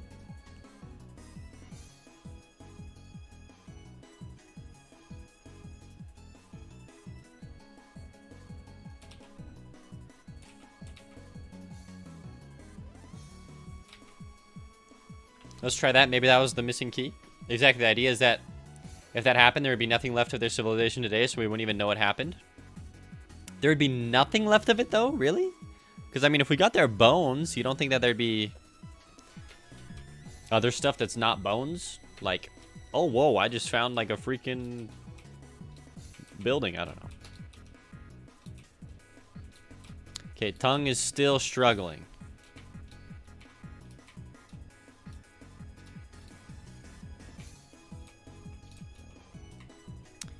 Okay, so let me just make sure I got stuff going right, okay? Okay? I just want to know, okay? Frog position equals the main instance's global, the player, okay?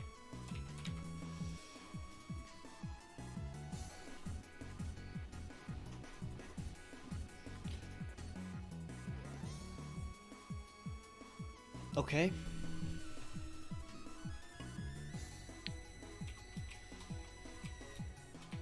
Okay, so the tongue is moving nowhere.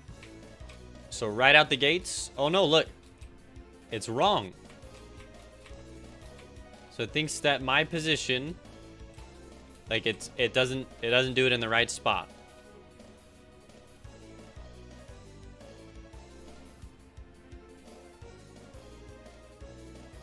Okay, so that's interesting.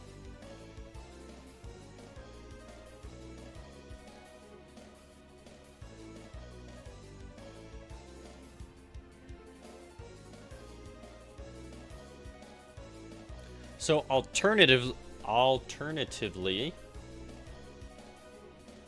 okay, we get the direction of the player.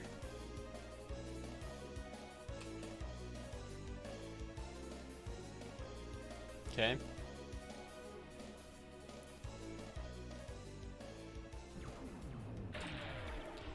Direction is the global position of the player.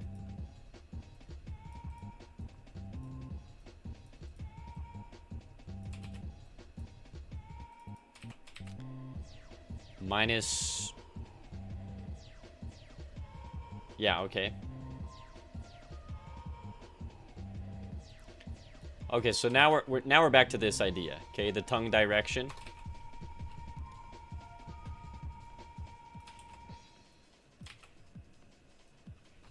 So this is the direction the tongue has got to go. And I minus it from my own position. So from this position. Also, I realize I'm just saying position, not global position. Because global position shouldn't matter. Or global position should not matter. But maybe it does? What the freak?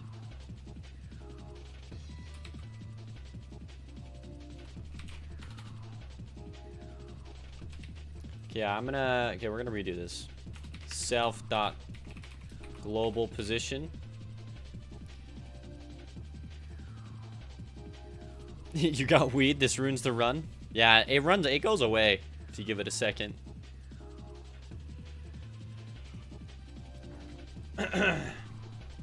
Let's see, Elcop says, bones fossilized, but almost everything made by this civilization would be gone. If humans went extinct today, it would be only a few thousand years before we were almost entirely eradicated from history, let alone millions of years. Really? Why is everyone trying to shame everyone about plastic? Oh, this plastic is gonna stick around for 50 billion years. What's up with that, then? Oh, wait. You think... Hold on. Whoa. If it would take 1,000 years... A few thousand years. Because I was going to say, we have stuff dating back to Mesopotamia. That was 5,000 years ago. Like, we have pots. That's a clay pot that we have 5,000 years ago. You're really telling me that, like, my metal computer is going to be gone in 5,000 years, but a clay pot? Like, there's no shot.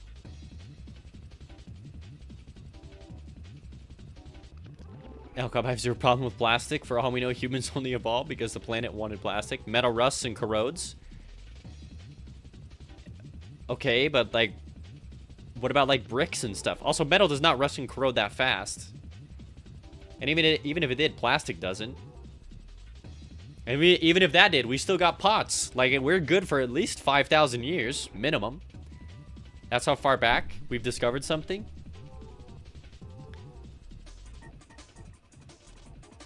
But really, 5,000 years? That's crazy to me. I don't know about that one. It's pretty fast. Plastic breaks down too. It just doesn't biodegrade.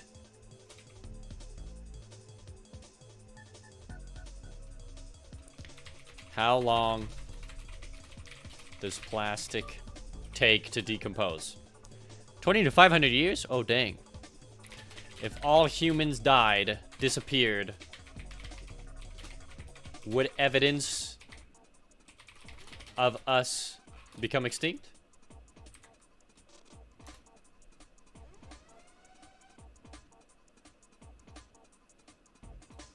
Okay, here. How long would it take for evidence of humans to go away? Within 1,000 years? What?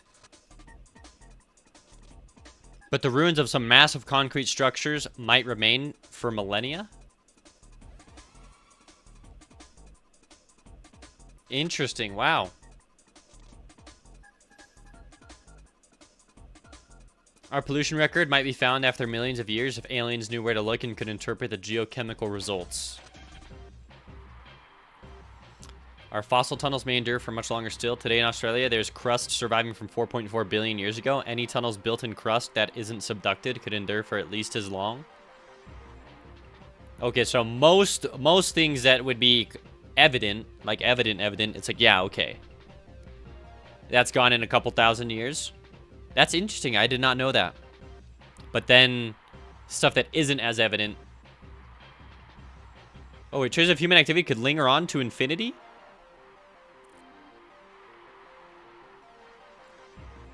Oh, okay. Just most of the visible ones are gone. But then, yeah, you can always tell our effects. Concrete breaks down too? Yeah. Our pollution record, though. You know what, Elcop? Thank you for teaching me something new. You know what? I didn't know that. That's cool. Satellites would be the longest lasting thing we made because they don't have to biodegrade because they're not exposed to oxygen, probably, is what I'm thinking. Interesting. That's crazy to think about, actually. Yeah, so then anything involving, like, dinosaurs, if they had that kind of stuff going on, we wouldn't know. That's pretty sick. Also, Nog 910. That's a really high crit chance. Hey, yo, Grumble of Pugs. What's up? I'm trying to figure out how I can make this tongue move towards the player, like this. And hit them and our frog enemy.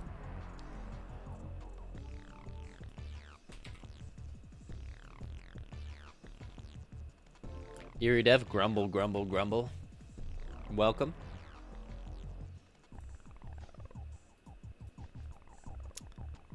Okay, so So we have the direction.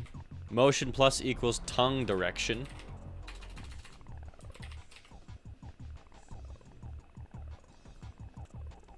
Hold on. And then, but motion itself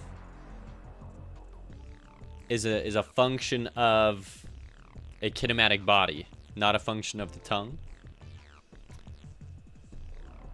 Whoa, Grumble, that's a freaky looking emote. I like it though. Okay, motion.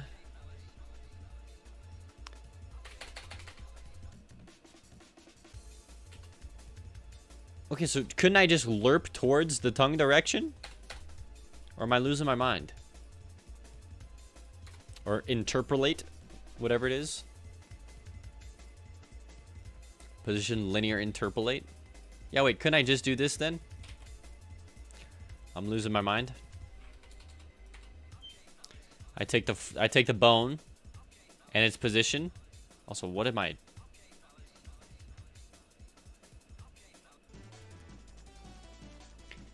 It's a great emote. Not too boss up, the tongue is nearly fixed. It's not Nog 910. It's over. Okay, so I take. I don't need this equals. I just say hey.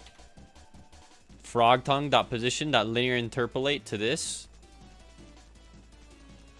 Oh, and then I have to get t, which what t variable t equals 0, t plus equals delta times 0.2 or something like that for the time. All right, let's see what we've done. You've commissioned to replace the ones you've made. Nice. I'm way too cheap to do that.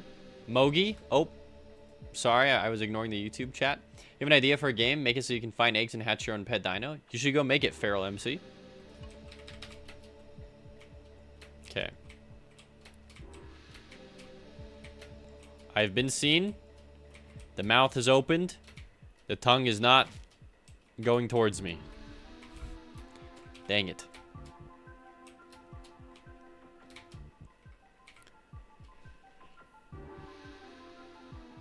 Okay.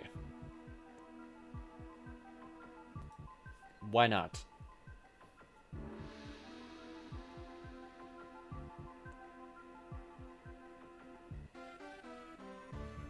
Do I need this? Do I need frog tongue position equals?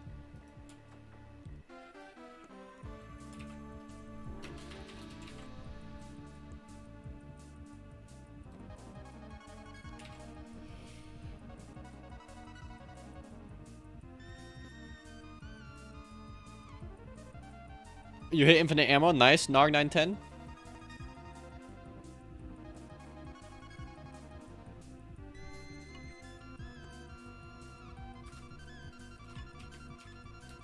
Okay, I'm scared. Hey, it moved. That's a huge step in the right direction. It moved. And I saw it didn't immediately move. But also, it's not stretching. The whole thing just kind of moved. So that's interesting. Maybe I say global position instead of just position. Although that seems weird to me. Oh, these are fun problems. These are not fun problems.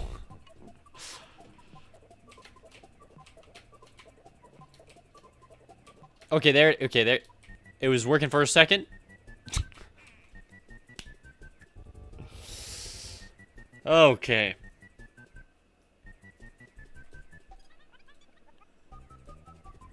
I'm gonna turn off visible collision shapes for now. I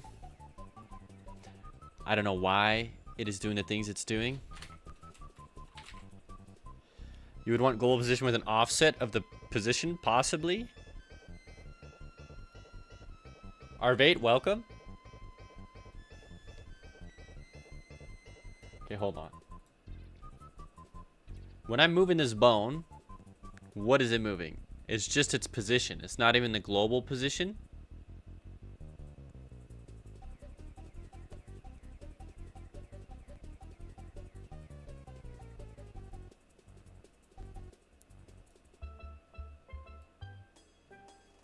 Interesting.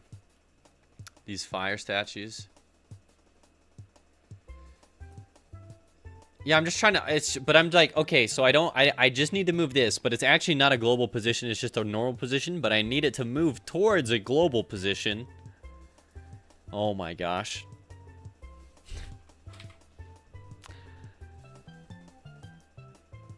You've done something like this? Okay, frog, tongue. So it's not the global position. I can set the global position in code? Oh, really? So it does have a global position. Even though it doesn't have a global position here. No, because it's the child of this, and so any global position would be overridden by this, would it not? Can't you treat it like an arrow?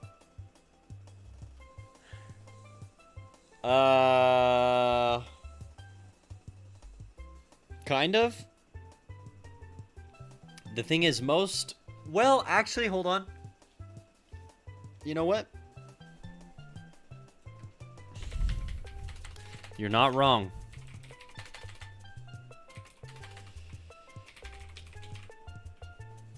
Yeah, everything has a position and global position.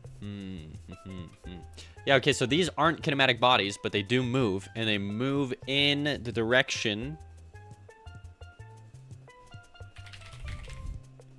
Okay, wait a minute. You might be onto something.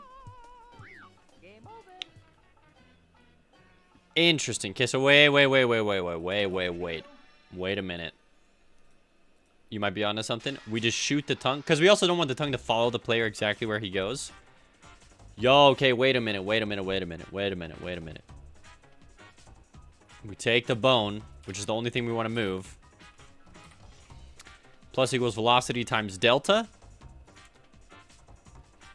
Okay, we have the delta. I don't even need this. Thank you, Beasley. Instead, just set the global position to the global position of the player and see what happens. Oh, sorry, Grumble Pugs. I've already shifted my brain. If this doesn't work, I'll press Control Z and we'll do that. Okay, wait. So then all I have to do is get the direction right. If I was going to shoot at the player. So then I just have to go into my spear enemies. See how they aim at the player. Throw spear. Oh, there it is. Here did the velocity. Interesting. Can we give me all of this? Is good code? Good code to copy and paste? Okay. The velocity. We set that here. In the tongue direction, essentially. So tongue direction is this. Times 50.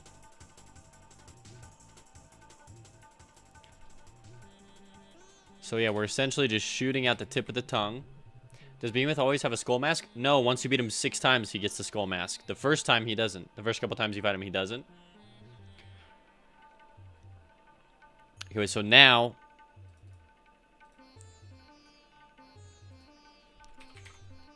Variable velocity. Oh, wait, hold on.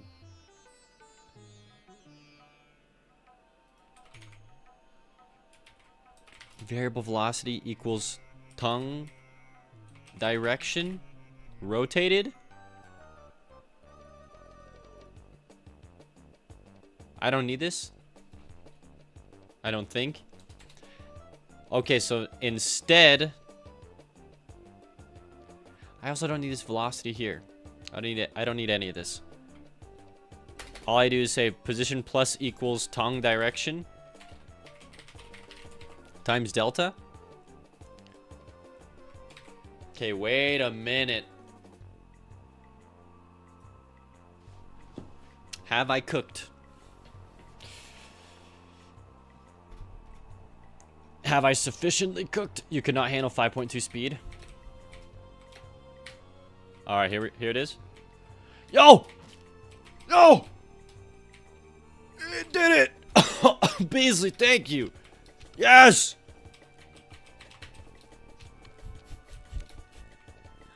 It did it! Beasley! Sorry, Grumble Pugs. You're very... I'm sure your way would have worked too.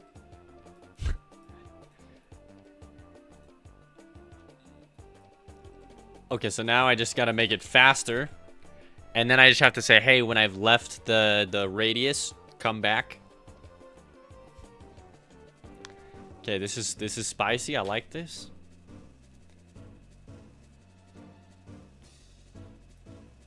Let's make look 200. Well, you're getting just there, but copy and paste works too. Always copy pasta. True. What's up? Oh, there it is. Get to the edge and then come back. Interesting. Or it just extends out forever. Hey, that's pretty cool. That's pretty cool. Okay. Gotta go for a bit. Be back soon. Sounds good. Nice. Okay, I'm gonna take a bite of my breakfast.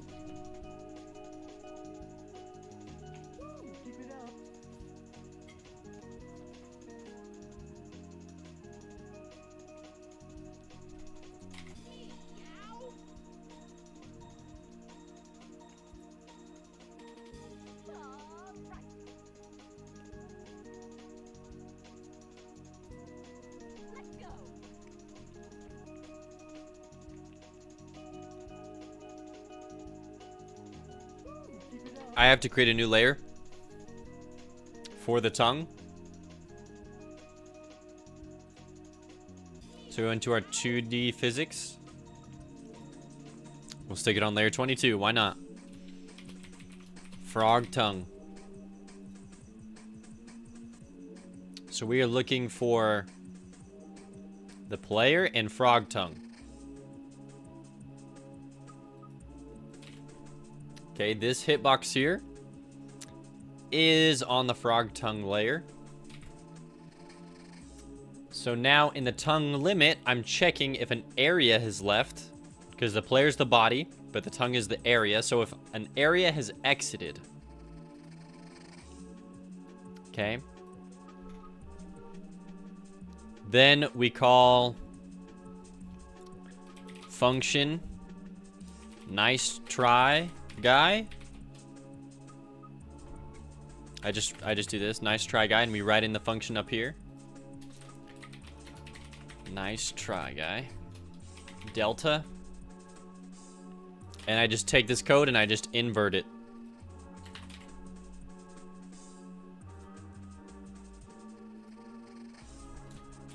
It's actually not going to work. We'll create that as a Boolean variable. So we'll go if nice try guy is false. Guess what? We're moving towards you. Otherwise, we're moving back to the mouth.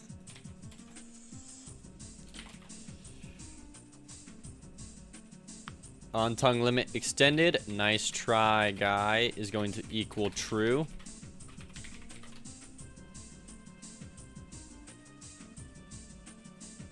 And then we'll create a variable up here. Variable nice try guy is false.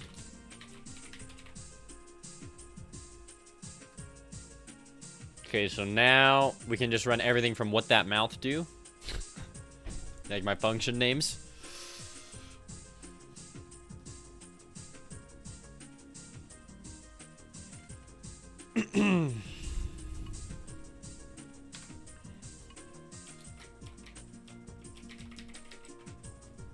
Excuse me, okay? Oh! Oh, but then once it gets back to the mouth. Interesting. Okay, so I have to create another tongue limit here. I gotta add in another area 2D. We gotta go, we'll call it home base. I'm having too much fun. Collision shape here. We make it a very small circle I guess right there is good enough. Oh, no. We should... Okay, wait. Hold on. We actually should stick home base in Frog Tongue here. And then that way we can move this collision shape. Okay, so once it is hit here, it's good to go. Okay. It just has to hit it. So we're like right there. Okay. So home base is looking for the Frog Tongue. When an area has entered, okay, we just go, hey, state equals idle.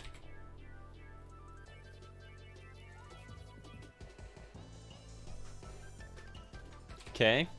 And then in the attack here, we disable, this is big brain, we disable the home base at the beginning, so we don't run into an issue there with it retracting too early. And then we enable it after a brief second. After half a second, sure. Alright, let's try this out. Told you they were fun problems. These are fun problems. P. Gorley, welcome. Get back to work. Whoa, cracking the whip. Okay. He sees us. Dang it, it didn't work. Oops. P. Gorley, thank you for the follow. I like how you were a sub before you were a follower. Appreciate it. Okay. Let's try that again, I guess. I wonder if it's because this didn't turn back on home base. Yeah, because it's looking for the tongue. Yeah, and then if an area enters, that's kind of weird to me.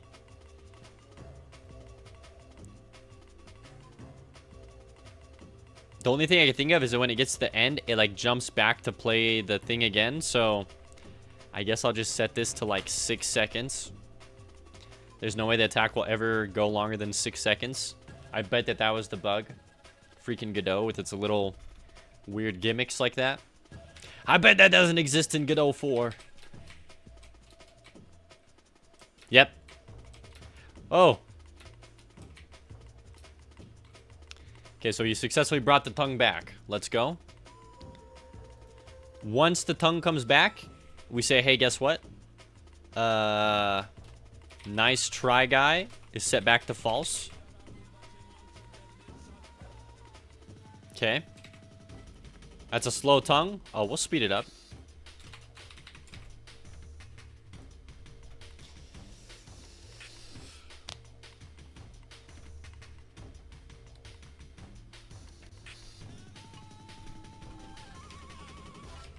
I don't know what I'm listening to, but...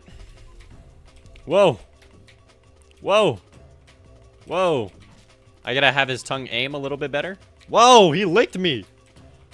This is a violation. We gotta move the tongue slower. That's what she said. Also, wait. You can see the tongue here? Excuse you. Why can I see that?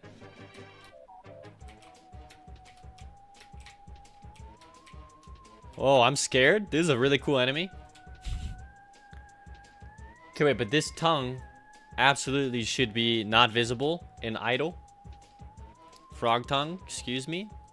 You're not visible, my friend. Also, the tongue definitely switches directions now. Yeah, clip whatever you want. I'm not afraid of it. There's been worse. Okay. Tongue should be working. Guess what we do in idle? We flicker. We can set this to loop. We're gonna flicker the... Idle will probably be something that's like Sure. Yeah, anyways, what I was saying, we're gonna flicker the check to see if the player's within the limit for the tongue. So we do that like this. We create this.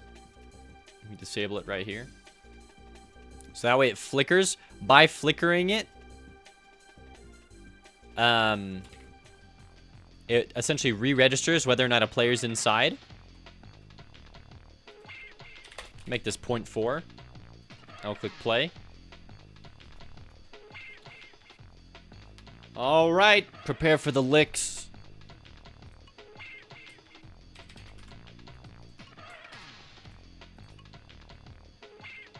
I'll turn off all the other crap here.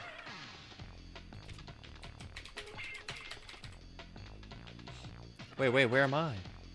What happened to me? Nice. Okay. Oh, it didn't work.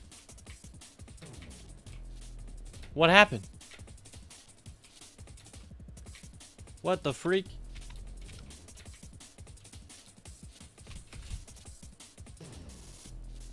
Animation player, tongue attack. Do I not set this to visible? That's my bad. Alright, let's try it again.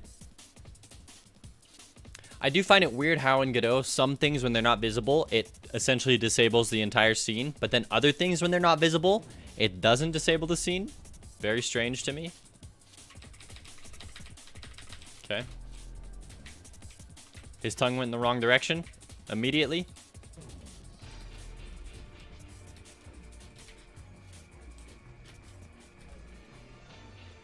Okay, wait a minute. The scale.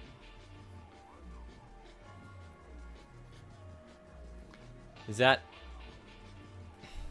Okay, I'm turning the scale off again. I'm just gonna see what it looks like to be attacked or to be licked from the right side instead of the left.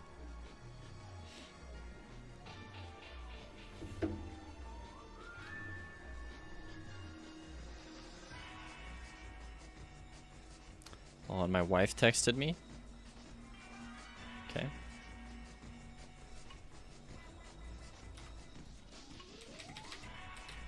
All right. Tongue is still going in the wrong direction now. Why?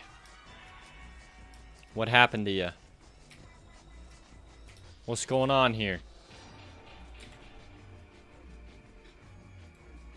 I did something. Wait, what did I do? It was going in the wrong direction. Nice try, guys. False. When home base area entered, we set it to false. When an area exits, nice try, guys. True. All right, time to print right here. Looking. Time to print nice try, guy instead. Who's getting licked? I am. All right.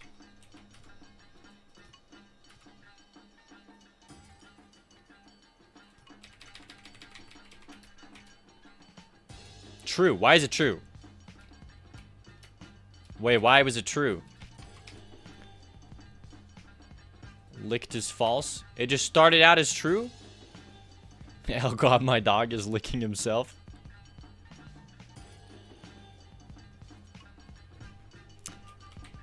It's immediately true. Okay, so where am I setting it to true and why is it going off? Okay.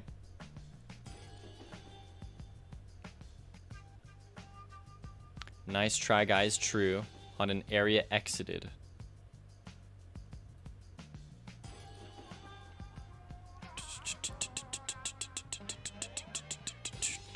Oh, because it's flickering in the idle. So that I can register the player. Oh! Frick. Okay.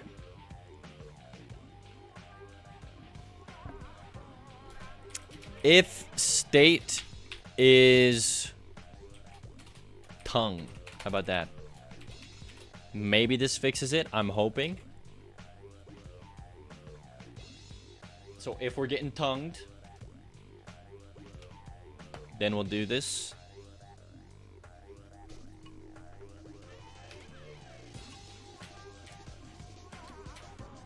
Nice. Ah! Okay, yeah, the tongue needs to be flipped here.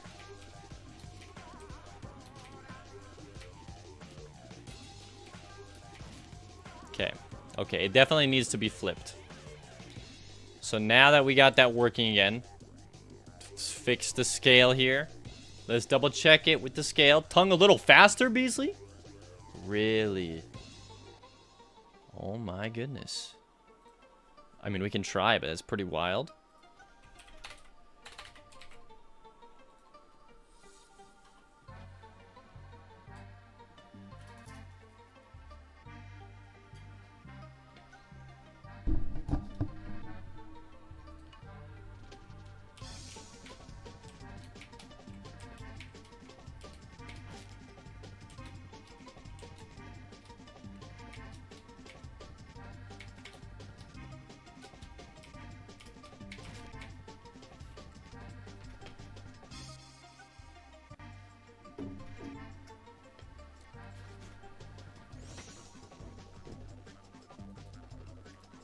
I'm gonna do one other thing here.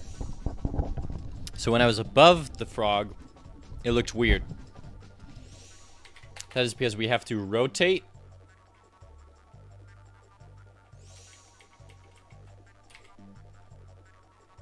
Yeah, in the function, what that mouth do, we have to rotate the frog tongue.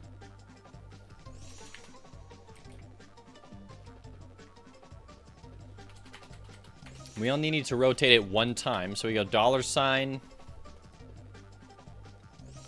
frog tongue, whatever, dot rotation equals tongue direction dot angle.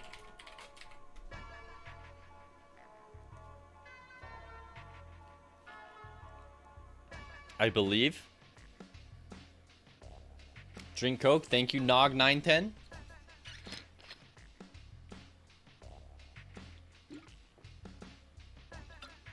I love this enemy. And this enemy, this is just the one attack. It's still going to jump and explode on the player. Cats Chimera coming in with the waters.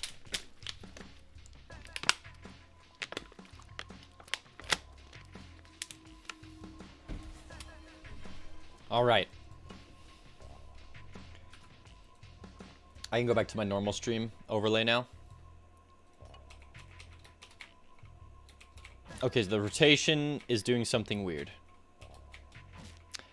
You know what? If it's rotating, maybe I don't need to be scaling it. Let me just try and see if that is a thing. Or if the rotation really is just messing with it. P. Gorley, thank you for the water.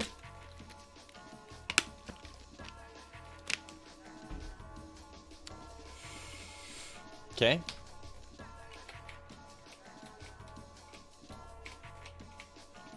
Okay, no, the rotation is messing with it.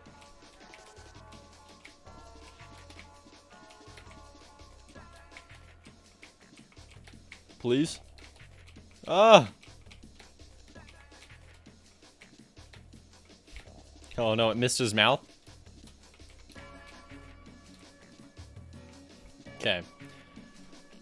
Let's figure out what's going on there then.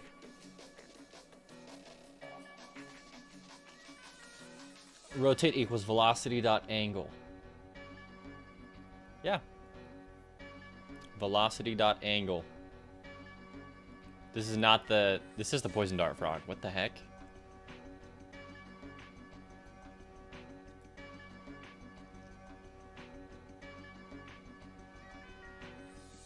So this dot rotation equals tongue direction dot angle. Yes.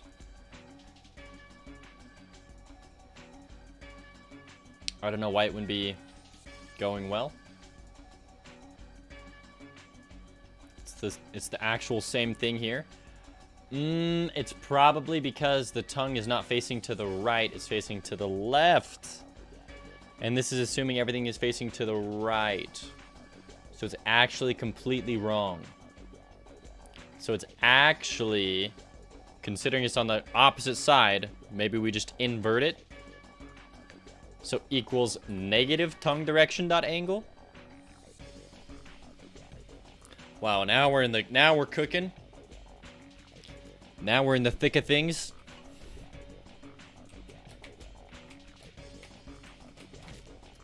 Okay, did not fix it. You challenged me to a duel?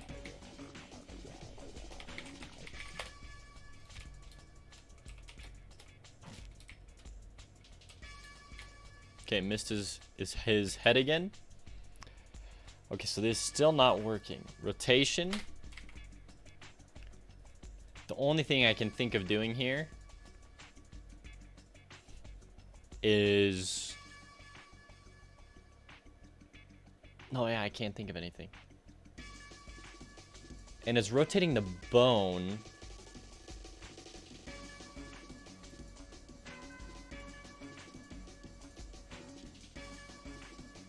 It's gotta be... tongue direction minus...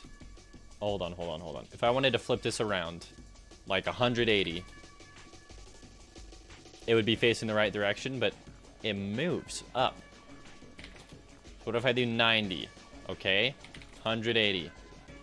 That's the right way. But the thing is, it will never need to flip that way.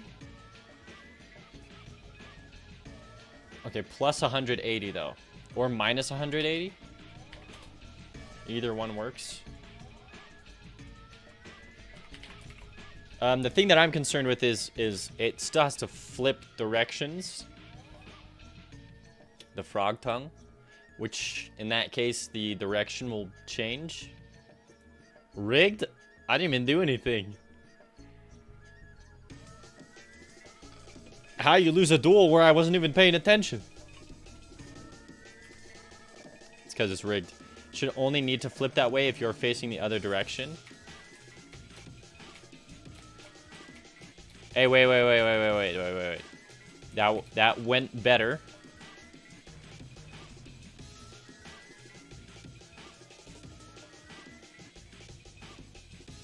Okay, but the thing is, the rotation is rotating more than just the...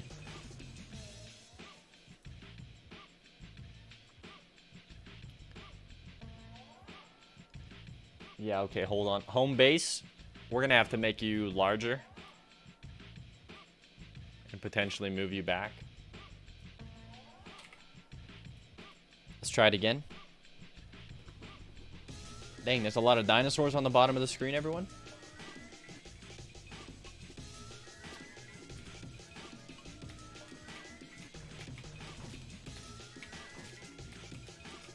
Okay, kind of.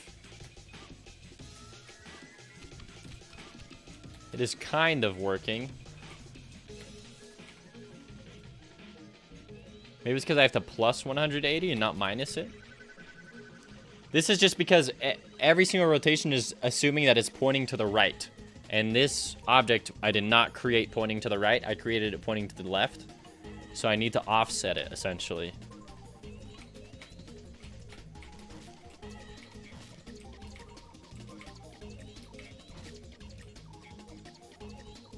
Or maybe I just don't offset it at all.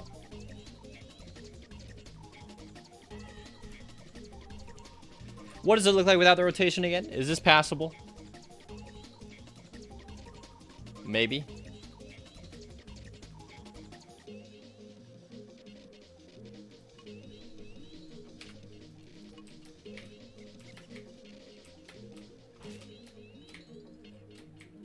It is until we get like up to the higher points.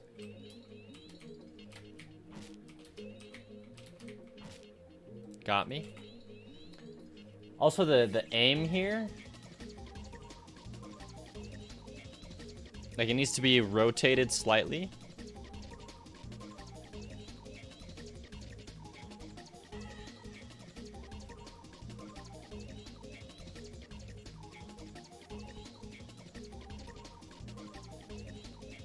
Okay, hold on. Let's go. Tendril shooter.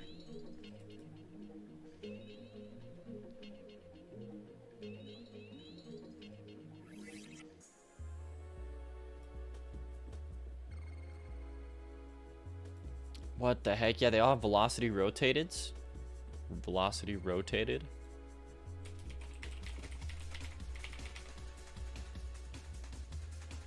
This is the one that I wanted. Okay.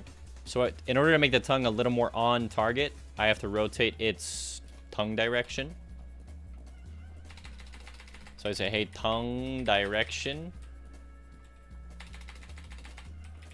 Tongue direction rotated. So it's aiming a little more towards his chest. Honestly, I'll do -11. I think that's more on point.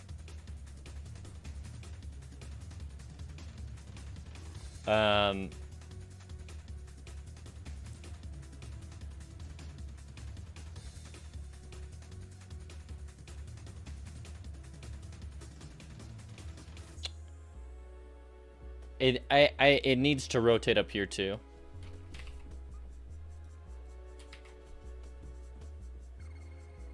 And it also needs to flip in its scale up here.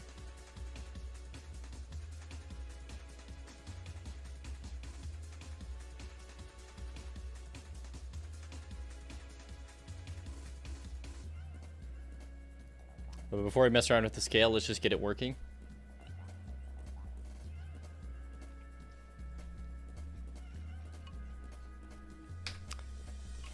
All right, please. Okay, the rotated is not working well at all.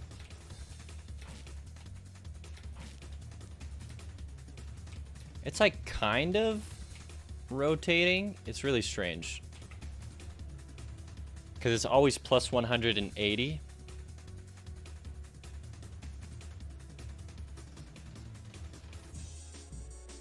Because of its... the way that it's facing.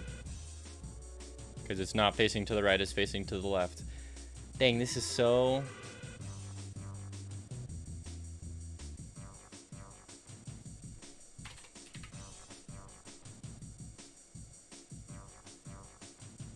fun problem, as Grumble of Pugs would put it.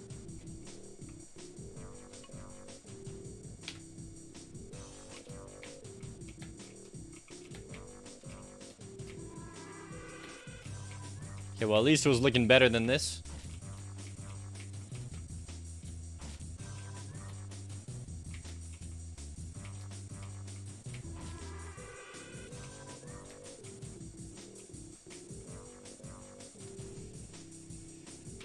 Okay, plus 180.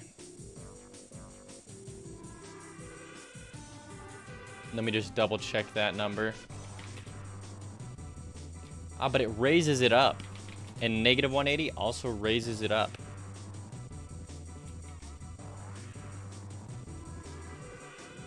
So maybe I gotta rotate the polygon. No, but rotating that, yeah, that puts us in weird territory.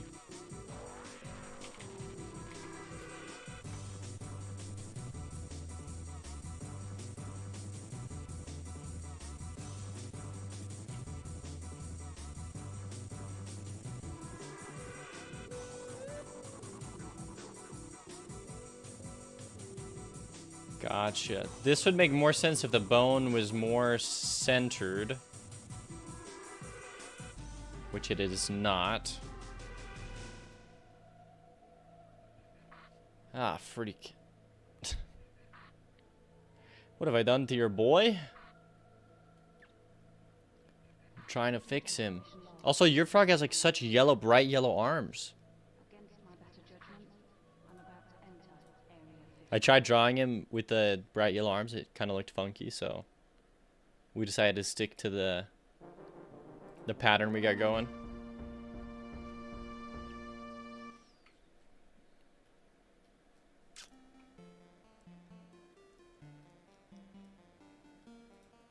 Okay, if this whole thing were to flip and scale.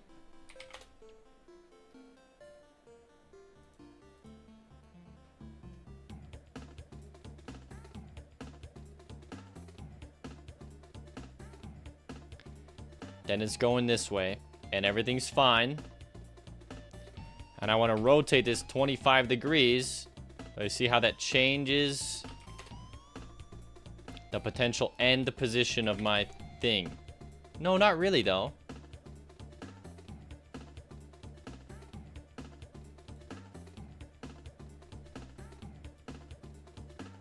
Yeah, so like what I'm doing should work.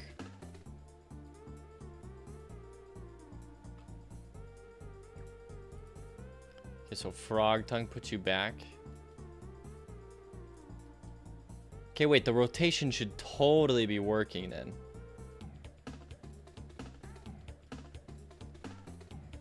But it is not.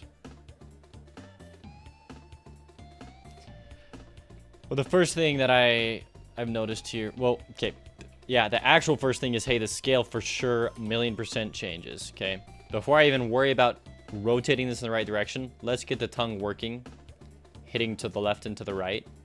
So we come in here and we say, hey, if this, okay,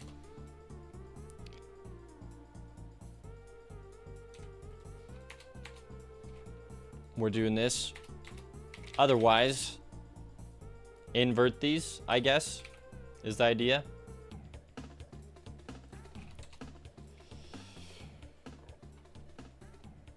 So it would be minus equals and plus equals.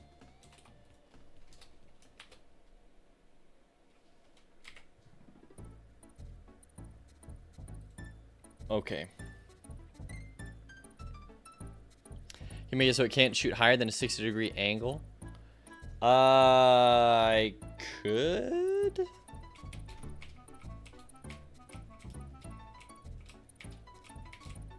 But I still gotta figure this out regardless. Okay. Okay, he flipped. Okay, so he shouldn't be able to flip if he's attacking. Otherwise, it'll break him.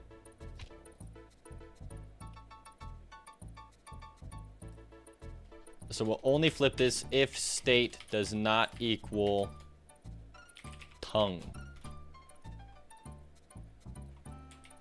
Hold on. I don't want him to flip it all if his state equals tongue.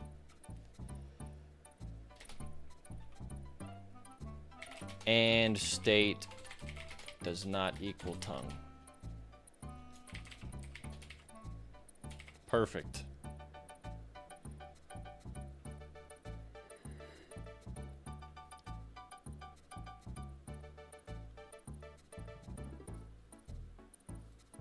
Okay, so this actually is going to change then. Well, actually it shouldn't. No, yeah, this can't be in here. Which means get rid of all of this. Dang. Back to square one.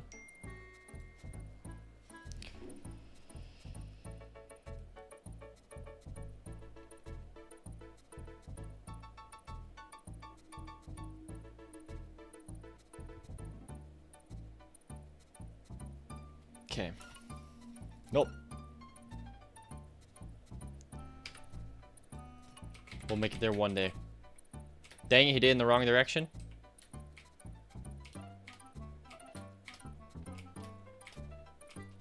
Because the scale is flipped. So I think all we have to do really is just fix the aim or the tongue direction. The tongue direction. Times 350 times self dot times $ sprite dot scale dot x.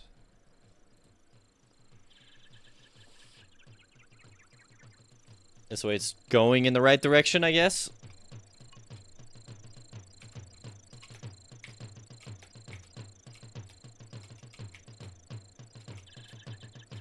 What the heck? Oh, there it is. Still the wrong direction. So maybe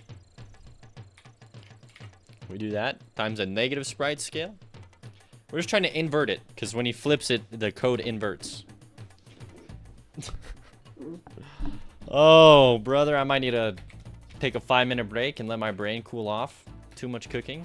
There it is.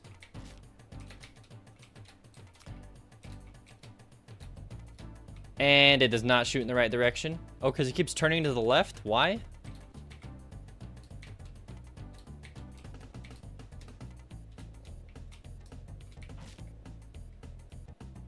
Why does he always turn to the left when he attacks?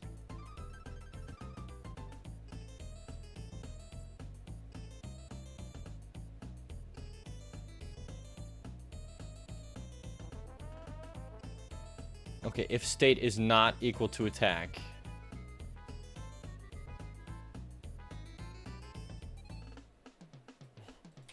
Or state is not the tongue state. He saw some Anson was hungry. Yep, he's just avoiding his problems. He doesn't want to lick the dirty bones anymore.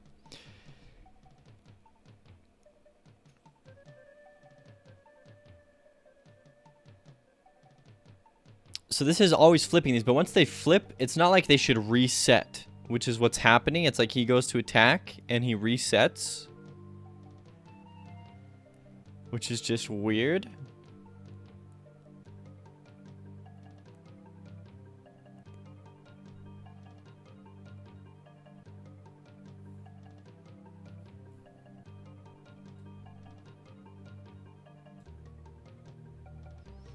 So we're always looking towards the player. Okay, so hold on. Just give me these. Give me this. Give me these.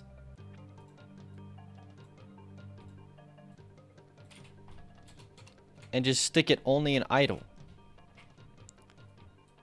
Why did I not think of this before?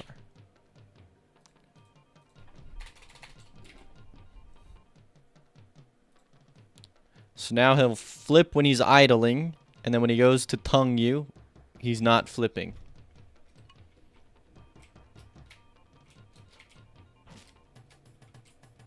There it is.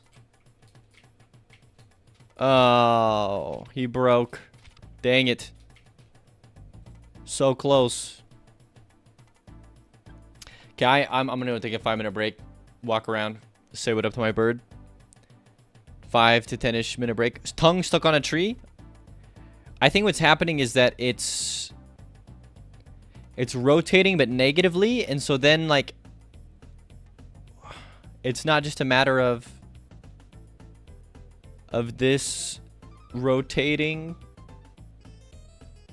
like plus 180. Like this definitely has to change based on the scale. Honestly, but it already is because of the tongue direction, which is why I'm so confused.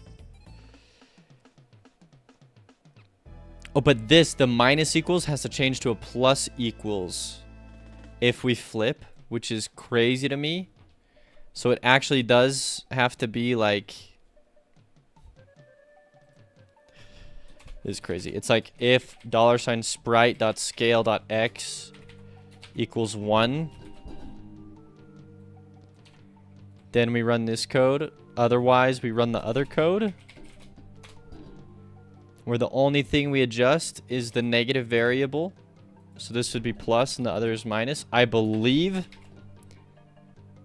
We'll try it one more time and then I'll go walk around.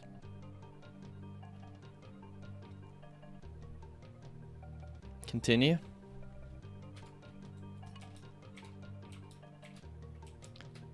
It's working. It's not working. Okay, so we don't need to do that.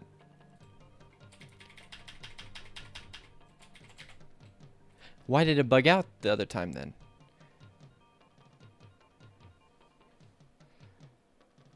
LCOP plus equals versus minus equals can be achieved by adding a variable I direction and just setting it to 1 or -1, then multiplying the whole formula by that variable. That's a good idea. But we didn't even need to do that. But that is a better idea. Okay, yeah, see here? So it's inverted. Like he's shooting down when he should be shooting up. Because the tongue direction...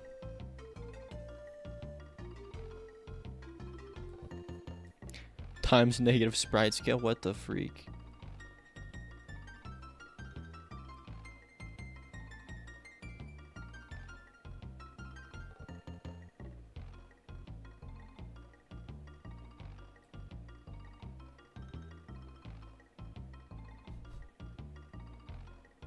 Go take a break. Okay, Beasley.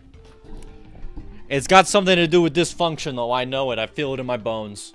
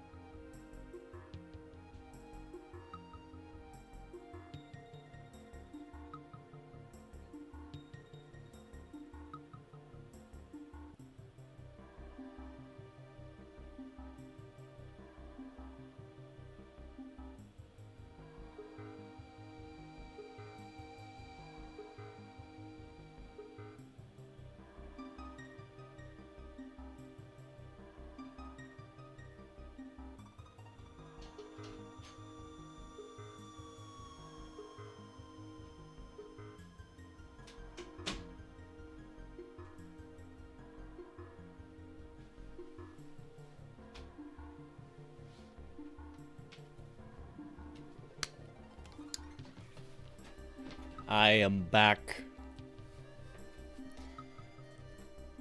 Re-energized Beasley with a jar of ant that lets a frog follow you around. There's no combat. Be too much. Oh yeah, that'd be insane.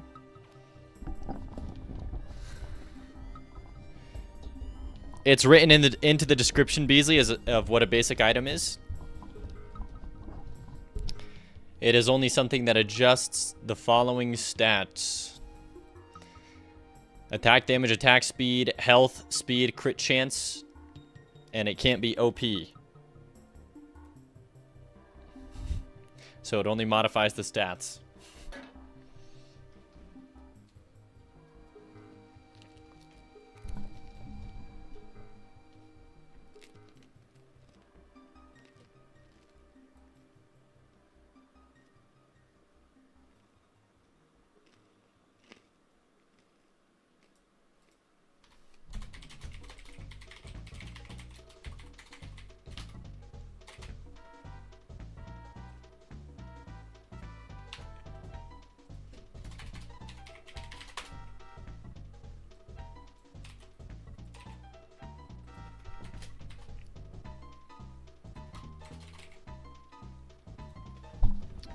Hey, Warner, welcome. I'm doing great. I'm trying to figure out this frog enemy that my Twitch chat designed. They decided to pick something that was outside of my skill range as a coder. They're like, hey, how can we create something that is ridiculously hard? I'm just messing.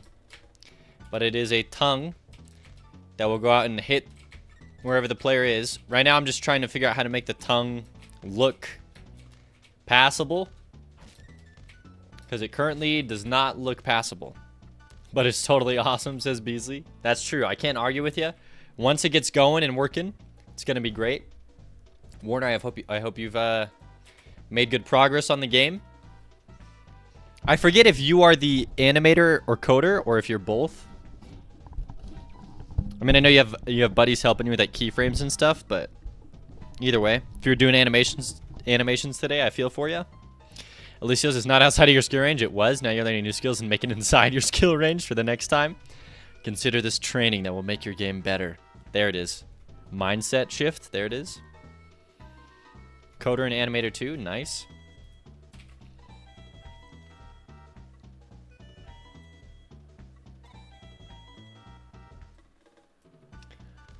Okay, so when it's going towards the player, here it is rotating by, it's gotta be negative 180, I thought. I guess it doesn't matter. Haven't been able to put time into the game the past few days. You're stuck with deliverables for your main job. No. Feels bad. Totally missed part of my mouth.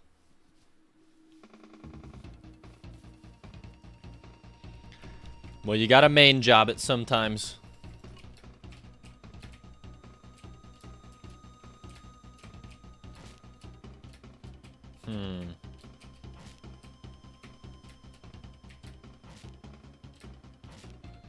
Dang it.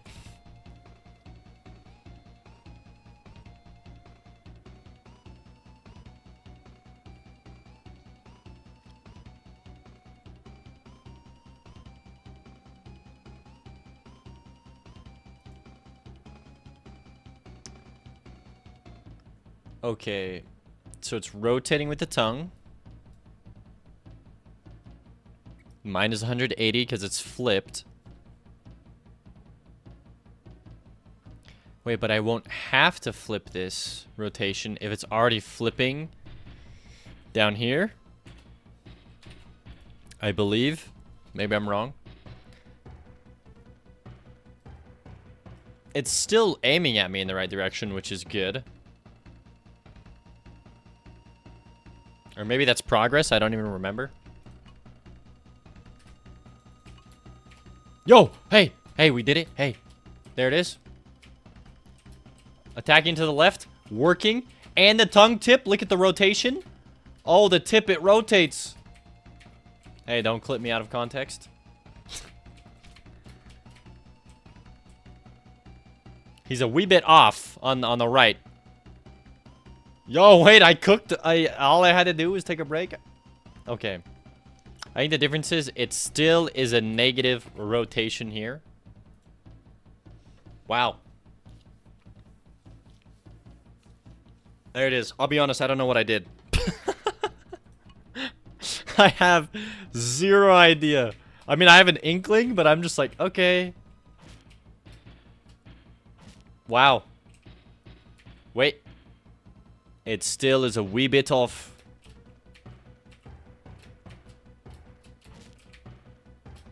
Yo, and it still looks a little janky when it gets up high. Okay, give me a sec. Is it off when he's looking to the left? That's actually what I'm curious. I cooked. That's what I did. True, true. Just make it so it can't shoot high.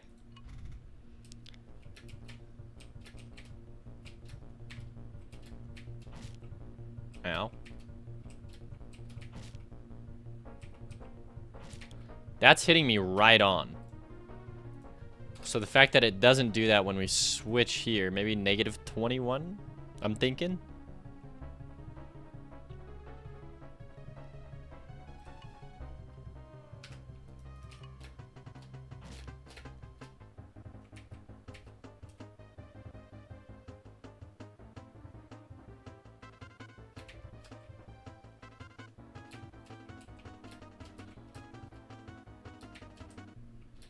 Wait, why is this like not do up here?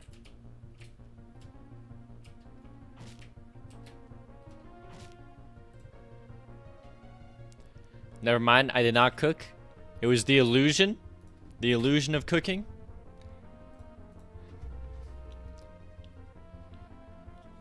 It is not properly rotating when he looks to the right. Oh, all right. It is what it is. It's half baked.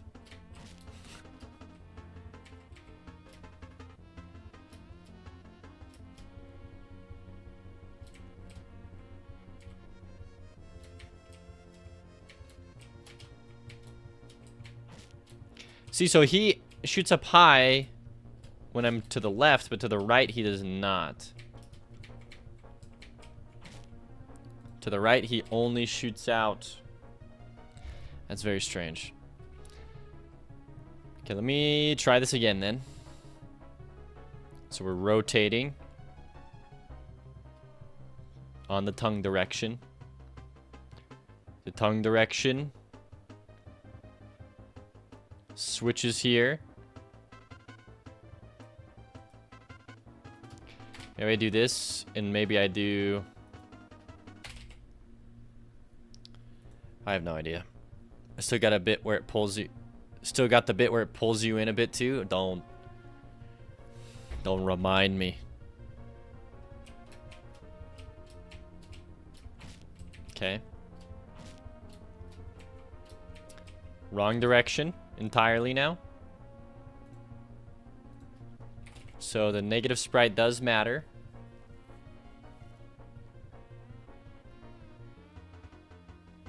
Hold on, I really do just need like 50 billion HP containers.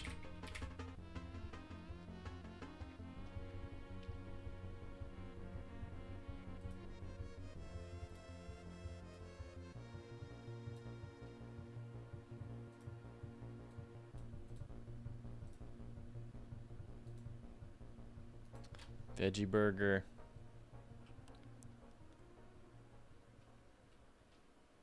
What else? Oh, give me a revive.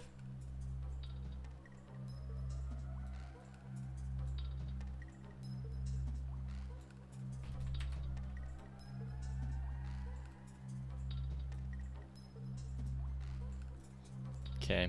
This should give me 2 full HP bars with a lot more HP.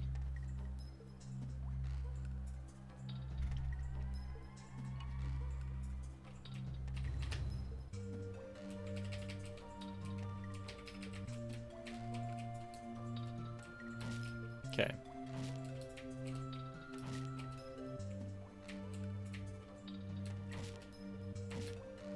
See, so he only shoots in the one direction, but then over here he's shooting in every direction. It's got to be an aiming thing. Dang. Okay, pulling in the player should be easier than it sounds. You can simply set the player position to the same as the position of the tip of the tongue.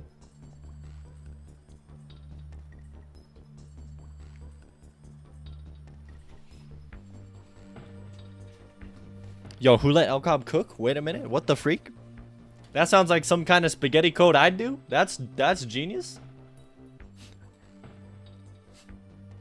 Wait a minute. I can implement that in right now. We say, hey, hitbox, when you have an area entered, guess what? You connect back to here as well. Licked equals true. If licked is true, in the attack, in the tongue, if licked is true, main instances.player.global position equals $ bone 2D frog tongue bone 2D dot global position.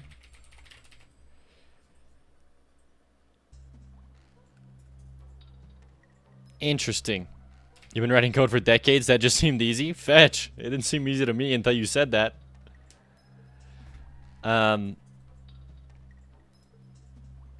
Okay.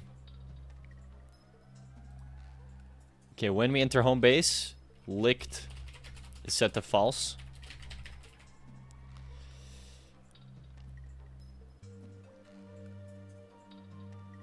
Okay, so there's something up when we switch to the other side. I think it's because this needs to be minus still, but then this can be plus. Either way, we haven't changed it to the left, so now we actually have the licked. We have the El Cobb fix. Let's see it work in action. We'll go to the other scene here, so it's you can see it in its full glory. I'm scared.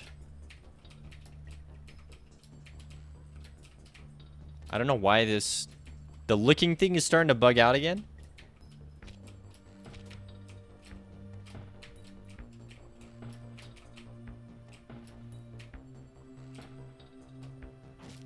Okay. Warner, drink water? Okay, what the heck?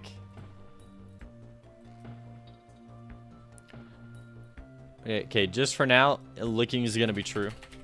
I'm just gonna set it to true. I don't want to mess with this. Thank you, my friend. Alright, let's see. Let's see it.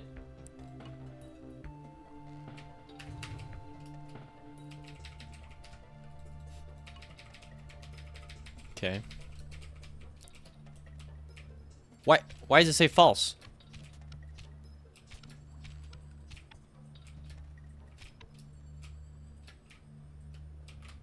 What the heck? What did I do that just broke my game? Licked is false, licked is true. If licking is true and licked is false. And I set licked to false. It's only when area entered.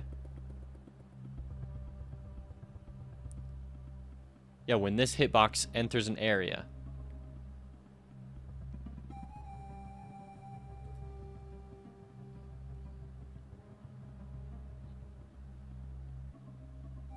Never mind.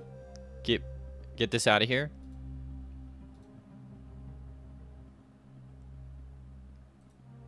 Wait, which one would be mine? Signal up. Probably up like 50, right? So we'll disconnect that one. Let's just connect the signal here. So it signals up.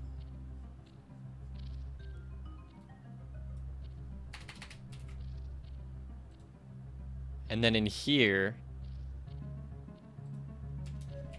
signal hit. Let me find.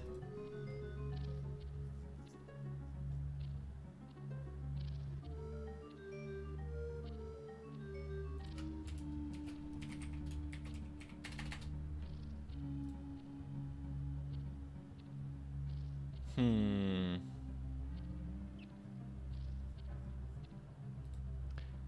wait, that's signaling up. So when I signal up, and I signal it all the way up to Poison Dart Frog, shouldn't that like emit a signal or something? On hitbox hit, connect. Oh yeah, there we go.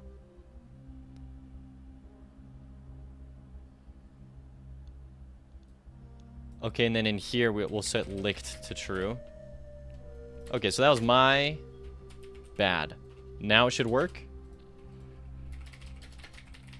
Sorry, everyone. False frog. How's the frog coming along, Kapow? Let's take a look together, okay?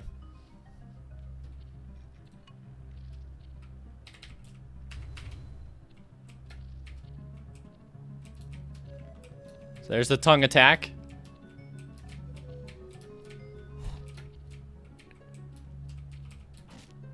Oh, he did not pull the player in. Dang it.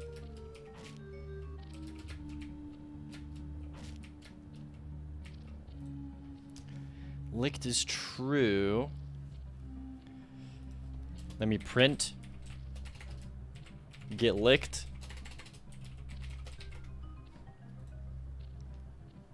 So the damage is working, the tongue is licking, and it's working great as long as you're standing to the left of the frog. And now we're trying to do the whole pull the player in towards to the frog, but that one was not working. Because it is not calling up that signal. Also, what the heck? The tongue bugged out. Okay, print get licked. So this did not go off. So I will disconnect it. We'll come up with a different way to do this. What different way, you ask? Well. Wait, this hitbox is only checking for the player. Oh yeah, what the heck? Okay, yeah, so when this hitbox, when an area enters, when an area has entered,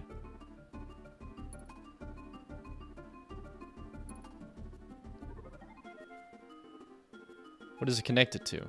To myself? It is? Okay, well, let's also connect this to Poison Dart Frog. Okay, wait, this does work. And then I say, hey, guess what? You got licked.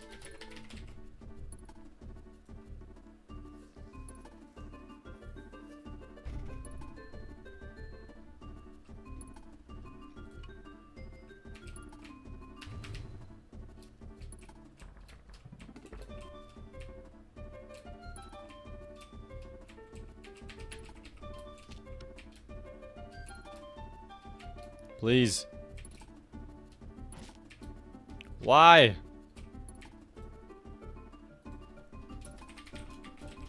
Print, I licked you.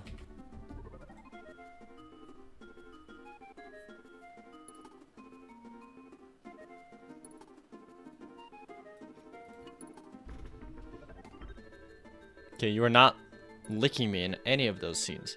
Kapow says you managed a scoreboard and winning screen in Pong, and you got to fill the winner screen built. It goes there at least. Dang. Nice. Well done. I didn't realize you were still working on the Pong project. I thought you were moving forward. But that's cool. That's good skills to learn. I forget, what is it you're learning again? C#? Or what are you trying to program them in?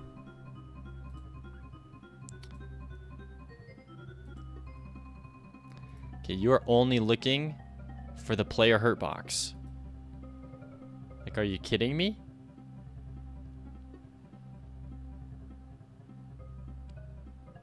How are you constantly going off?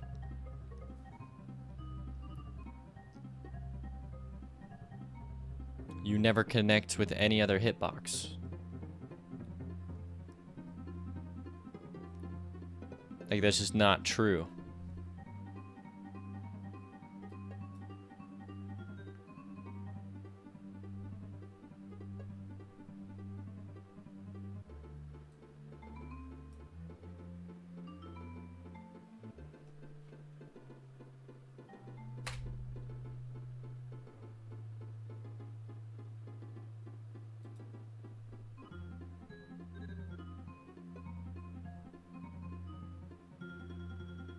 Yeah, I have no idea why this is constantly going off.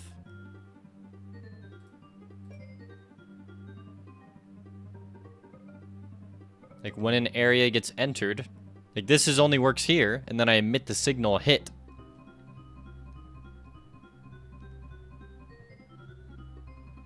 I am so confused.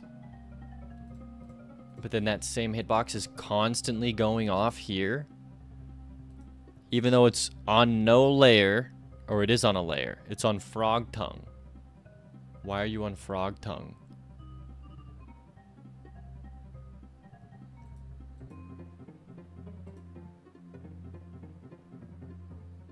Okay, that's strange to me.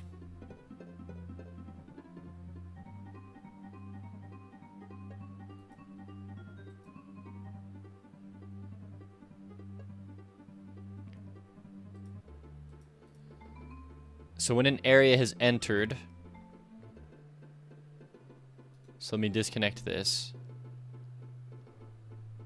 Okay, I'm gonna rethink my life decisions here. Give me a different area 2D, I guess. This one we call player stick.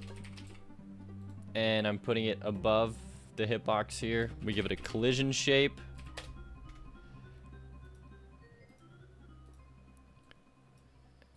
And it's the same thing as the damage. It's even in the same spot. But this is on no layer. And it is only looking for, we'll just say the player. We'll just say the body. So on a body entered, do this. Okay, that should fix it. Kapow. Oh, Sushi says, I'm trying Python right now. It's not that easy. Uh-oh. Apparently, Godot's GD script is closest to Python. Also, Kapow says, my final bits are AIO opponent, 1 and 2 player mode, the menu, winner screen, and a short delay on the ball spawn after a goal. Learning and building in Game Maker Studio, so GML. Oh, nice. You should learn Python, and your boss wants you to learn it. Nah, stick it to the man. Okay. We ready for this? Whoa!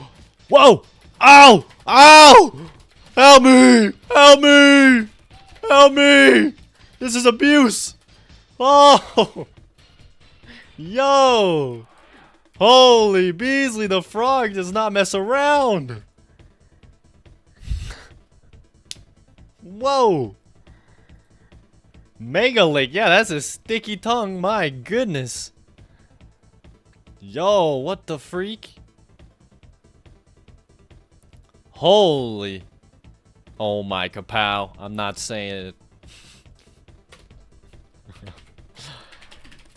it. We'll say attacked. Or we'll say captured is false.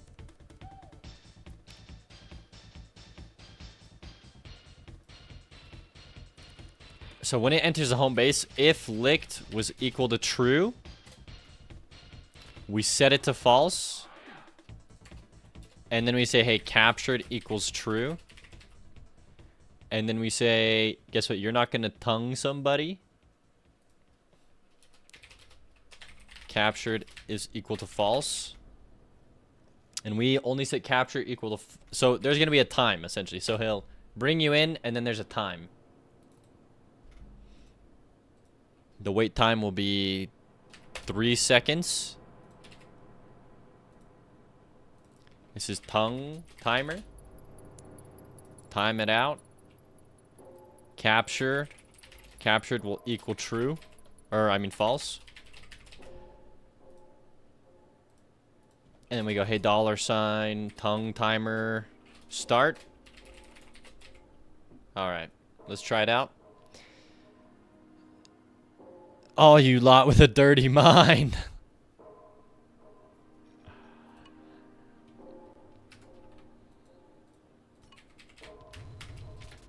I guess that's true. I guess you could have just meant that she would appreciate that. Oh, see, he brings you in. And then he waits a second. Brings you in. Oh my goodness. Oh my. Wait, what the freak? Yeah, that brought me in before it even hit me. So hold on. Not cool.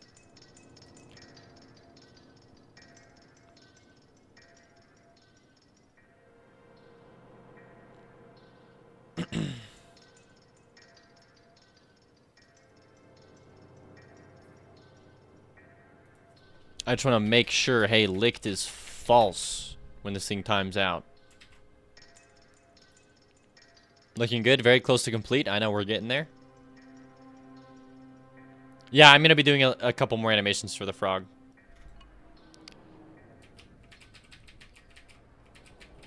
I've been working, but it sounded like it worked. Yes, Elcob. Thank you. Oh my.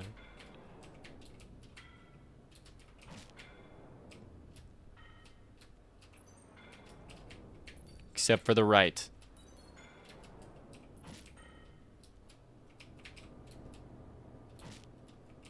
Oh my gosh.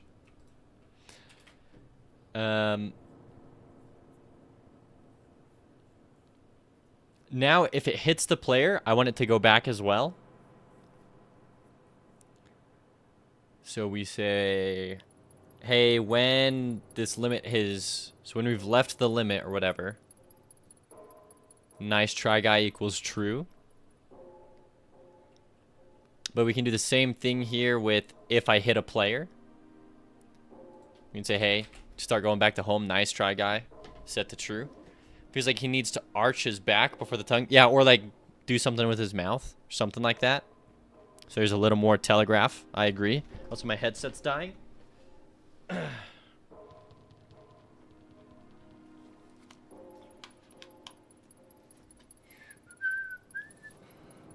Okay. Yeah, and let's figure out this opposite direction nonsense.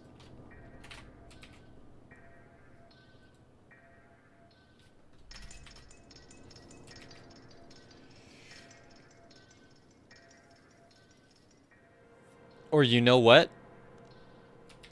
We keep it the same, but we rotate it by negative 180. Yeah. That way we're just... Oh, okay. Hold on. Wait a minute. This could be it.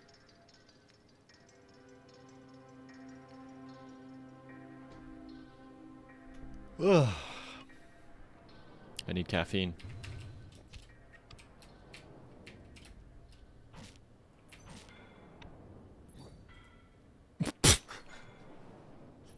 Bro, he licked me so hard I went into the next area. What the heck? What the freak?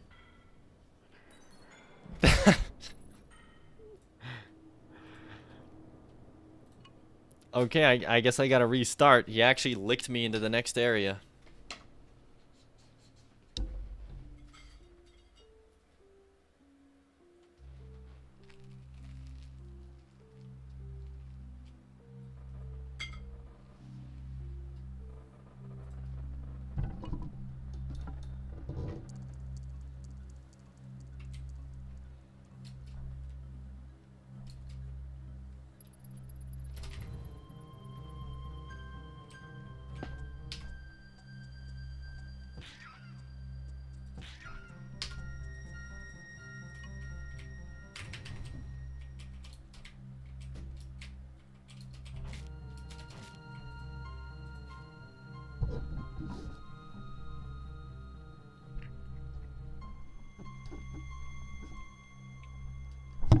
Elcob's right. It was just all now my game's just more like Mega Man. Which Mega Man's a good game, so that's a good thing. Speedrun strats, yes, very true.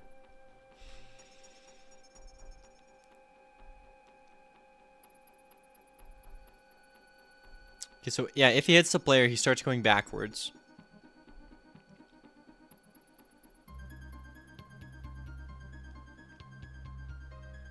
But then for whatever reason,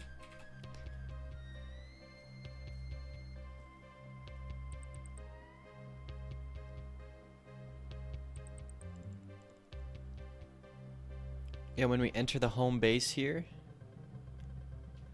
Nice try, guys. False.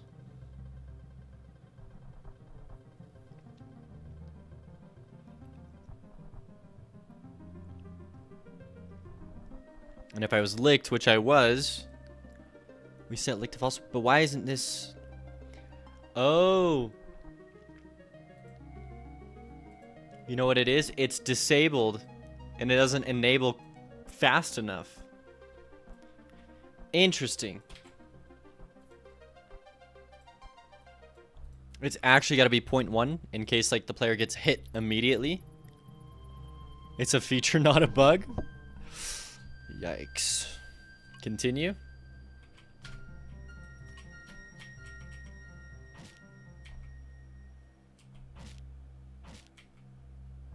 That messed with his tongue.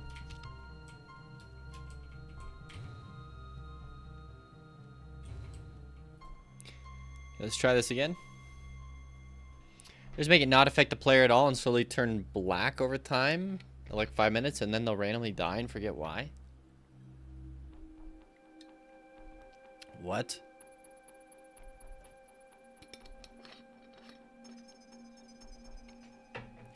Jake Lake's trying to... Jake Lake's all about the stuff. So, like, so many great game ideas, and then just one of them just to, like, piss players off. Maybe you shouldn't make a game, Jake Lake, unless it's a Fodian game. Ouch!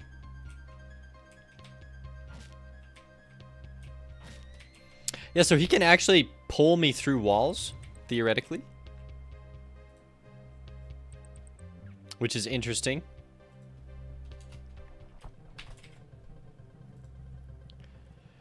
I always thought that was going to be a fun speedrun strat because you have to look back and see what you really effed up with.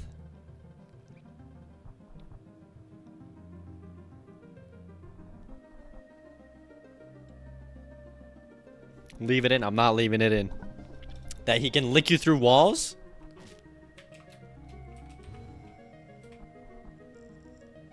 Oh, we were so close.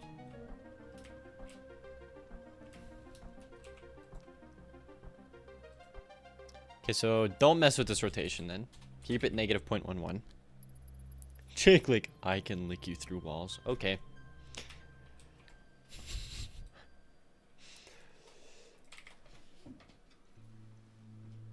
Man, one of these days when I actually get a mod that's active, half of you are done for. Okay.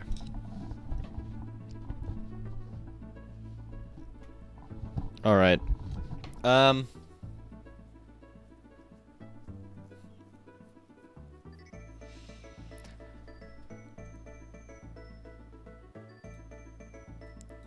I have used background noise and the convos I hear are concerning. Yep, there it is.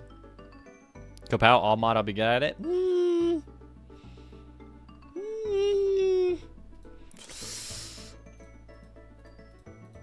We're gonna have to let that one cook. I don't need a mod. I'll be honest, I don't need mods yet.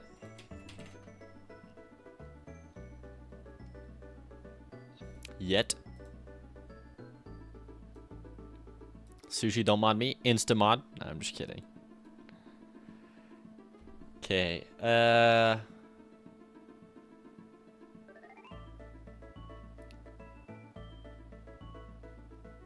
I don't know how I fixed this last time. I guess I just did a plus. Is that what I had done?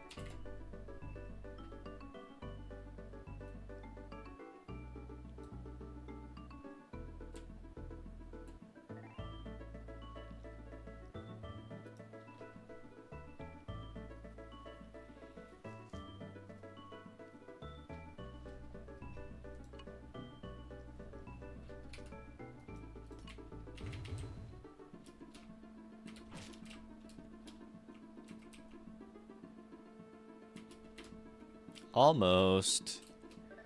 Except for like it was in the wrong direction entirely.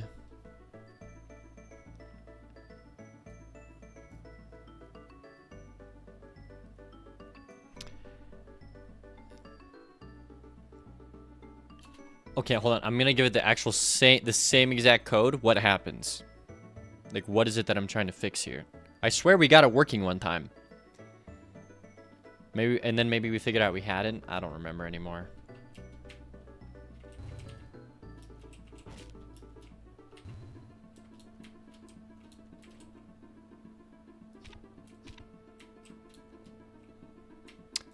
That would explain it.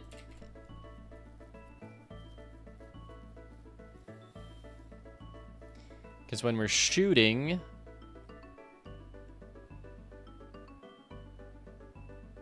No, yeah, it is just whatever this is.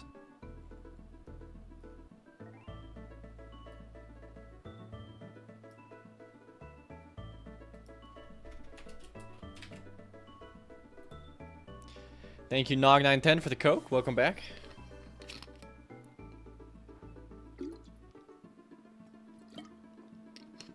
Nice job winning Jackbox.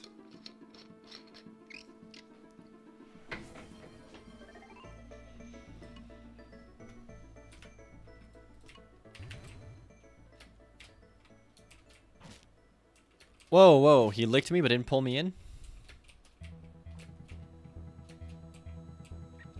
And then the tongue went in the opposite direction.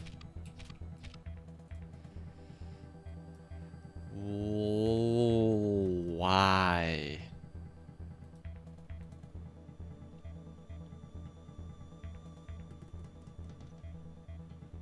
I really gotta look into finite state machines, I guess. Okay, so if I go to tongue you, okay? Like immediately nice try guy is set to false.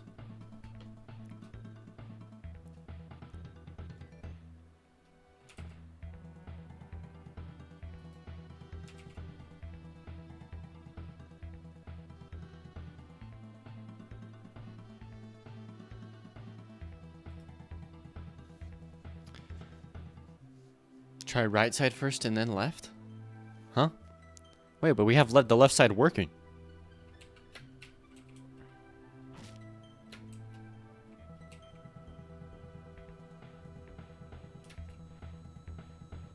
Okay, he is working again.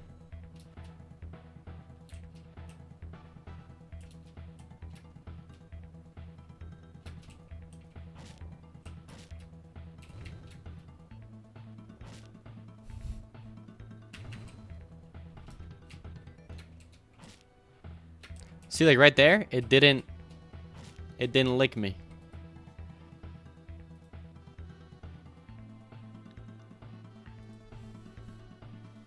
I think I gotta make the tongue, is that what I call it? The tongue limit? No. I gotta make player stick larger.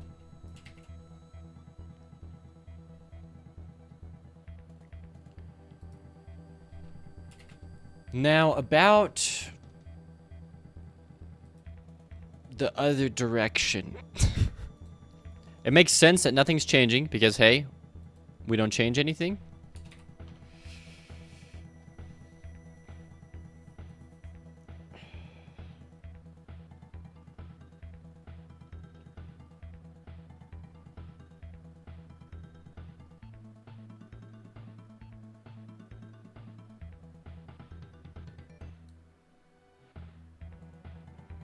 Oh man, I got nothing.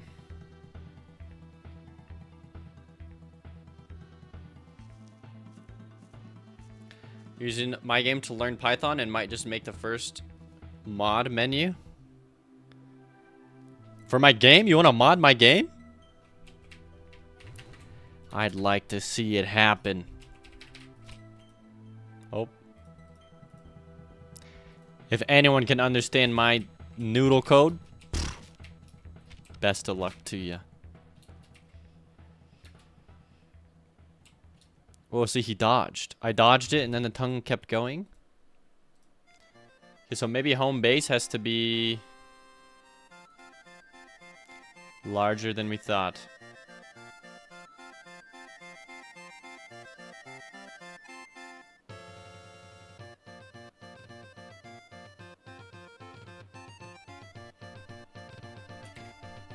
Yeah, like right there. We'll try that for home base.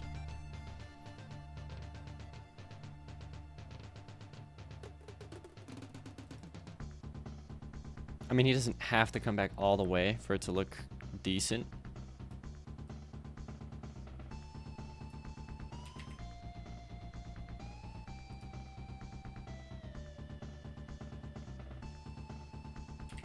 Alright, let's try it again.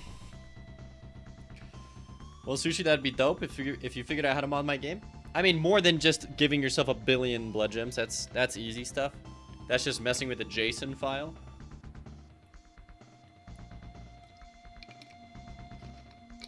Like, actually mod the game. Like, hey, I put in this new weapon. That's a different beast.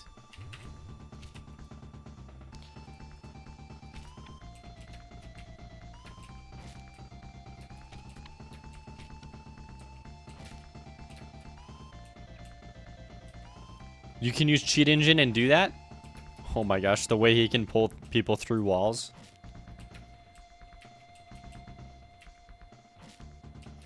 I really should make it so the tongue can't go through a wall. Otherwise, it's just gonna be busted.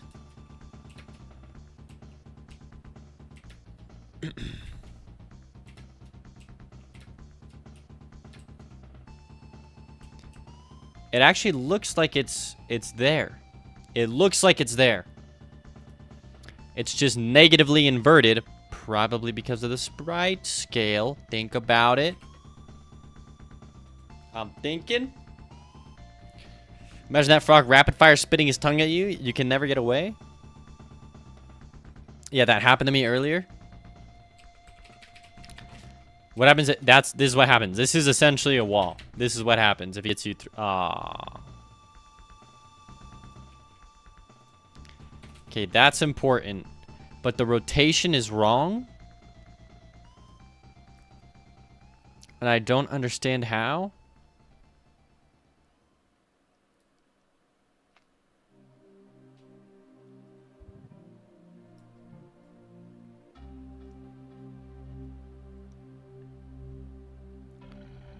So the direction is right, except for it just needs to be inverted.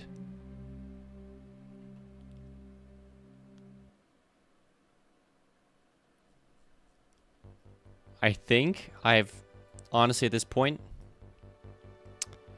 I don't even know. Maybe it's something like this.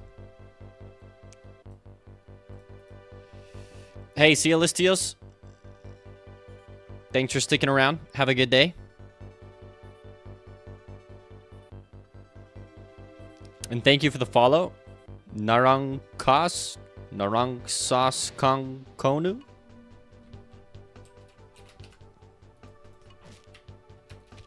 He is good at getting me.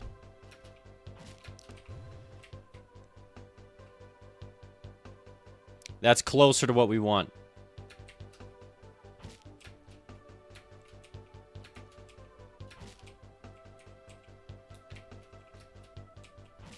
Oh. No, it's not shippable. It's still off.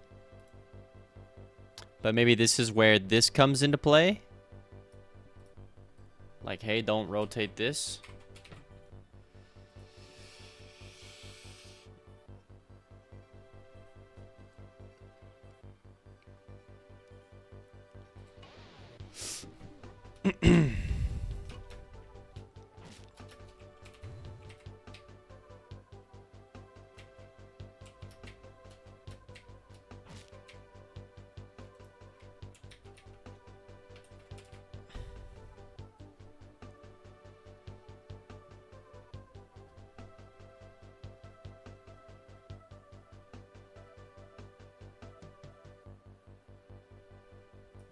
Like, this is it. It's just inverted. Like, it just needs to be...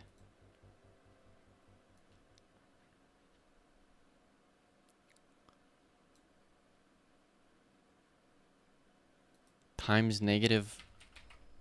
Wait, this is where we do negative 180, maybe? It's not because of the wall, no. It's literally just the rotating. I just can't get it to rotate the right way on the right side. I don't know why.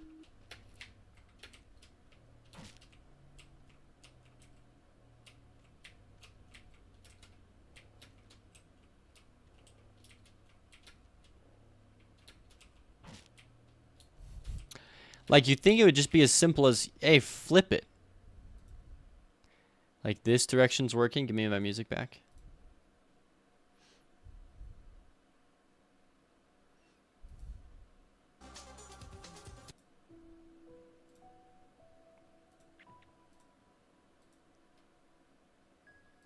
Okay. Like, you would think that this just works.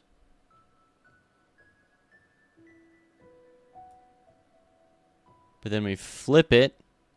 The direction should still work.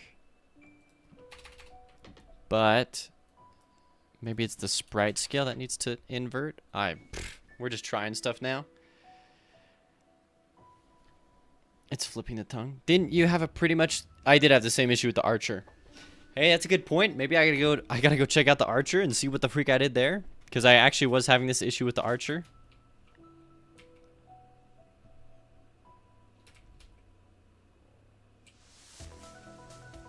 Oh, we're close.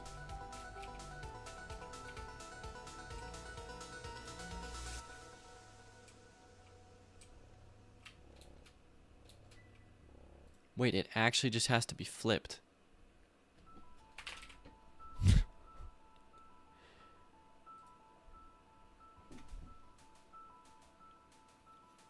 I feel like I'm so close, though. I'll look at the Archer if this doesn't work.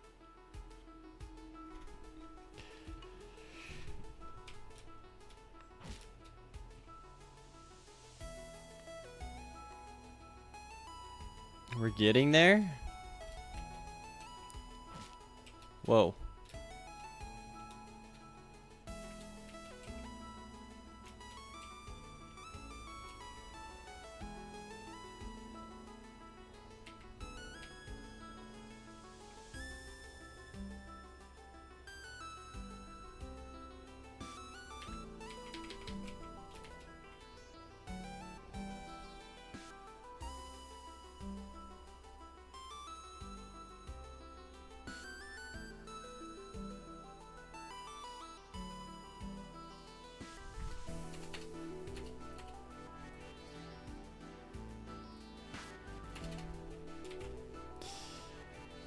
Okay, it's always aiming correctly at the player. It flips. When it flips, we just flip these.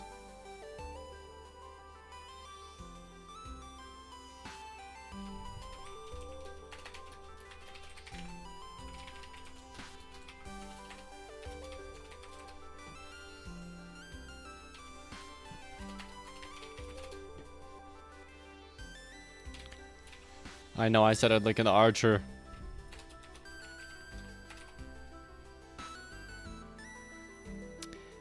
I know I only need to flip the X. But it's actually doing something different. It's inverted the angle. So I need to uninvert the... Hold on.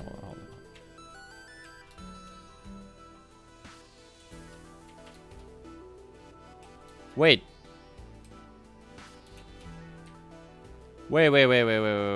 Wait.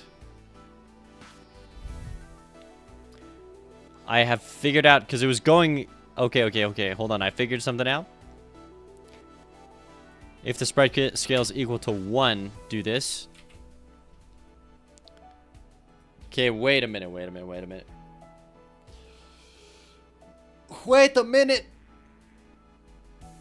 That was working going right. Like it was getting the full range of motion. Okay, so there's that. That was working. This one is so close to working.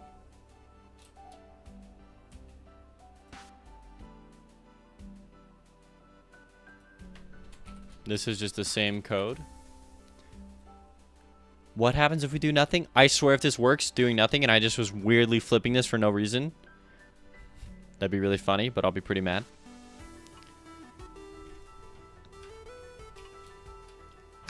So shooting to the left is once again working. Okay, yeah, see? So it's working, but the Y isn't working.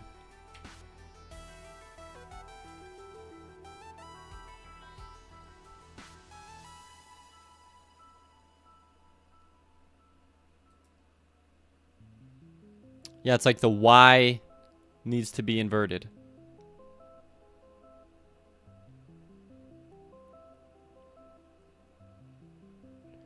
But the who, what, when, where are working correct? I don't know how to just flip the Y.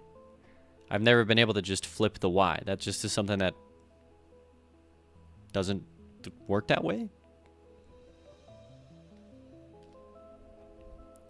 Like I'm getting a velocity. Velocity is the 2 different coordinates. Just use a negative value? No, because then the negative value will flip the X as well.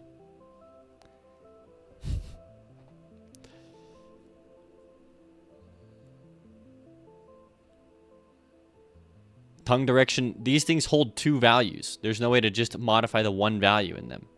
I don't believe so.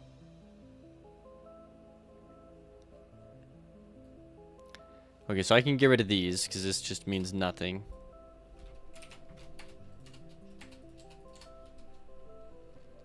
So once again, we're back down here.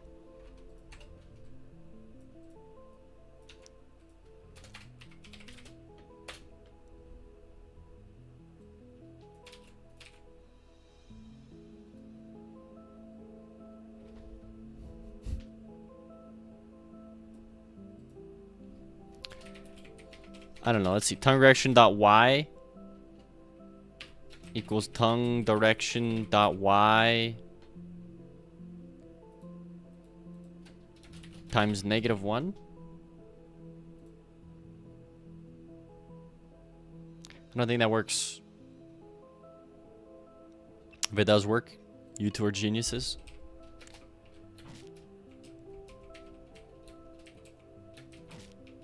Oh my gosh, I can't believe that worked. Oh, it didn't work? See? You're wrong. It kind of worked. Hold on. I think it's just because this has to be plus.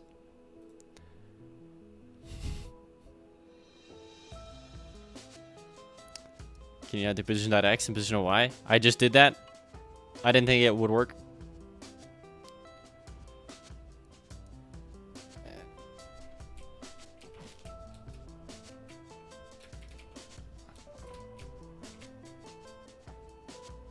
Whoa, it went through me? Why did it go through me?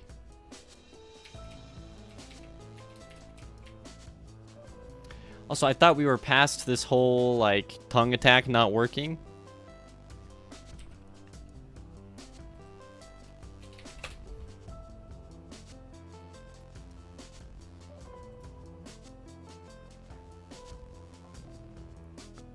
Also, do I even need to disable it if it's never in it in the first place? I don't even think I need to. Yeah, if it never starts... Oh, but if it's rotated, maybe it starts in there. Maybe con don't taste good. Ah, yes.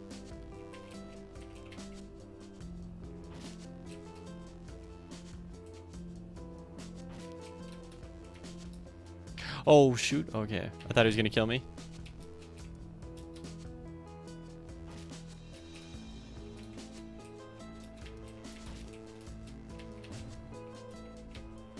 But he can pull you through walls, which is kind of funny. I don't know if I want to leave it in the final game. Oh.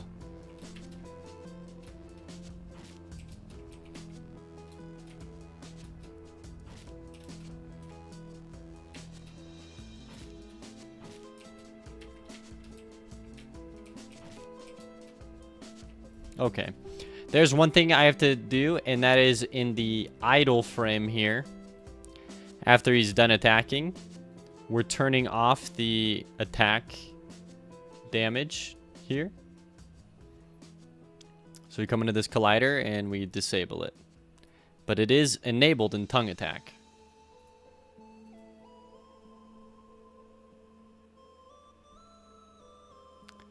But yeah, it is then in the idle disabled. Okay. That was weird. I went the full extension of the animation even after grabbing your launched you up and then pulled you back. Yeah, that was weird. It should set a variable when it hits the player that prevents it from going all the way out.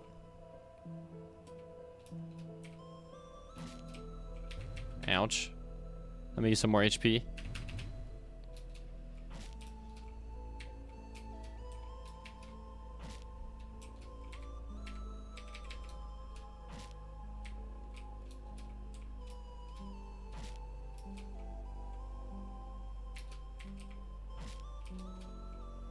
Yeah, I think I should be able to make that collide with walls. So like the hitbox here, I can say, hey, you're looking for the player. Or no, I could do it in the player stick. No, it has to be hitbox. Oh, wait a minute. No, I could say it's looking for both the player and the world. And then I just say, hey, if an area has entered instead of a body, then I do these two things, and I nice try guy. There's still theoretically ways that he could lick you through a wall, but no, Frog can get you through a wall, please, please, please. No, that's janky. I know it's funny, it's Mimi, but oh, he did it? Did we all see that?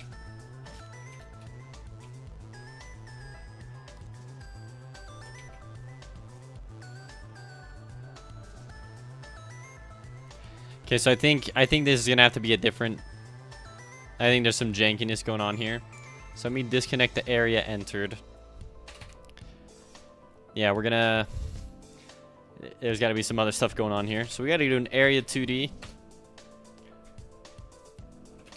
Wall tastes gross.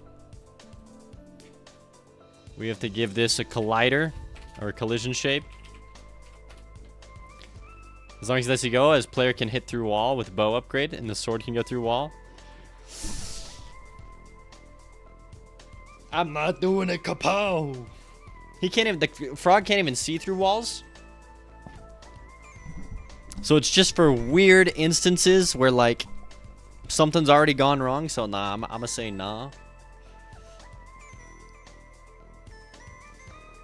I think it looks janky. It doesn't look like a feature. It looks like a bug. And it doesn't matter if it is a feature. If it looks like a bug, people are going to be like, what the freak? Yes, my game uses raycasts for aiming. X-ray vision frog. Oh my gosh. Okay, give me a new collision shape here.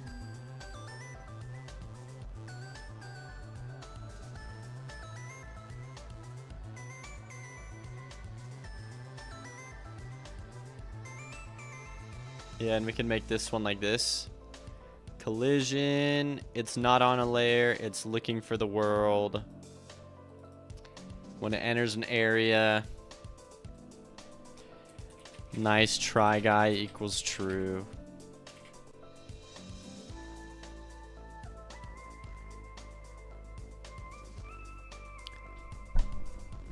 All right.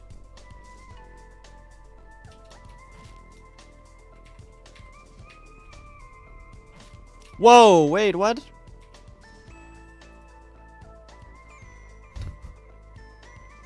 Two, 5, and 11, I guess.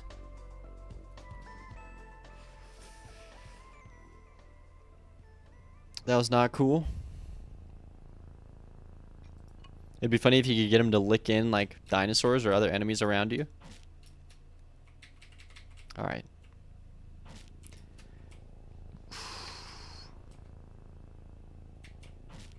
Maybe it's because it's not an area, it's a body. It's an area shape. Is probably what it is.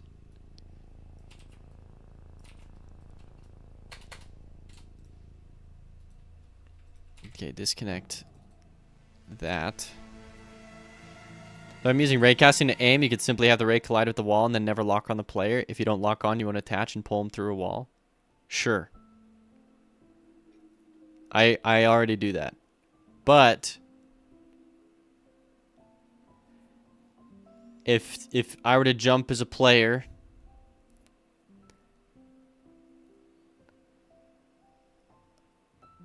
no, hear me out. Because I want to give the sword the ability to block. So you press right click, and it turns your sword into a essentially a wall. So I want you to be able to deflect projectiles and stuff like that.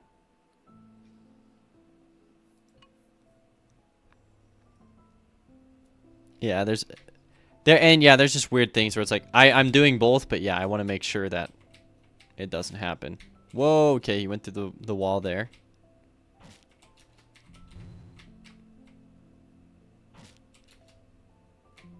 Yeah, if you get hit with that's okay, yep, there you go. If you get hit with falling, go behind the wall, yep. Okay, but it should be stopped here. It's bugging me. Is it body entered? There's no way. The world's considered a body?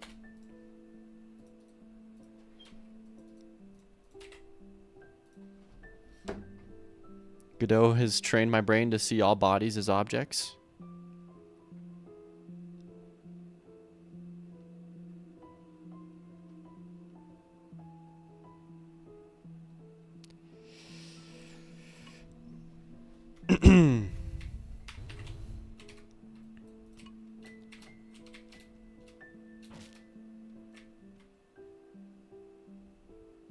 Hey, there it is.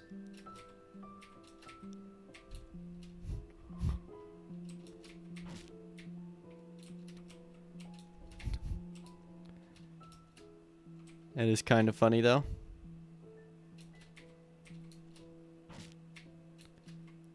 I'm glad we got the tongue figured out like this, though. Like an actual sprite that, like, changes and morphs.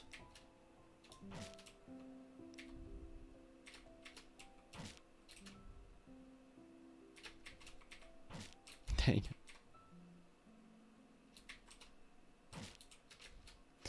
Lick only on a slight line. What do you mean? I like this.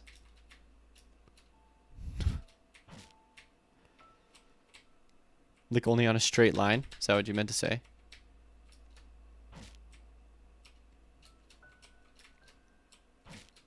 Oh, he got me. Okay, that's actually working now. It's working. He's correctly flipping. He's aiming correctly. It pulls the player in.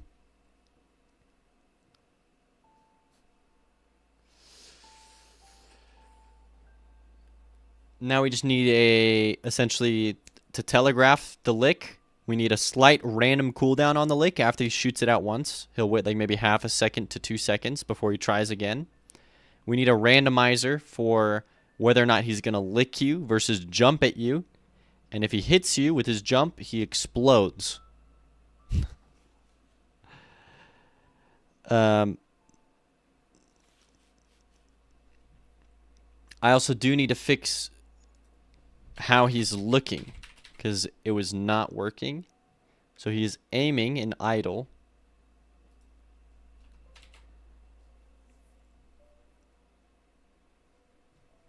Yeah, and aiming should be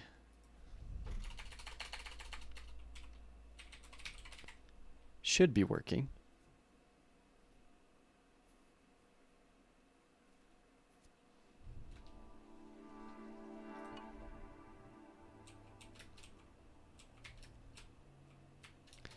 See, so it's false, but it should not be false here. But then it's suddenly set to true when I run past the top.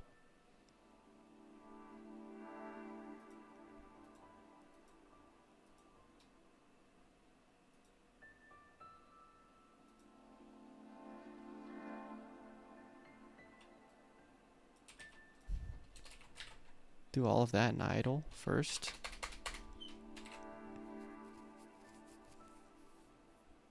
Okay, why aren't you working? Aim. Rotate, player look rotation.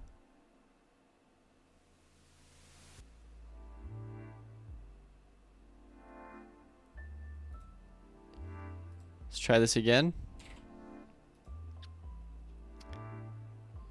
How'd you get the demo to drop below 20? Let me guess, you have feathered edge?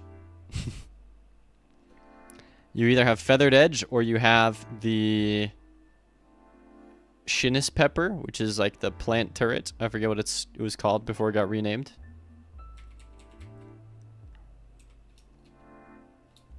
Okay, so right here it shouldn't be reading back false.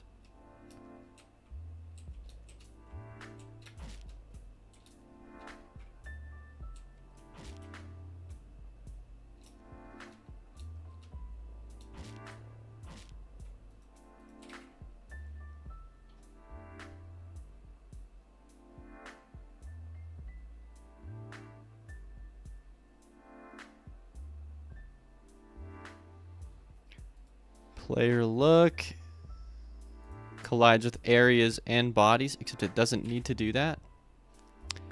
Every other enemy here. Oh, it does. What the heck?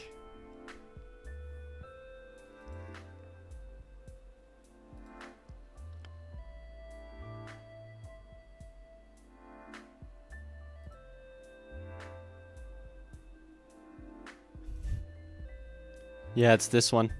This is the only thing making your game drop.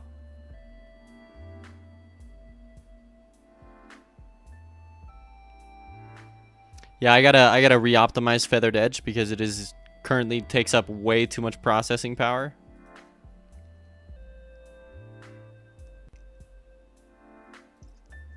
The particles in Feathered Edge.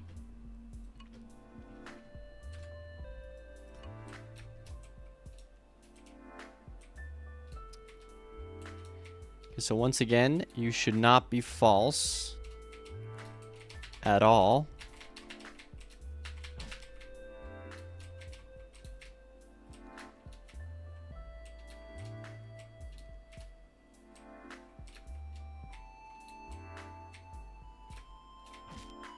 Why did his tongue extend out so far right there?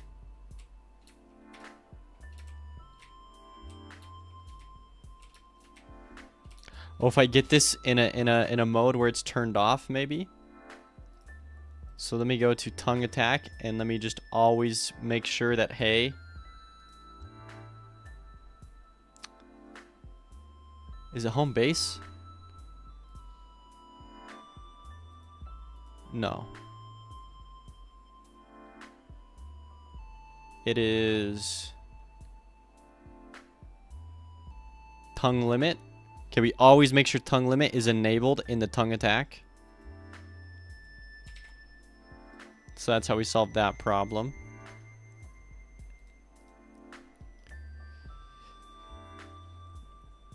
Then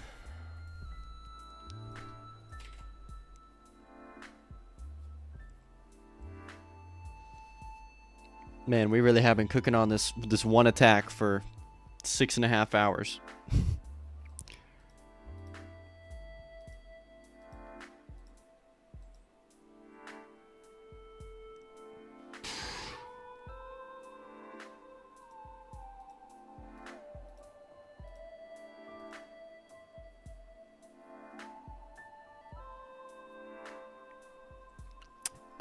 Okay, what am I trying to fix? I'm trying to fix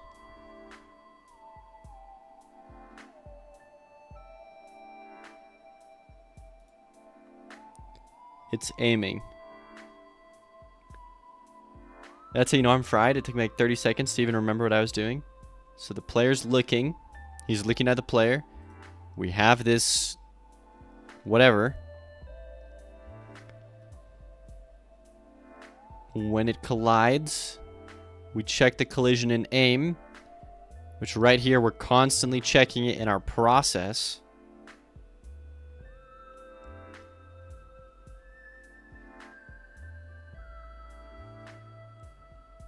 Which means okay, yeah, we're aiming always. I don't understand the difficulty here. If it's colliding, we look at the result. If the result is the player and the player's still valid, we set looking to true. I don't even need to set this to if this is valid again. I can just set if like looking to true.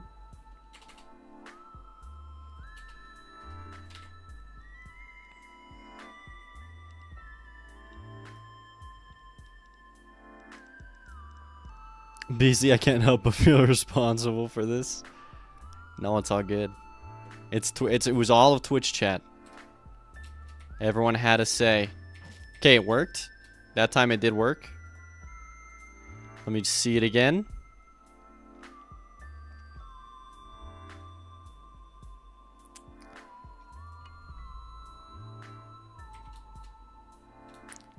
It should be set to true right here.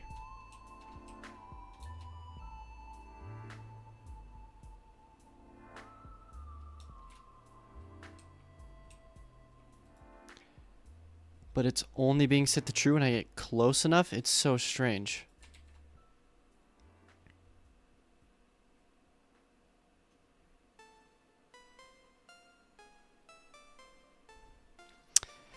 All right.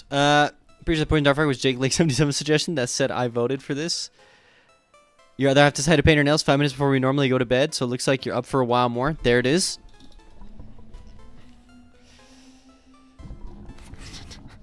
That is true. Beasley did come up with this attack. But right now, it's not this attack. I'm just trying to get him to look at the player. Every single enemy has this same code, and it just works fine for every other enemy.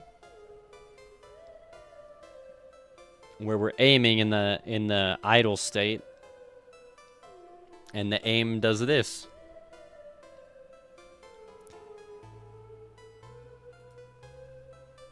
Maybe it's because the player is invulnerable or something like that for the first 2 seconds. Let me wait. Okay. Well, it got set to true. It's got to be something to do with the invulnerability the player experiences at the start of a level.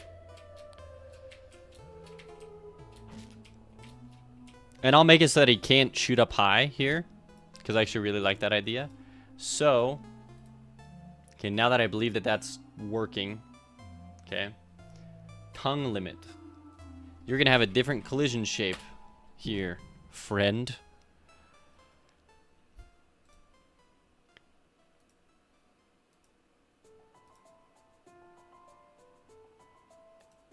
Yeah, so instead of being able to attack down... Ooh, hoo, hoo.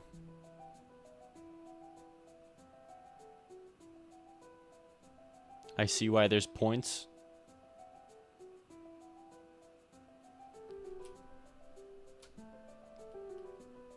Wait, give me a grid, please.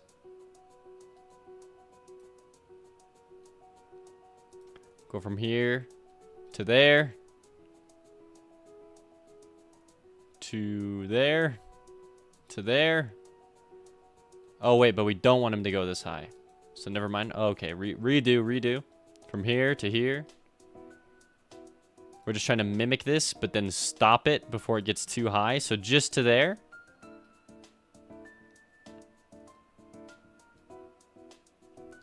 So anywhere in this area, you're cooked. You're done for. He's gonna get you.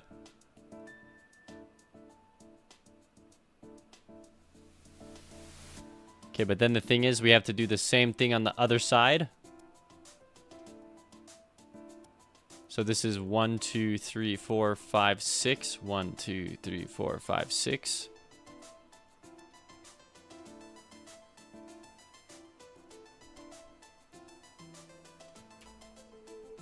Yeah, wait, let me just zoom out. That makes things way easier.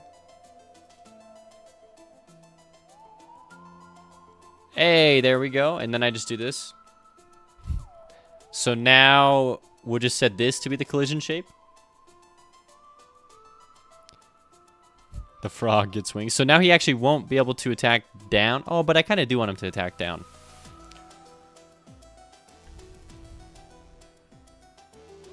Uh-oh. We gotta add in a few.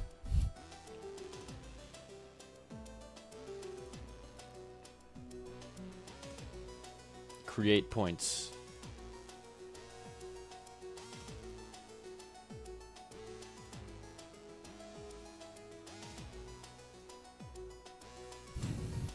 I messed up. But I didn't. But I did. Okay, so we take this. I'm actually just gonna flip it. This is not going to be how I deal with this in the final thing here. But this is essentially his entire attack range. Or like what I want the entire attack range to be. Well, kind of. Probably more like...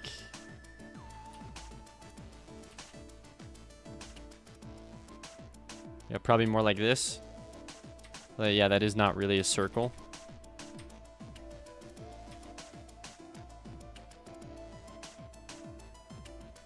Okay, so I'm just doing this so that I can see where I want the points to go. We create a new collision shape. Or collision polygon. If he attacks down, it just hits the floor. If he's on the edge here, and he's looking down at a player, like if he's on the edge of a platform, I want him to be able to lick down. That's really it. It won't happen too often, but it could happen. So I want it to be able to, you know, be a thing. Okay, so yeah, now we start from right here. Oh, it's not on the grid. Wait, that makes things really bad. Okay, this is what it would look like on the grid. Or it would look like this. Well, I'd rather limit his attack range going down than increase it. Okay. Round 2. From here to here to here to here to here to here to here. All the way down to here. Back up to here. You guys like my commentary? To there. Boom. Now he's got some wings. There it is. So this is set to disabled usually.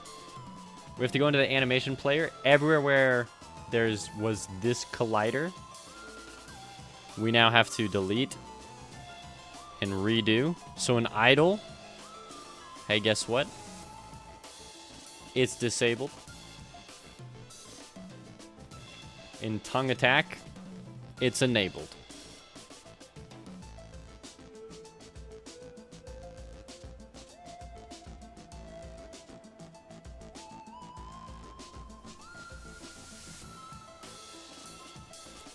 Wait, am I in the wrong? Oh my gosh, I'm in the wrong freaking...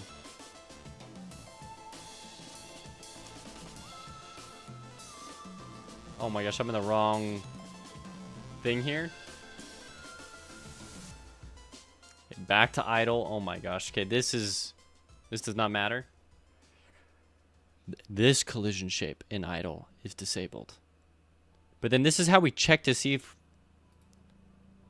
the player enters. So we go, hey, every 0.1 you turn back on or whatever. Okay. In tongue attack, you are on. Okay, so yeah, now he won't attack if you're above him with the whatever. What did the wife will say when she finds out it took 7 hours to make a frog with 1 attack?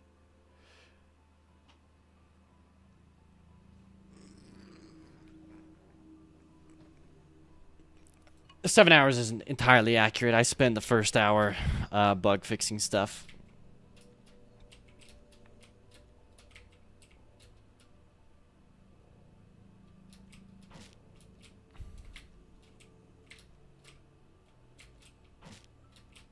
Okay. So there it is.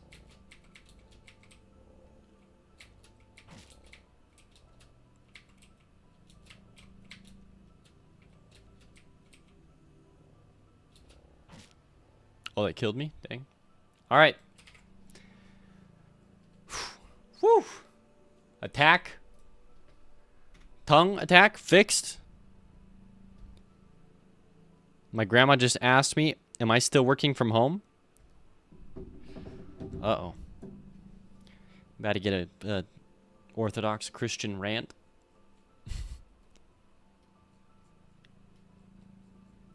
Nah, she's probably just wondering. Probably just has a job. You could work at Walmart for $12.50 an hour. Oh, thanks, Grandma. It's not even my grandma. A lot of people in my life do that. They're like, "Here, look at this job." I'm like, "Dude, I'm literally work every day." They're like, "Oh yeah, okay, yeah." I'm working on my game. Okay, well, but what are you gonna do after that? Here's another job. Blah, blah, blah. How to trigger me 101. She's gonna ask if you can give her a ride to her doctor's appointment. Dude, I hope not. She lives like an hour away from me, and my parents live like 20 minutes away. Get a real job. Oh my gosh.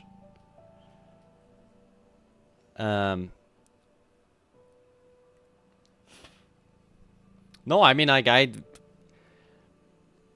don't know.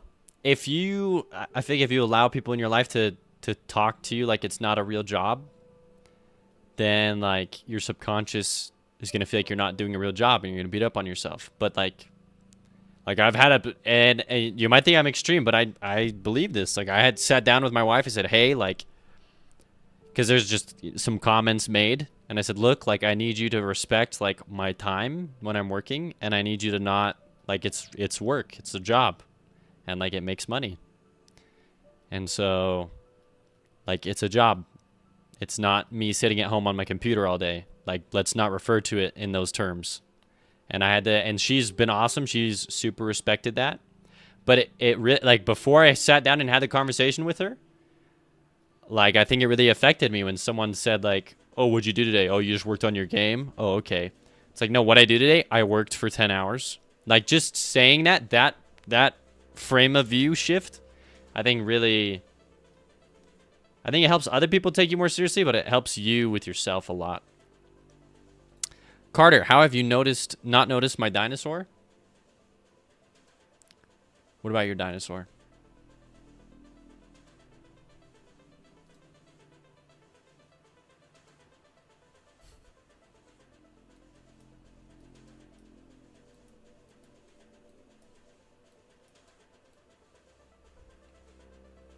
Gotcha. You got it on point. Elcom, I've been working for myself for a very long time. I've never had issues with that. I don't know. I did.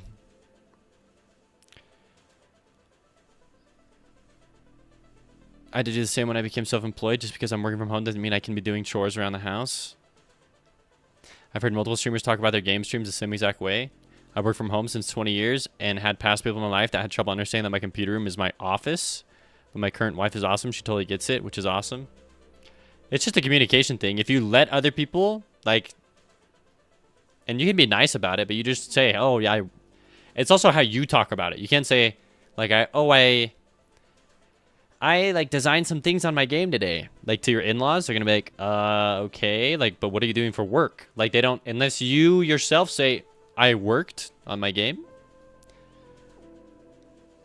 Oh God, maybe it's because my friends and family all know I don't give a F what they think. Maybe that. I'm not that way. I think people think that I care what they think about. And I think to an extent, I probably do. Anyways, I've just been zooming in and out talking. Let's create let's create some animations here. Carter, thank you for the drink water. Also, when the money starts following, they get it faster. I know, that's the thing. Especially right now when I'm not making money. Or I guess I just made money from the Kickstarter, but my game itself isn't selling copies.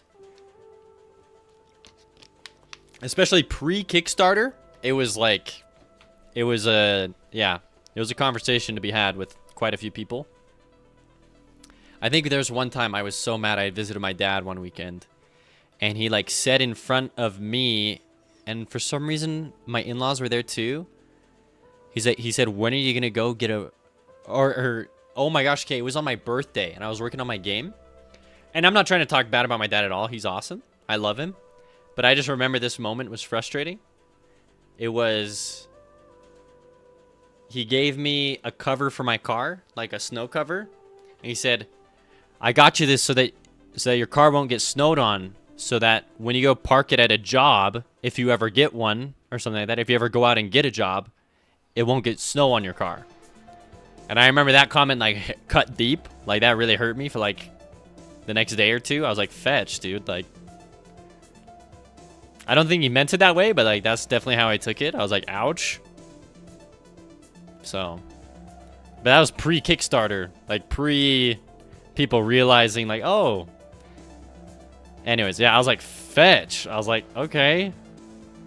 Thank you. Like on my birthday too, I was like, dang. Okay, so right here.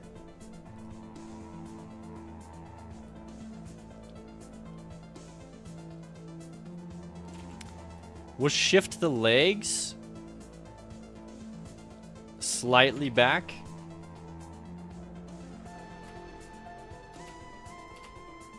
And yeah, sometimes money's the only language people speak, you know?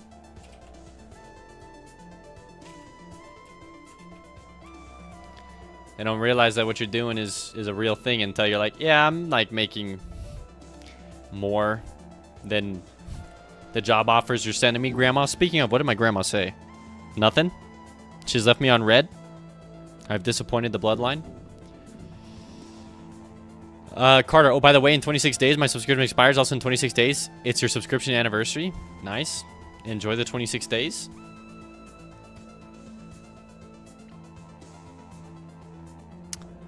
Elcar, repeat after me. Just because you find comfort in working for someone else doesn't mean your finances are more secure than mine.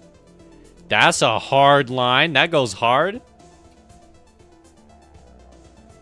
That's actually, because I've articulated that point in way more words to people, but that is a really succinct way of putting it. Yo, what? Elcob, if you don't mind, I'm just gonna copy that one. Just gonna, yo, that one's good. That was a good one. Oh, bring my notepad over here. That was good. I like that. Fetch, that's how you roast someone?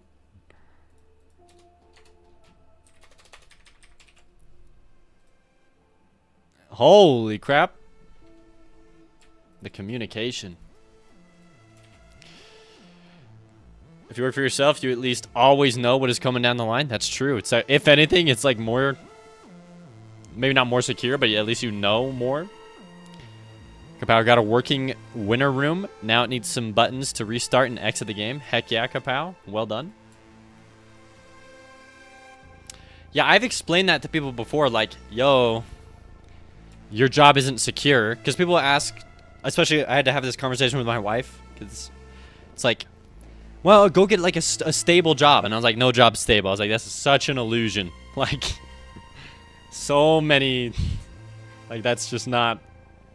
There are jobs that are more stable, right? Maybe they have been doing it like they're not going to shut down, but they're like, for example, the work that my wife works at right now, they literally everything could shut down tomorrow. She could lose her job tomorrow. No severance pay, nothing. That's actually the place she works at right now. Almost everyone I know who has lost a well-paying job didn't see it coming. Yeah, also there's that aspect of like you could just be fired if you don't run the business yourself. It's like, okay.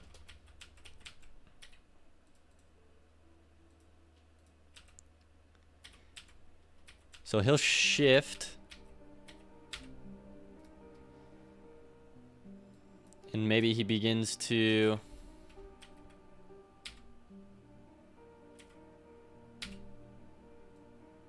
Maybe this stays forward. I don't... Let me see here. No, yeah, then it just looks like I shifted things.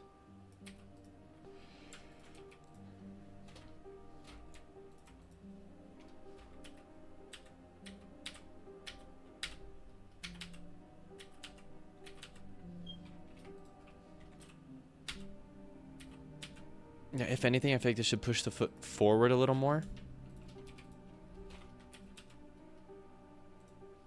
And then we'll do one more frame where these legs push out a little bit more.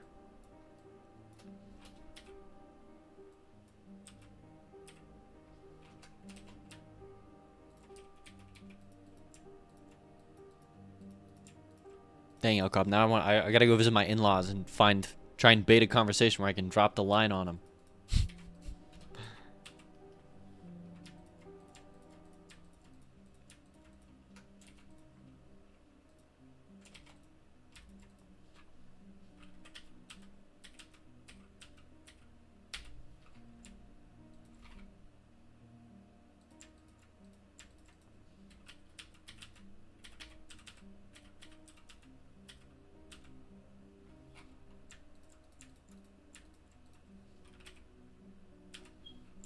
The real question is, are you subscribed to Sundown? On YouTube? Hey, by the way, you're subscribed to me on YouTube? There you go, Carter.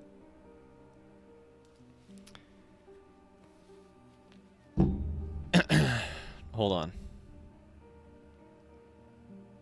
I forget that's a thing in the US. In the UK, employees have rights. Oh, pff. We are pretty lucky with that. How much longer are you streaming? Might have an end of stream surprise. I'm going to stream for another... I'm going to stream till 3:30 or 4. Probably I'm going to try and end around 3:30. So that's another hour and a half. How much longer are we... Oh, okay, and then... And the El Cobb roasted you guys.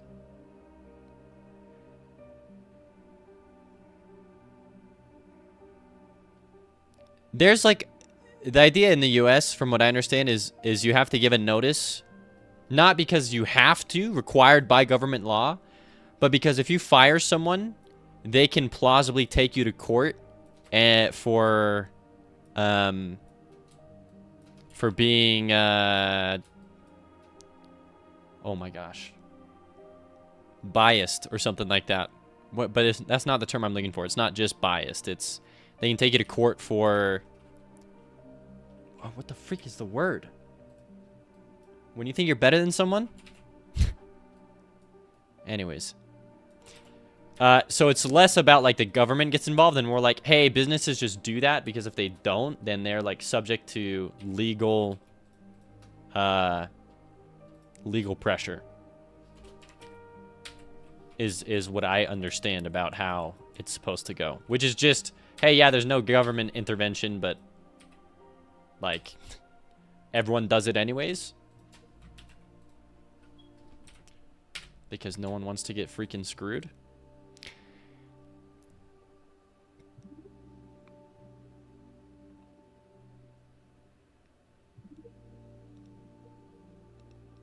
Unfair dismissal. Wrongfully terminated. Oh, absolutely. Wrongful termination. There it is. Discrimination. That was the word. Morime Susie. Thank you. How's this conversation brought more lurkers out? I don't know. Okay, I'm actually going to save up now, and I know what to do. All I have to do is click on the notification that I get when you start streaming, and then I'll go AFK. Carter doesn't know that we can boot him out of the stream.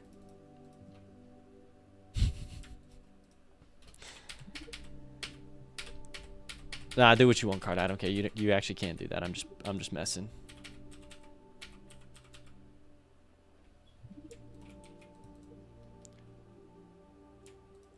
We can have this eyeball start to get big. And then I can start making the cheeks puff out. Or something like that.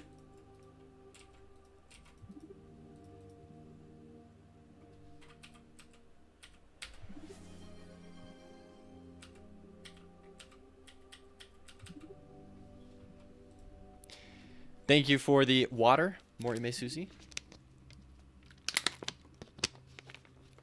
We're probably around a water already.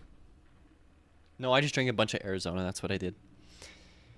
Seems good. I'm Glitch. KC, Carter.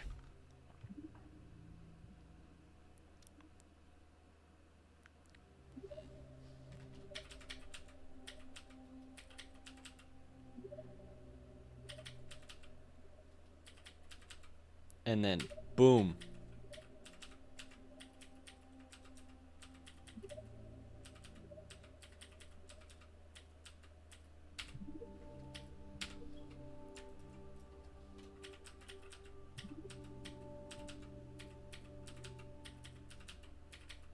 Is that an accurate frog? Like, some movement?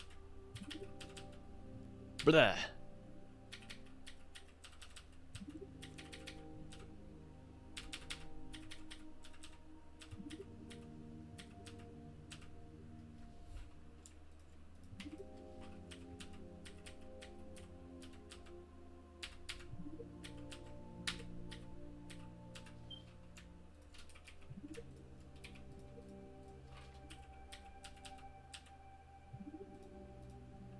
There we go.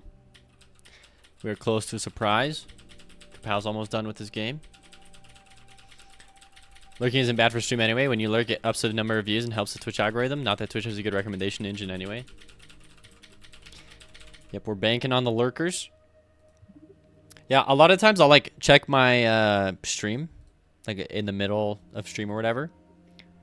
And I'm like, whoa, what the freak? 20 viewers? And I'm like, but then I'm only talking to like 3 people in chat. But I appreciate the lurks, honestly. It gets me up there. 20 is kind of... On like a normal game page, 20 is not that high. But in the software development area, 20 is like front page. You're like top 15 people if you have like over 20. So I really appreciate it. We are the 3 that matter. There you go, Beasley.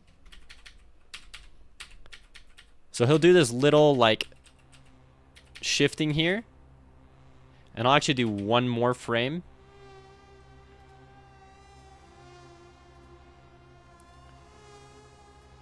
Where maybe he goes to open his jaw a little bit.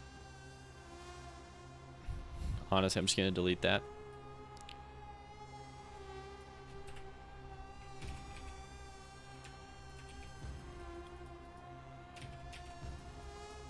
Just barely anything here.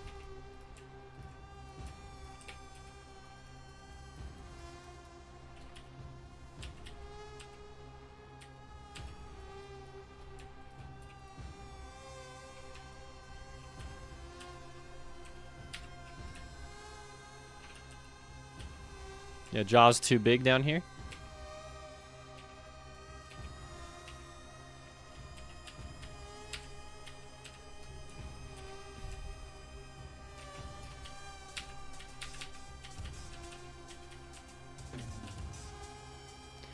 Do some subtle shifts again.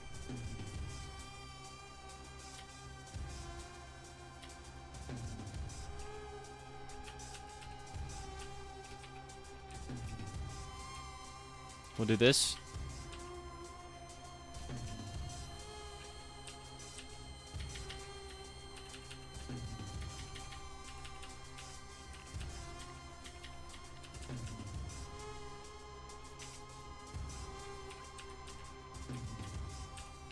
No, it can be longer here.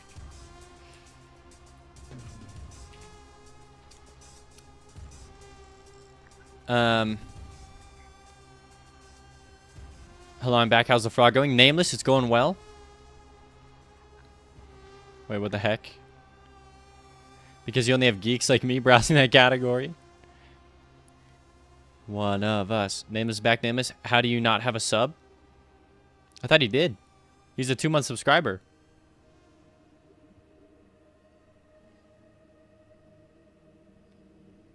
I'm one of the OG subs. I know, it was crazy. Nameless been around for a while. Yeah, I see. I looked for the dino. I was about to gift, and then it wouldn't let me. I was super confused. 2 weeks and you get the Canon sub badge. Yep.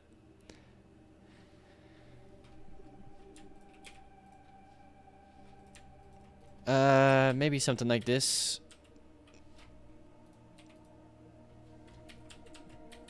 Yeah, Nameless, let me show you how he turned out. We're just doing some animations to like the mechanic for the tongue grab works. We're now just gonna do some like telegraphing animations and just a little bit more polish to it. Oh, let me turn off the collision shapes. And then we just have to do the jump attack and the little explosion death animation.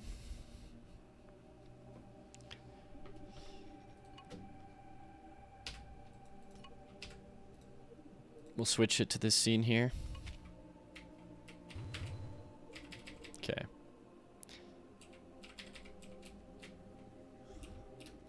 Oh. Oh. Oh.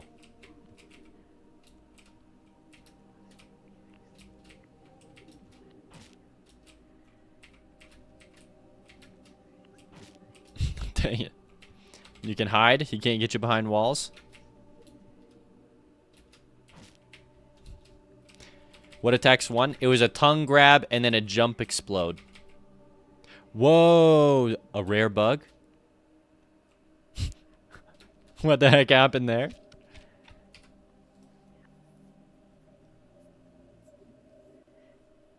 It must have gone back before hitting this shape. I still don't know how this shape gets... Okay, hold on. I'm going to switch this shape, actually. Also, I got to switch off this spooky Celeste music. So this way, it shouldn't... Like, it should always...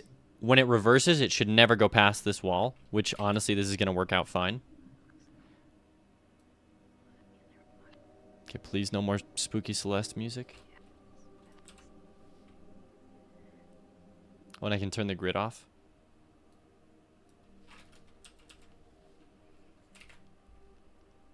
Okay, yeah, like something like that should be more than fine. Celeste, please, no.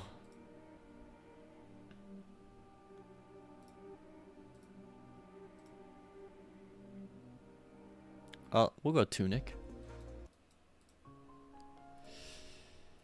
Anyways, back to the animating. Warner, be right back, mate. Going to take a shower, okay? Have a nice shower. Frog found a bug. Tongue, pull, and jump, explode. Okay. What's behind me? Warner, thank you for the water.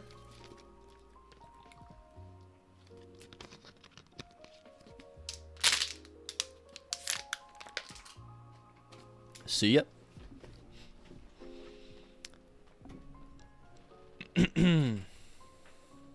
Also, Nameless, I thought you had classes till 3. You off early?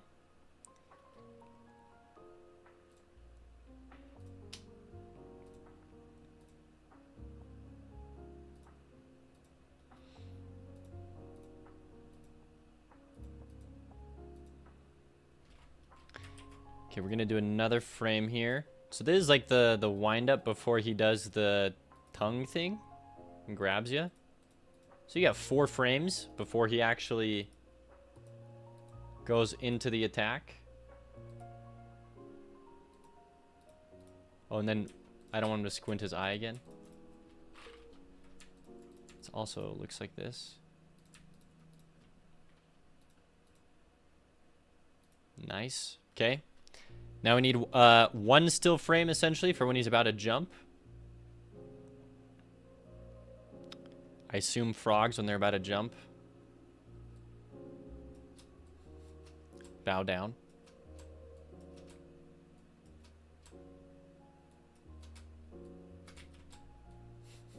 You guys seen those frogs that just don't know how to land properly?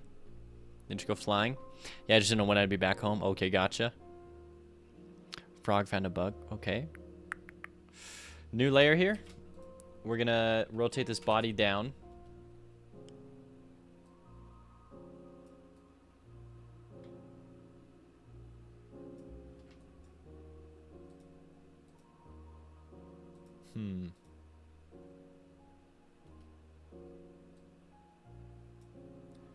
Just something like this.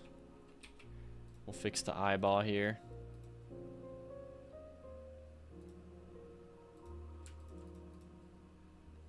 Looks like an angry frog.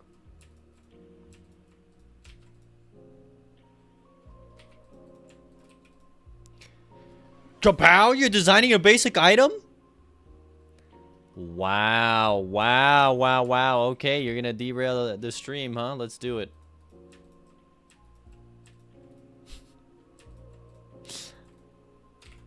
What's the idea, Kapow?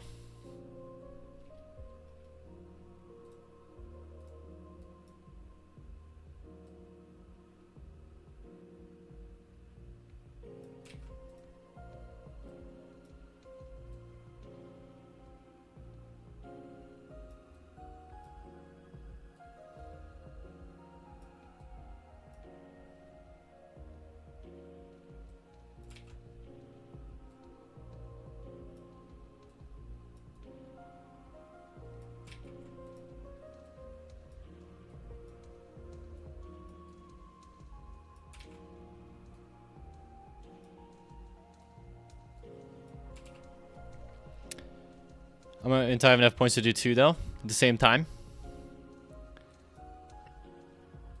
That'd make it easy. Oh, wait, but I don't want to shift the whole thing, just the knee here.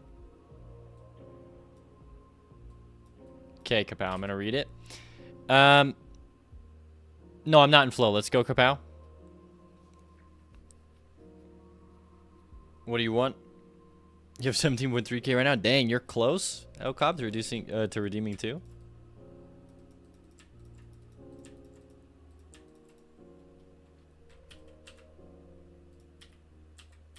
Is him when he's about to jump on you.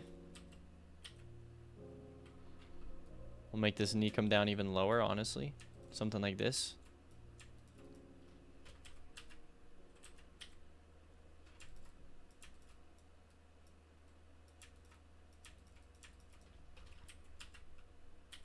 I like it. And then he'll just fly at you, arms out. Nameless Coder, you only have 1.8k. Too much water redeeming? Oh my goodness. Nameless Coder, you're keeping me alive though. Okay, the ball game one. What stats is it gonna make?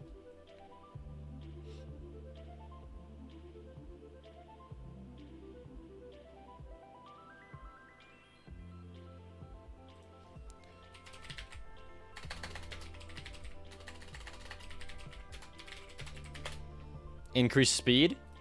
Ooh. Ooh, is that it? It literally is just going to be a ball. I mean, they use a little bug guy, but it's actually just going to be a ball.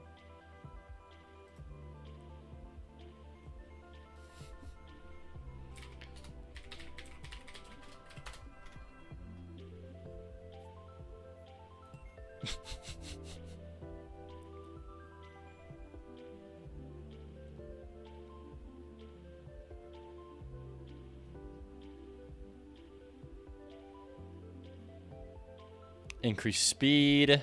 Okay, here's some better images. Okay, okay, okay. Yeah, that looks better. Okay, okay, okay. Yep, that's better.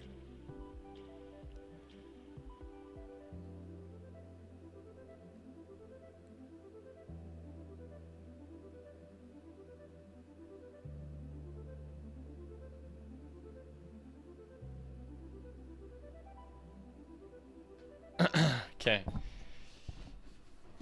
We'll draw the ball then.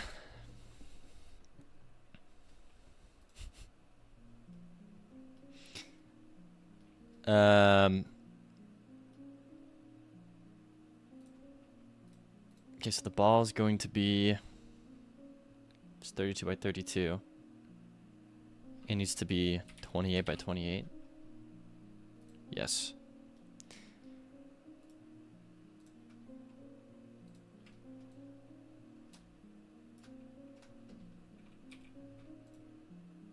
Oh, okay, these are cool. Those are cool.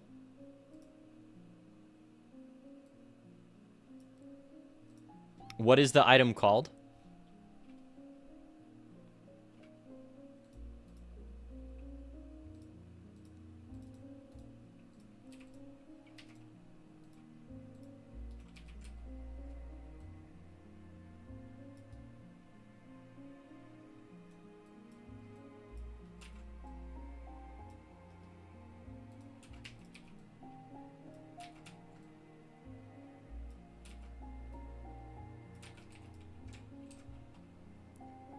What did I just do?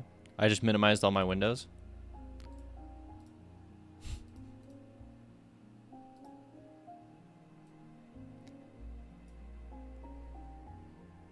That's my old YouTube chat? Oh my goodness, from yesterday.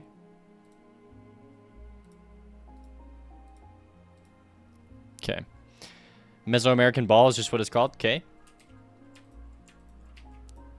Super fitting in theme. Nice. I appreciate it.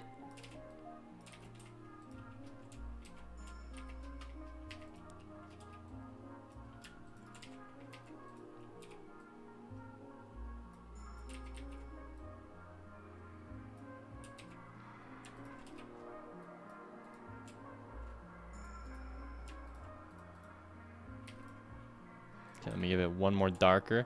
This is just the shading, and then we'll throw the designs on top of this.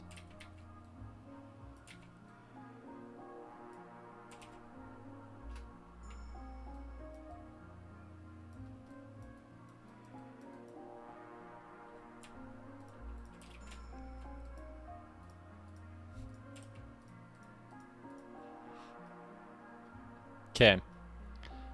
I think the white, the super lighter color there is a bit too distracting. But this is technically how you shade things. Let's do the cool face on it. Let me pull that back up.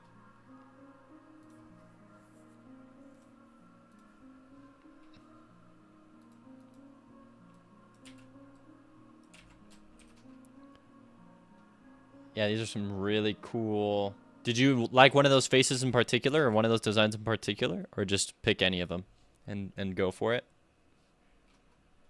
I only need to draw half if it's going to be a symmetrical design.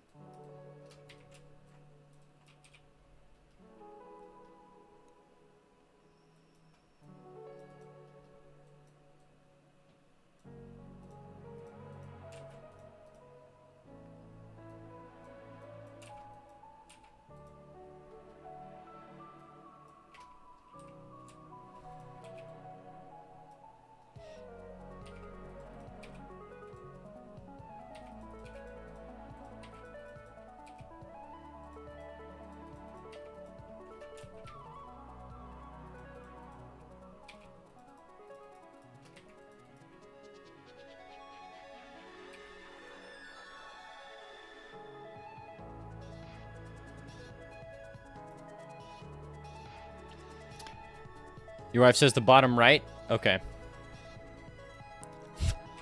And goodbye. Okay.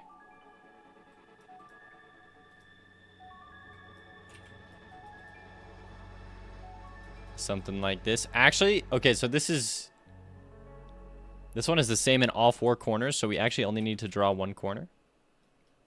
Actually made it easy on me. Thank you. She feels bad for making you delete what you had? No, it's fine. It only took me like a minute. Okay.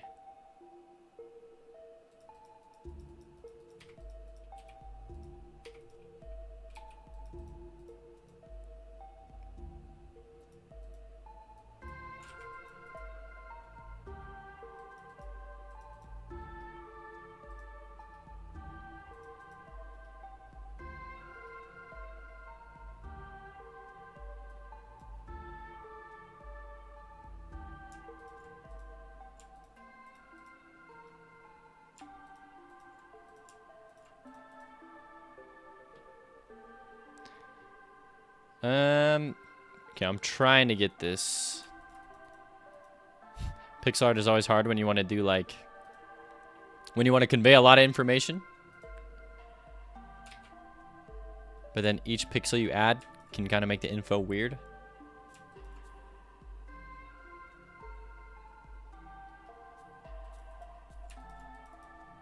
Okay, so this should work here actually.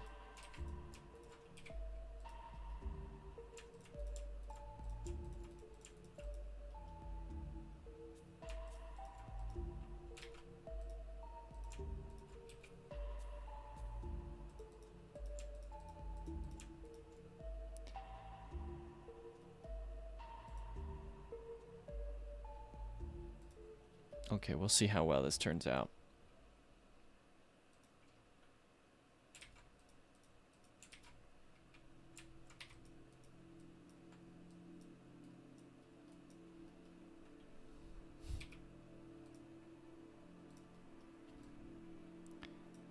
We take this. Oh, there's going to be a lot of free space down here.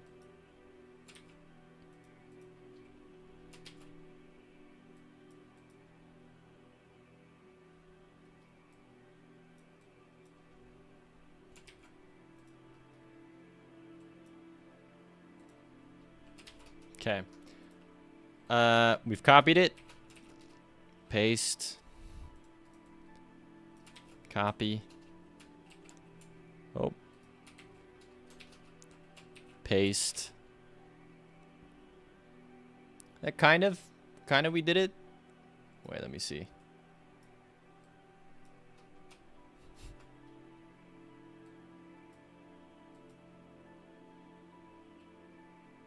No. Back to the drawing board. That's got to look like that.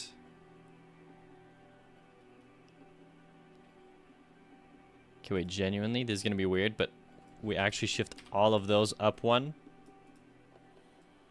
And all of those over one.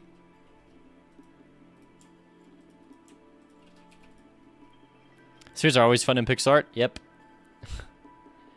Yep, so much fun. Okay.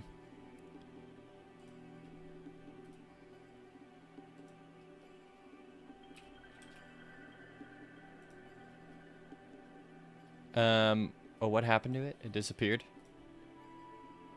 Oh, I brought it over here.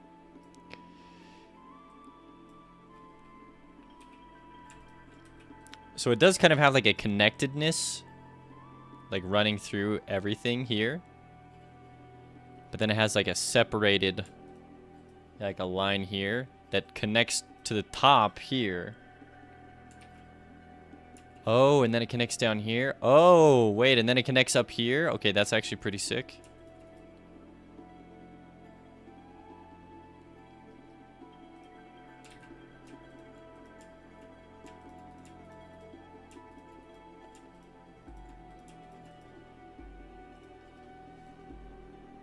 Okay, I think I cooked.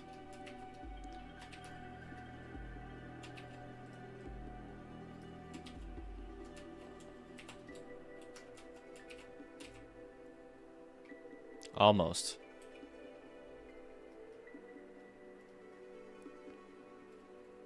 The top here needs to be like an arrow, kind of.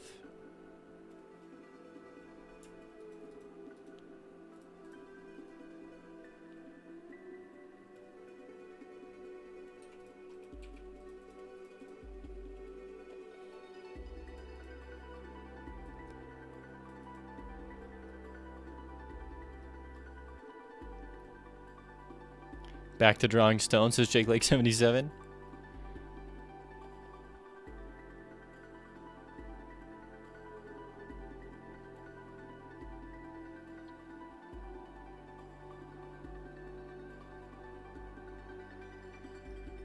Okay.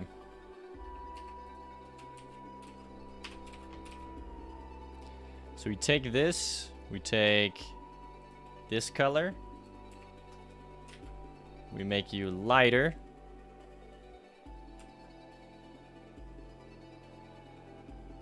Oh, interesting. Did I draw those on the wrong layer? I have no idea. We take this color, we keep it the same. Take the darker color. We do this. And we take everywhere that wasn't the sphere and we delete.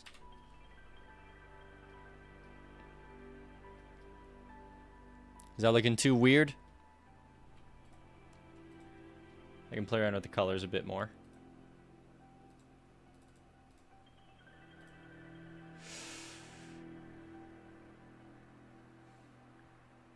Like maybe they're more like etched in dark browns. Sundown, that looks really cool. It's up to you. Yeah, if you don't like anything, it's your item.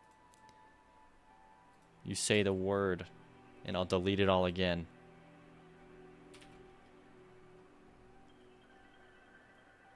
Although I think what would actually really help it is if we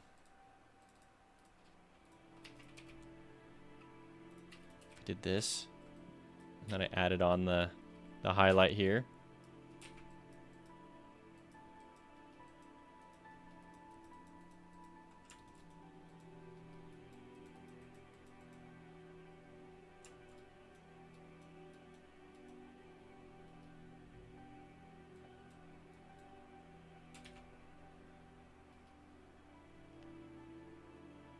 And then we do like white or something.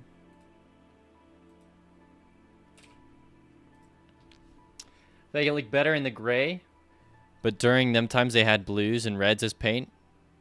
I could try reds. I mean, I'm fine with it in the gray too. Let's see. Hold on. Let me get the rest of the colors in here.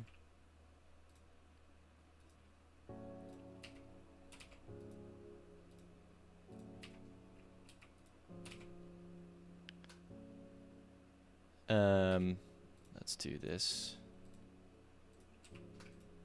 Oh no, that color's been used.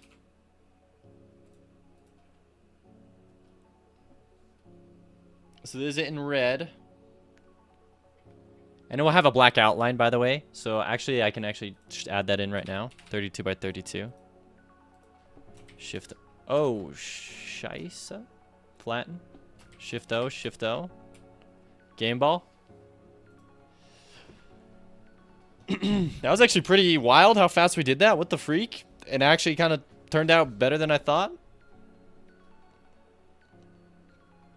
Only thing is, I think the game ball probably would not be that shiny. That looked really good. I think the blue suits it. Okay. Let me go back to blue then. Where was our blues?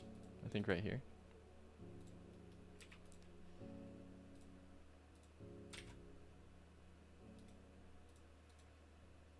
Nope. It definitely was.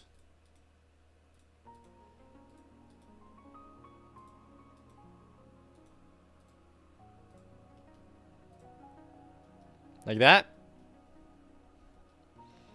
Or I could multicolor it if you'd like.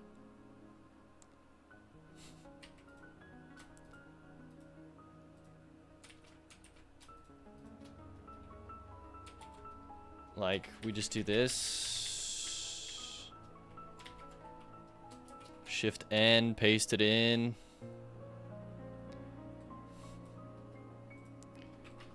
Maybe the whole entire outer section's red or something. Or green.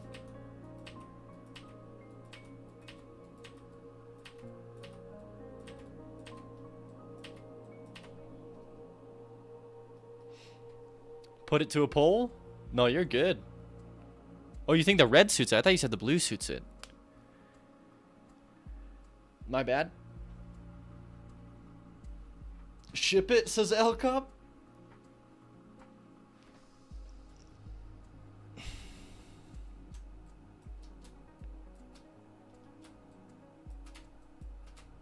We'll make it every color. Who's gonna stop us?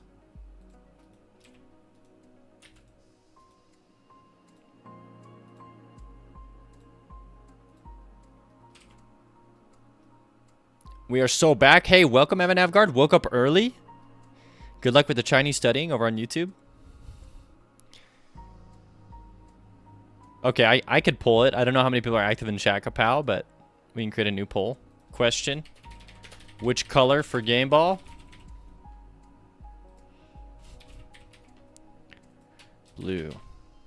Red. Green. Yellow. Mix. Remove green, stop cooking? Fine, fine.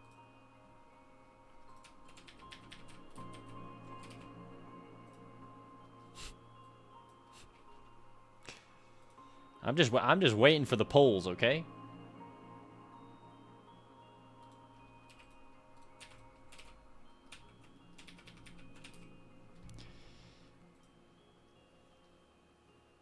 Two reds, one mix.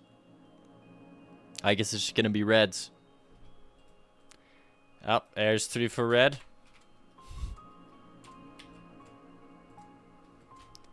I can alternate for you.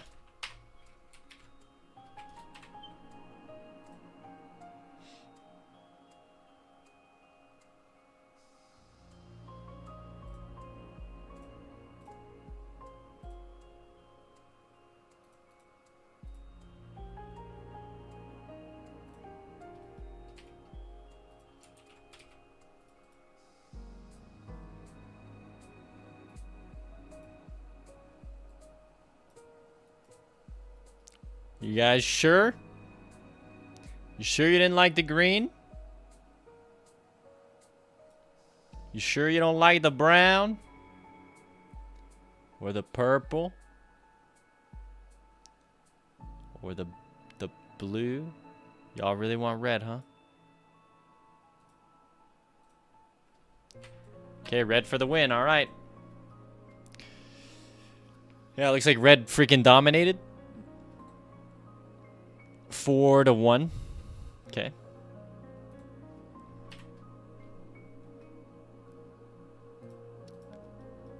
And then... So I know you said Mesoamerican Game Ball. What if we just called it Game Ball? Or do you want it to say up here on the screen Mesoamerican Game Ball? Or maybe we just do something like Aztec Game Ball? I don't know. Or Kapow's Game Ball? Really, whichever one.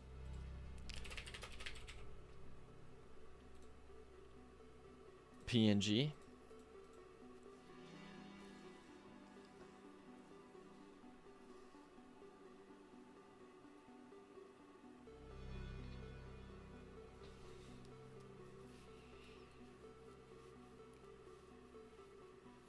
I could make the game ball make it so you jump higher if you want, Kapow.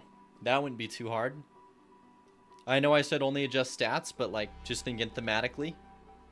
Aztec ball, Aztec game ball, please. Okay.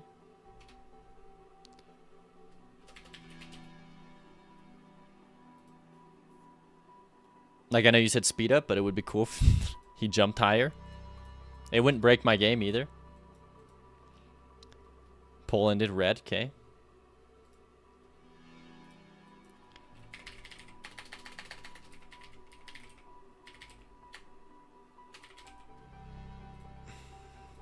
Hold on.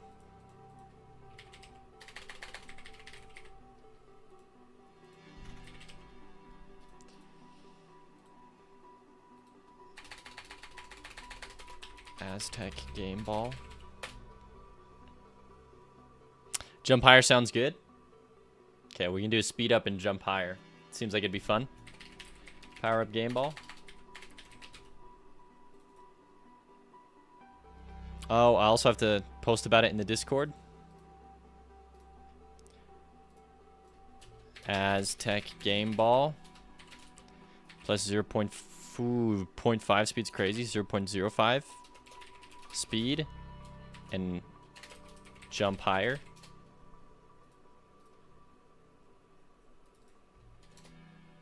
There it is.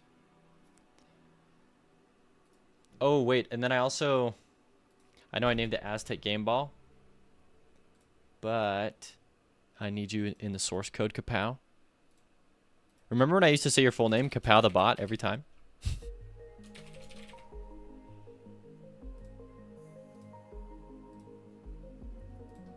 Every time. Aztec Game Ball. Well, also, wait, give me the old watch.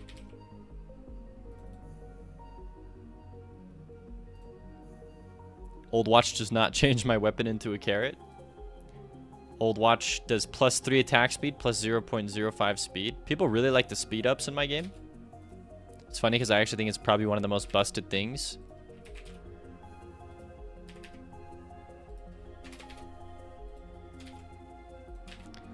We'll save that. Sorry, I just remembered there might be a couple things I messed up with the old watch.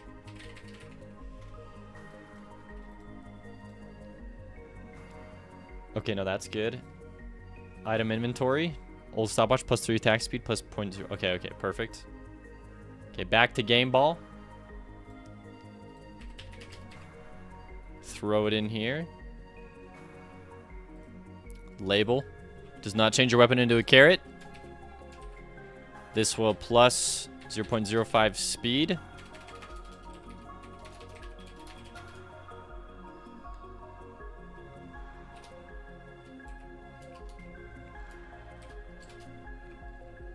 And higher jumps. Increases jump. Increases jump height. This might be kind of cracked. We'll see. Too much speed for kills. Life's too short for long names. Too much speed kills.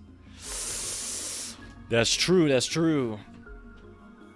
Glad to see you in the Sigma Dev grind set still. Every day I have an Avguard. I try and get a lot of time in.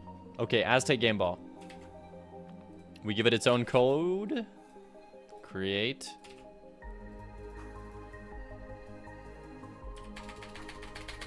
Okay, Aztec Game Ball. Unlocked. Aztec Game Ball. Save it. Ship it. We go to our stats. I put it into our stats.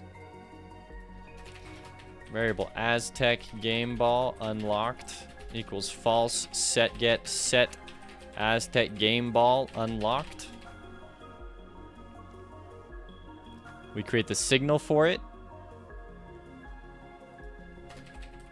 Signal player Aztec game ball unlocked. Value.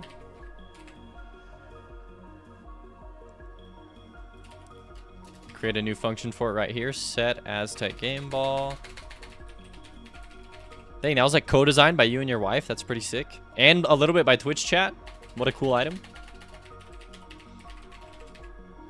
It's these small things that like only is crazy to think about, but just when the game blows up, thousands of people are playing it.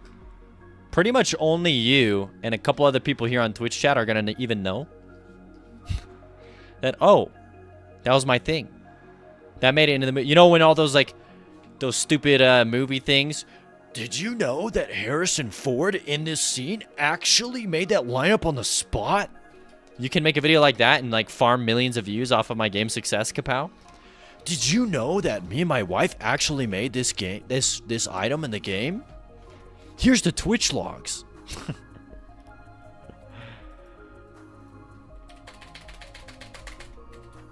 Aztec game ball. Sorry, my husband is a child, lol. Oh no, you're fine. Wait, is this the wife talking on your account now? Uh-oh. He's not a child at all. Kapow's awesome. But it's probably weird. It's like, Gerald, why is it calling you Kapow? That's my Twitch name, babe. Who's Kapow? Clip it for the future, says Nameless Coder. Oh, man. Okay, so we put it in the stats. We put it into our saver and loader here. Kapow's probably mad that I said his name was Gerald. What if his name was actually Kapow, though? What the heck?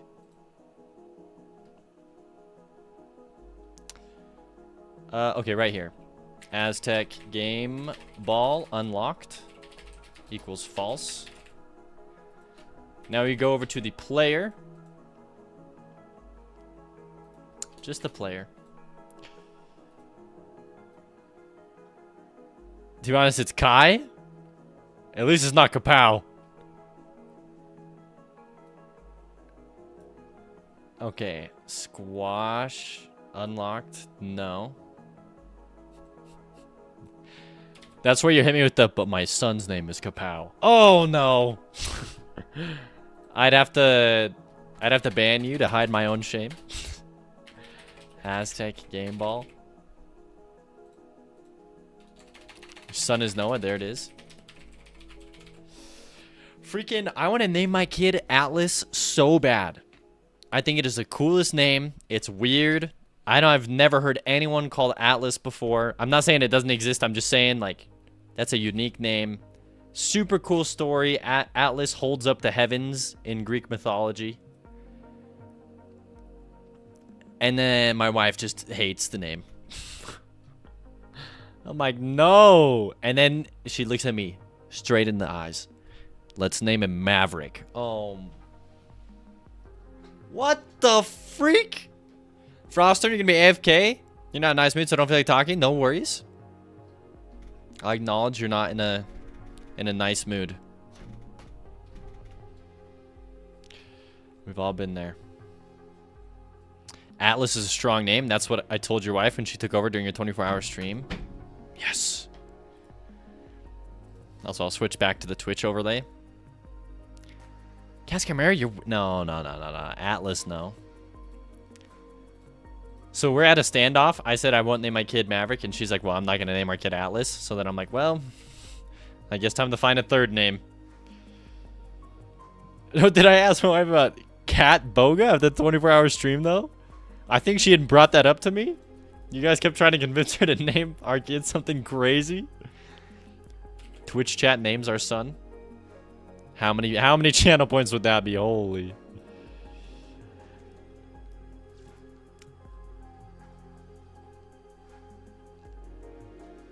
Okay, what am I trying to do here? Old stopwatch. If the area name is Power Up Aztec Game Ball, display Aztec Game Ball. Plus 0.05 speed. Okay. Increased jump height. And plus 0.05 speed. Gotcha. 100 million. Yeah, it would never happen. And then it blows up on Twitter or something. A Reddit post blows up and then I'm famous, but the trade-off is my kid's name is like Pogmaster52. Oh no.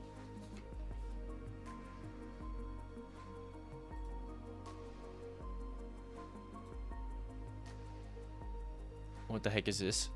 Atlas Training Facility? Oh, what?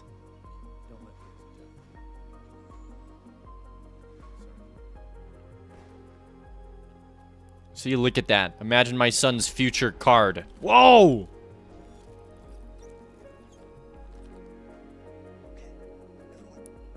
You never agreed not to rename them after it? Take the fame and run with it? Oh my gosh. Popular Twitch streamer steeped in controversy. Okay, so now that we have the game ball here, we've set the speed. It displays properly. We go to the item inventory. So really just the item container here. You say, hey, if the item is Power Up Aztec Game Ball, we load in Aztec Game Ball, Kapow the bot. There he is. You're in the code forever.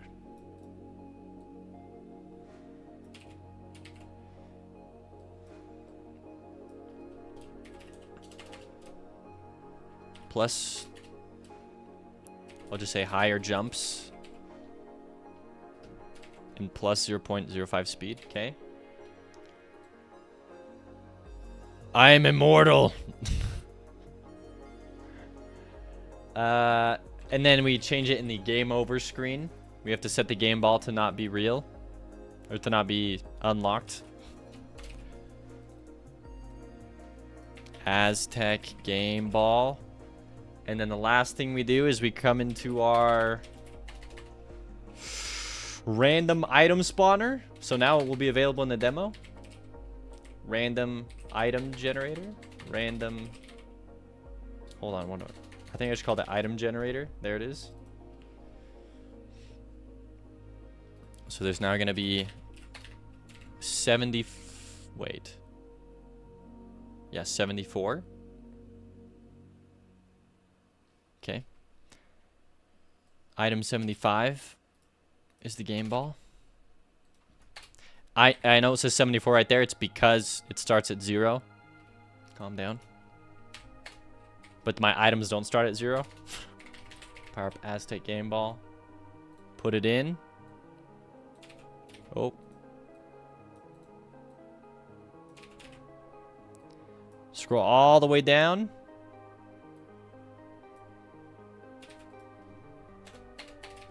If my random number is 75. Drink Coke. Thank you, Kapow. Aztec Game Ball. Also, the shark item will be unlocked. It was bugged last time. So you can have a shark sword and a shark gun. Now so I get to play with the ball soon. Chat, stop having dirty thoughts.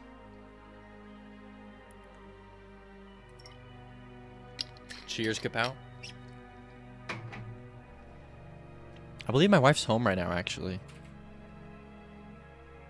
Should be. I think there's people over at my house right now. Now I think about it, looking at the time. I also got D&D in 3.5 hours that I gotta prepare for. And by prepare, I just mean shower. Okay. We're spawning it in. Let's go. There's officially 75 items in the game now. That's probably half of what's going to be in the final game. Okay. Now I just have to implement in the item. Super easy. The speed's already implemented in. But as for the jump, right here. Jump force equals 220. I'm going to go jump force equals 240. Nah, we'll send it. We'll go jump force equals 260.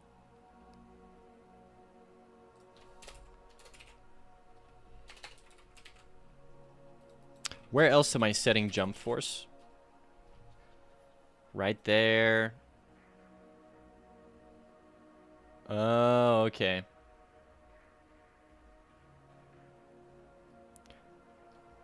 So I do need to come in here and create something. I need to go, hey, if player stats dot Aztec game ball unlocked,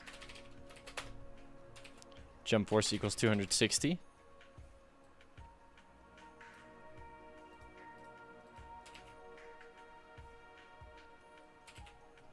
Okay. Now I just have to go level, or the item room that we're testing things out in, and I can stick the game ball in here.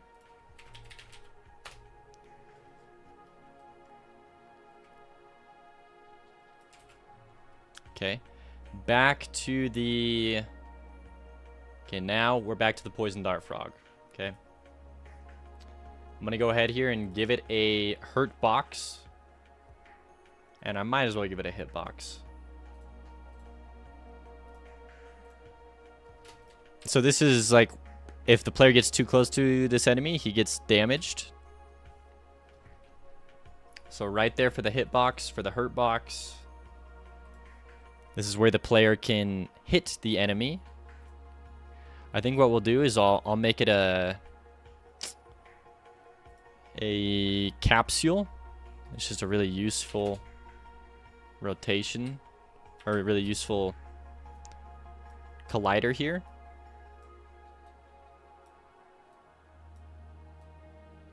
Because it's not exactly a circle, but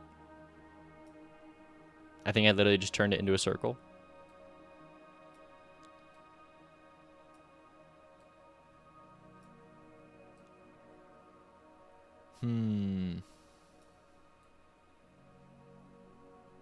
Oh well, it is what it is.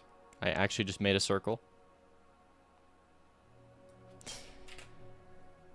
As for its actual collider, this is how it interacts with the world. I'm gonna give it a square. Shrink that square. It's not gonna be a very big collider, but it will be enough. Is the D&D shower smelly nerd is normal? Maybe at your D&D, not at mine. Okay, animation player, we're gonna do a new animation, tongue wind up. Oh yeah, we have to finish animating.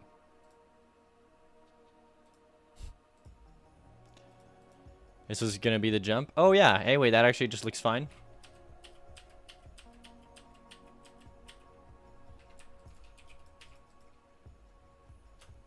Let me flatten, erase.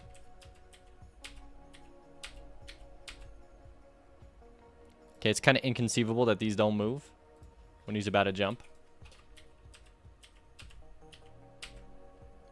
Like, if anything, this should shift back at least.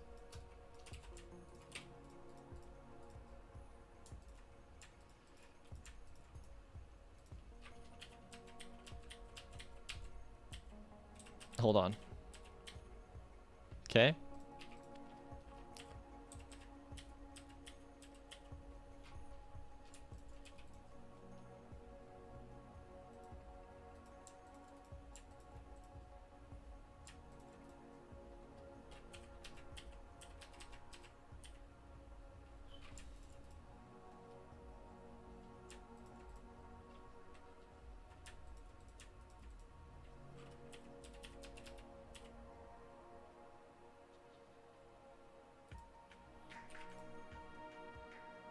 Okay. Patrick, you're AFK. Welcome back. Hello? He still needs a little bump on his head, even if he's just leaning forward.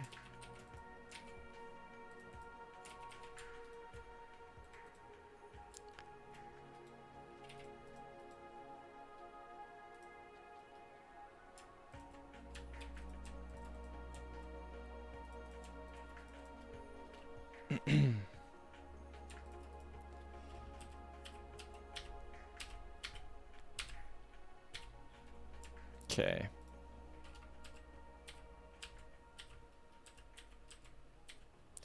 Also gotta fix the leg designs here. And some of this stuff here.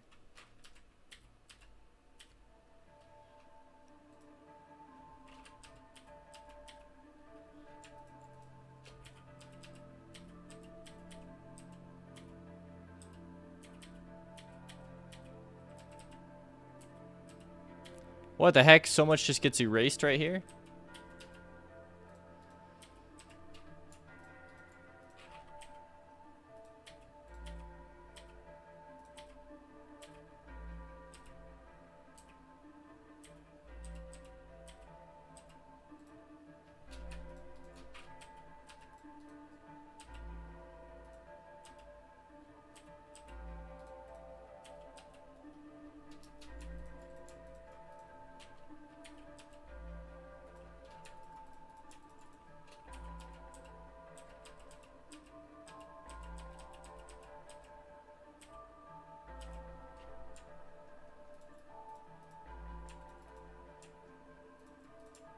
Okay, something like this. Get a couple more shades in here.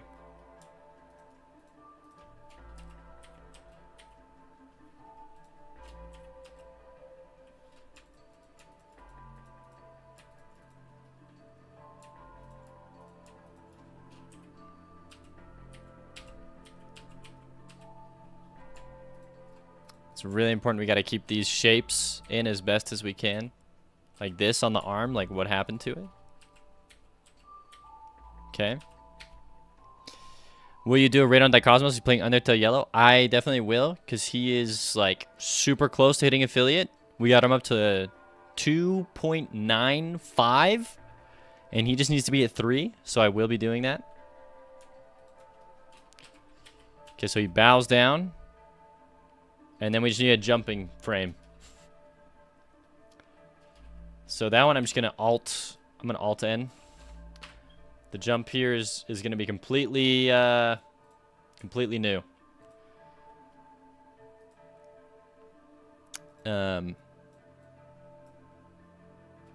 Let's go.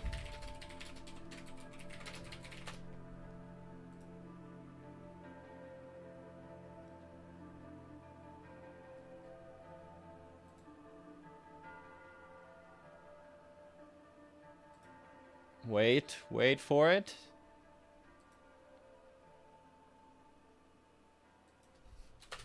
I'm just getting a reference of a frog jumping. Like I just want him in the air, kind of like this, with his hands up.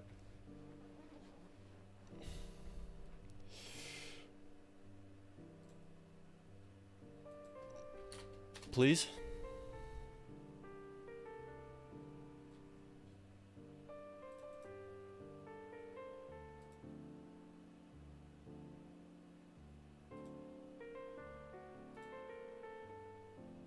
Hold on, there's a specific, it's from Noida. I think maybe it was Noida, no, I don't think it was Noida. There's one game that has like a great frog sprite. Red Loop completed with the 20 FPS build. Nice, Kapow. You done did it. Look, for those of you paying attention, the new demo is going to have some coloration changes for the Infinite and Infinite Plus areas. I will tease one of them.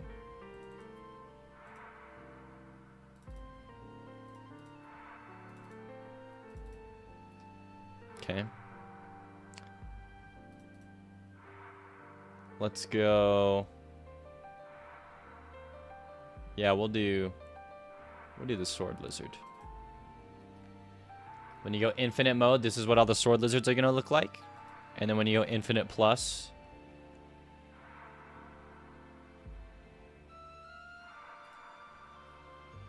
so the infinite plus, here it is. This is what they're going to look like.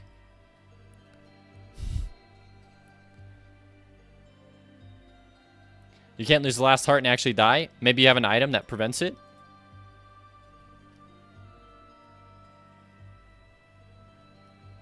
Or maybe it's just bugged out. Yeah, if you have like a... Or if you unlock the full skill tree, there's 2 death defies that you have to go through. I just need to do an animation for him because right now there's no animation like notifying you that, oh, my life was saved.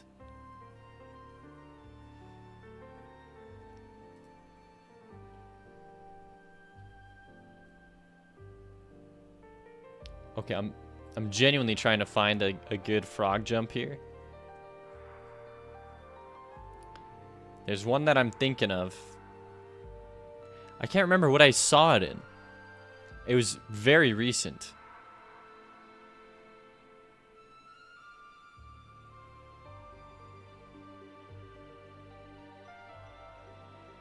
Oh my goodness, how many frames for that many pixels? You know what? It was probably Spelunky.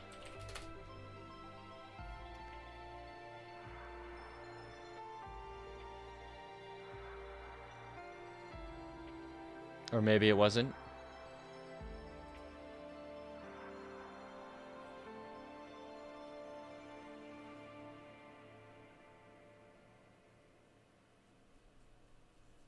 Dang. You're getting a GIF? Okay, Kapow. Sounds good.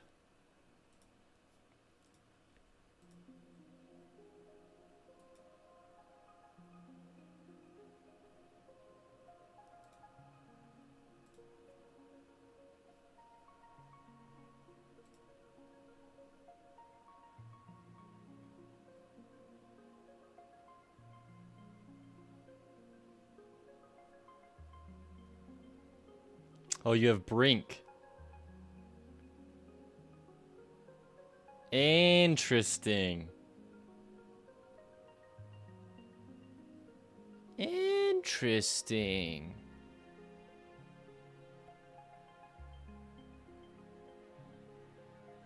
Okay, so what's happening here is we redid our RNG system. So Brink randomizes every time you take damage, or it should. But what happened here is it's probably only randomizing once, and it randomizes and says, hey, I'm not going to die. And so then... Okay, that's a very good bug to know about. So, yeah, so like if I went into my player here...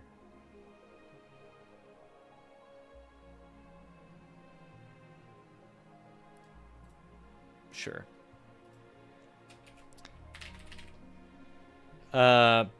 Let me go Brink.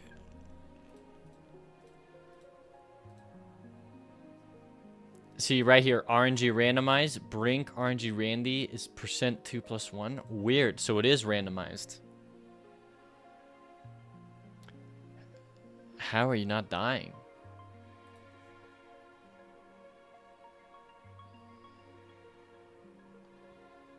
Brink equals this. Every time you take damage. Okay, so every time you're getting hit, you're taking damage. If health is greater than or equal to 1. Why don't you do greater than or equal to 0? Maybe that's what's up with it. I think that's what happens. It gets set to 0, so it doesn't run this code, so it doesn't re-randomize Brink. So then when you die, it's not re-randomizing every time you get hurt. I had loads more hearts before I ran, right? I used those up, but the final heart isn't getting used. Yeah, I think it was this. I think it was having an issue saying, hey, it's setting it down to 0 HP, so then it doesn't run the code where it randomizes whether or not Brink works, which it looks like it is a 50-50 chance that Brink works or not, which is interesting. So 50% chance. That's kind of nice. Okay. should be fixed, Kapow. But that's one that I am going to stick into the Trello document. And we'll say, hey, Brink not randomizing on last heart can't die. And then we attach some labels to this and we say, hey, this is an item and this is fixed question mark. Okay. All the fixed question marks just means I have to test for them again. You went right, loads with the final heart. Yeah, that's weird. Yeah, no, I understand why it's probably bugging out for you, but I'm hoping we just fixed it there. Okay, poison dart frog. I swear Spelunky has frogs.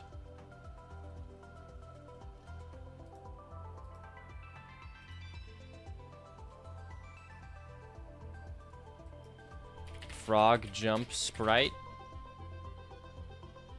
I can see it in my brain, but what game is it from?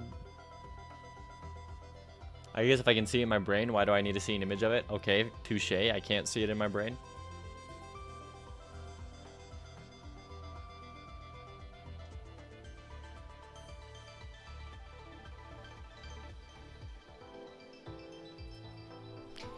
Okay, I'll try and draw it from what I see in my brain. It looks like this.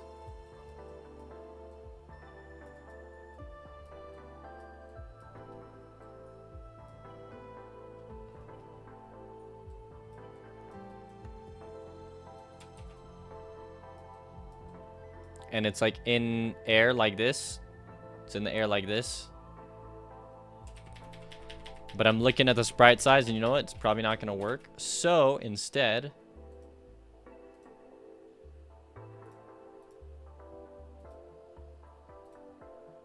I guess give me this frame.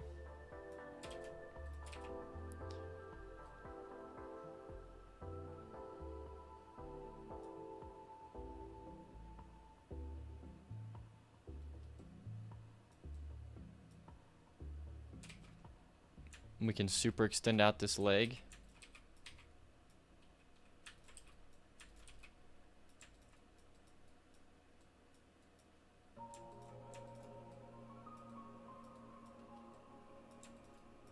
Okay, something like this.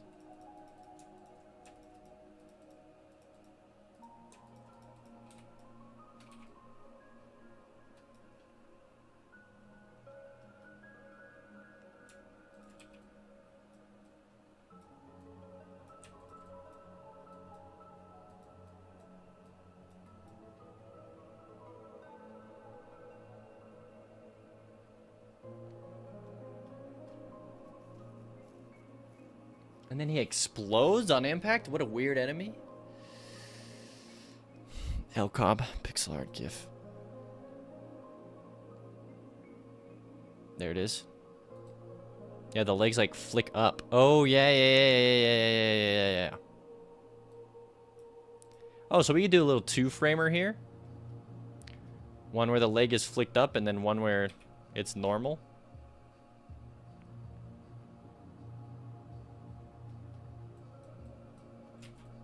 Because, yeah, I guess frogs do this weird thing. Actually, you know what? Maybe we don't do a two-framer. Maybe we just do this.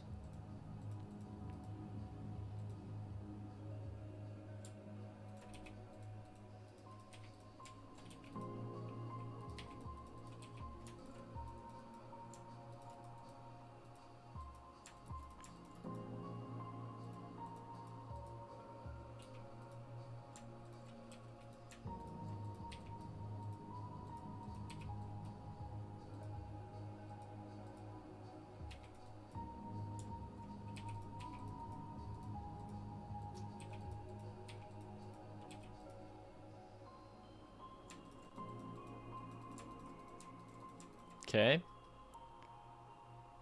Also, Kapow, I didn't even ask. Are you happy with how that game ball turned out? I guess I haven't even showed it off in game yet.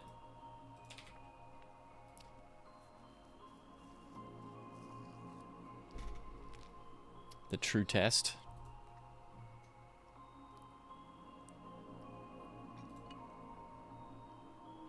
Wife loved it, so all good by me.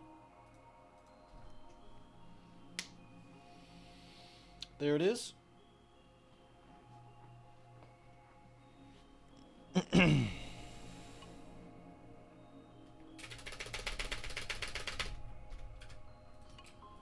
Oh, why do I do this to myself?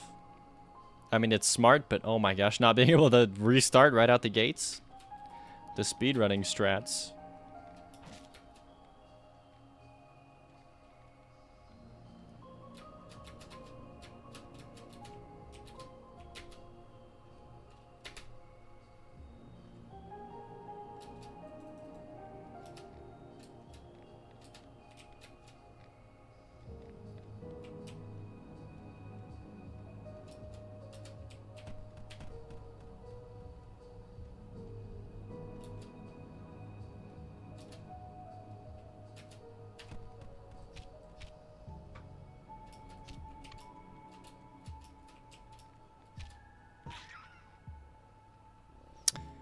Maybe I'll do pacifist mode in the demo as well, because I made it so that it works, that it's doable. And if it's doable, maybe I put it in for fun.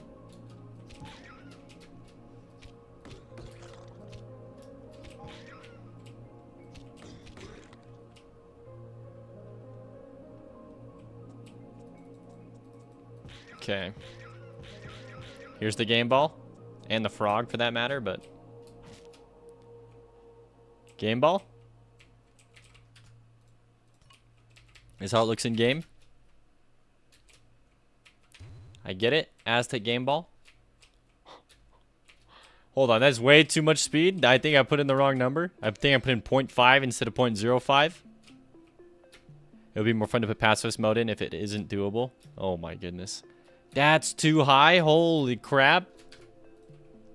I gotta change that. That's insanely high. I mean, I still think it'd be fun for it to be high, but that's just wow. We'll say it's gonna equal 240.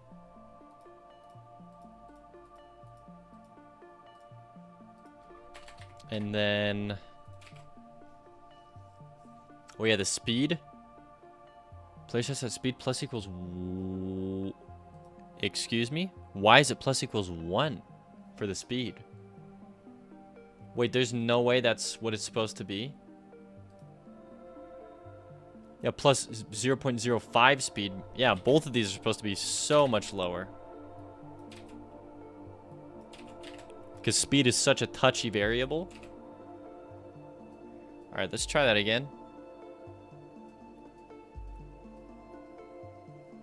The thing is also, Elcob, it's not doable on some runs. Some runs it's too much.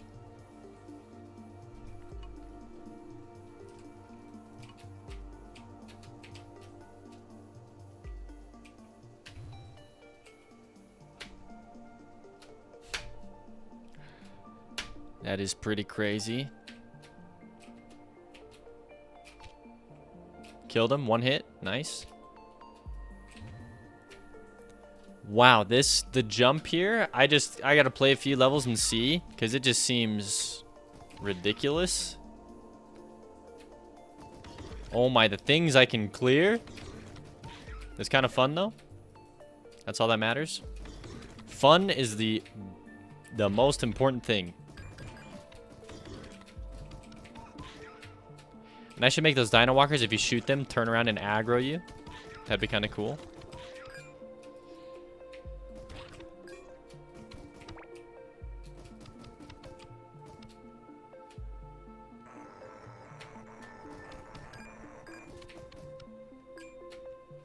The jump is crazy. How's it look on inventory screen? Right there. Higher jumps plus 0.05 speed.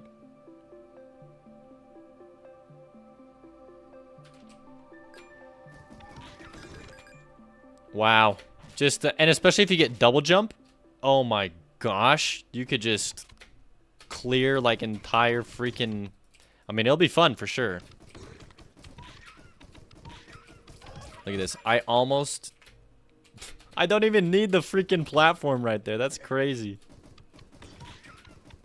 That's super fun.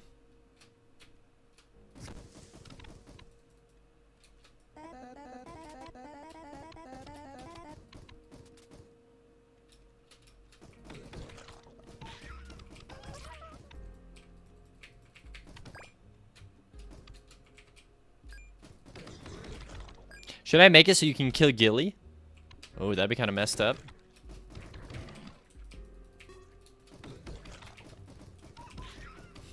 Make it so you can attack NPCs. That sounds like scope creep to me.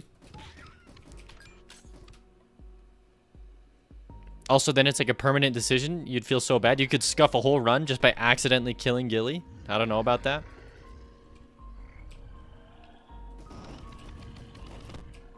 Okay, wait, check this out. I can just clear the boss. Oh. Wait, walk towards me. I can actually just clear the boss.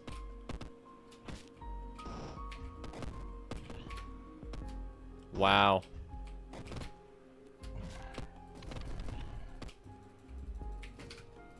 Interesting. Ooh, I gotta fix that. Game over. The boss HP bar appearing on the game over screen. Boss HP bar. It's only on layer 1? What? So then if I go to my UI, like in my world, hello? UI? What layer are you on? You're on layer 2? You gotta be above that? Come on. What the? Okay, I think I'm cooked for today, I'm not gonna lie.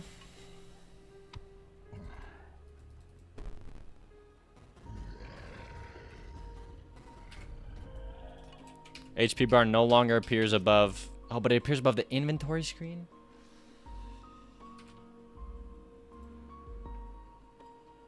Why?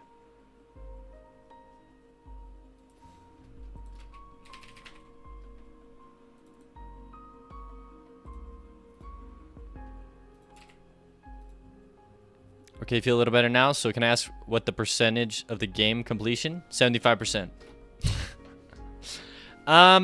No, let me actually calculate it and then I'll end stream. That sounds like a good thing to end on. And then I gotta raid my friend so that he hits affiliate.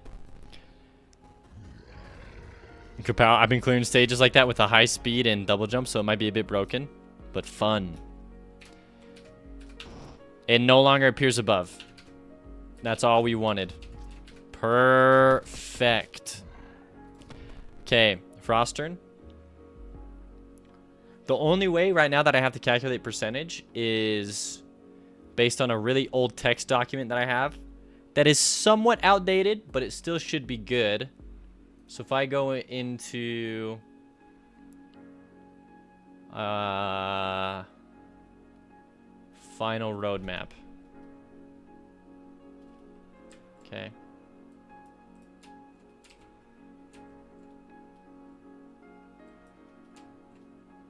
So if it's at 57% right here, give me purple. This is done. This is, hold on. This is done. This is done. This is done. Done. Done. Done. Done. Done. Done. Done. Done. Done. Done. Done. Done. Done. Done. Done. Done. Done. Not done. Done. Not done. Technically done. Done. See, I need a color for like half done, and I'll count it as half of a percentage or whatever. These bad boys are halfway done, or more than halfway done, honestly. But just in terms of calculating how far along we are. New traps, done. Gorgos aren't death. Done. No, it's done. Gorgos code, done. Intro and polish, not done. Music, done. City music, done. Tile set, done. Backgrounds, done. Environment, done. Water's not a thing anymore, but we'll call it done because it's not a thing anymore. 50 levels, not done. Enemy sounds, not done. Boss sounds, done. Other sounds, done. City NPC, not done. Enemy sounds, somewhat done. Like they just need to be put in. So we'll do that. So actually, starring enemies is done if it's just enemy sounds. Okay, temple tile set, done. Background, not done. Enemies, not done. Traps and enemies are somewhat started.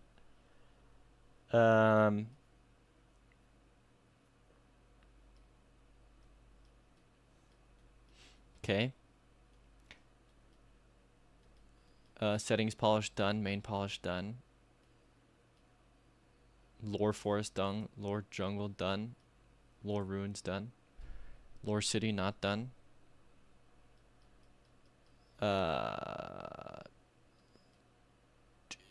Unique animations and kills and areas. Nope, not done. Okay. So now I just calculate all of these add up to 100 or something like that.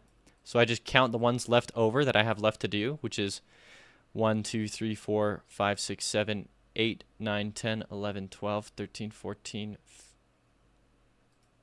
Wait, there better be 100 here. I'm screwed. 1, 2, 3, 4, 5, 6, 7, 8, 9, 18, 27, 36, 37, 38, 39, 40, 41, 42, 43, 44. 44 plus 9, 53, 54, 55, 56, 57, 58, 59, 60, 61, 62, 63, 64, 65, 66.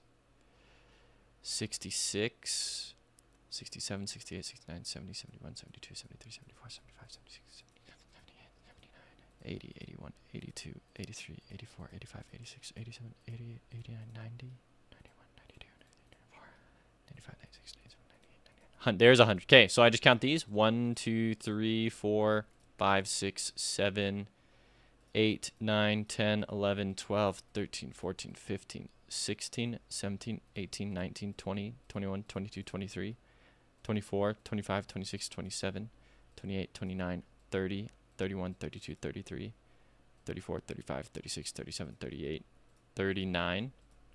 So roughly 39 out of 100 is left. So what does that put me at? If each of these is equivalent to a percentage, then I'm at 60%. Wow, it's not even 75. I've gone backwards in time, Frostern. I've gone backwards in time. Each item has different level of difficulty, so counting each as a 1% isn't accurate. That's true. We'll just say I'm 75% done. Because there's no way, I don't know how I was calculating it before, but if we look at this, like, what the heck? Oh, because this is not, okay. Because this isn't the whole game. This is, I started when I thought the game was already at its halfway point. Okay, that makes more sense. Because this isn't everything that I had to do in the forest, or everything I had to do in the jungle. But this is everything I have to do in the temple, if that makes sense. Okay, so that makes, yeah. So if I had started this, and I assumed I was halfway done with the game, that would mean if I'm at 39 divided, 39 divided by 2 out of 100. So 19.5. I'm 80% done with the game. 80.5% done. But we'll probably say 75%.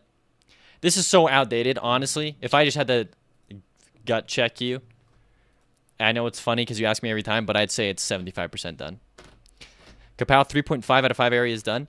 Yes, but the fourth area is like, I need like 2 days to finish like ironing out bugs and adding in sounds and finishing the cutscenes. And then I need 1 day to finish 50 levels. Usually it only takes me a day to get all 50. And then the fourth area is done. So I only have like 1 area left. And I have an entire month, pretty much 2 months to finish the 5th area. So it's like, yeah, I'm pretty close to done. Anyways. Wait, there's 250 levels? Yes. There's 250 levels. But we spent an entire day creating a frog. I don't want to talk about it, okay? I don't want to talk about it. At least deals with the reality check. That's not true. We created an item too. It's awesome though. Thank you. We created an item. The frog's also technically not finished, and we finished the redone first area enemy. And I fixed a bug with the boss HP bar here. All right. Also, welcome back, Elysios. I thought you left. Thank you, everyone. This has been fun. I'm going to end stream. My friend is super close to hitting affiliate, so I'm just going to send all the lurkers over to him. He'll only be streaming for like another hour. And he just plays games. He's playing Undertale Yellow. Will I add in an endless mode? Yes, I will. Endless mode is going to be part of the... there's a stretch goal unlocked to do a challenge altar at the end of the game. So that's going to be in. Yo, Arvate. See ya. Go relax with your wife and chill. I will. See you tomorrow.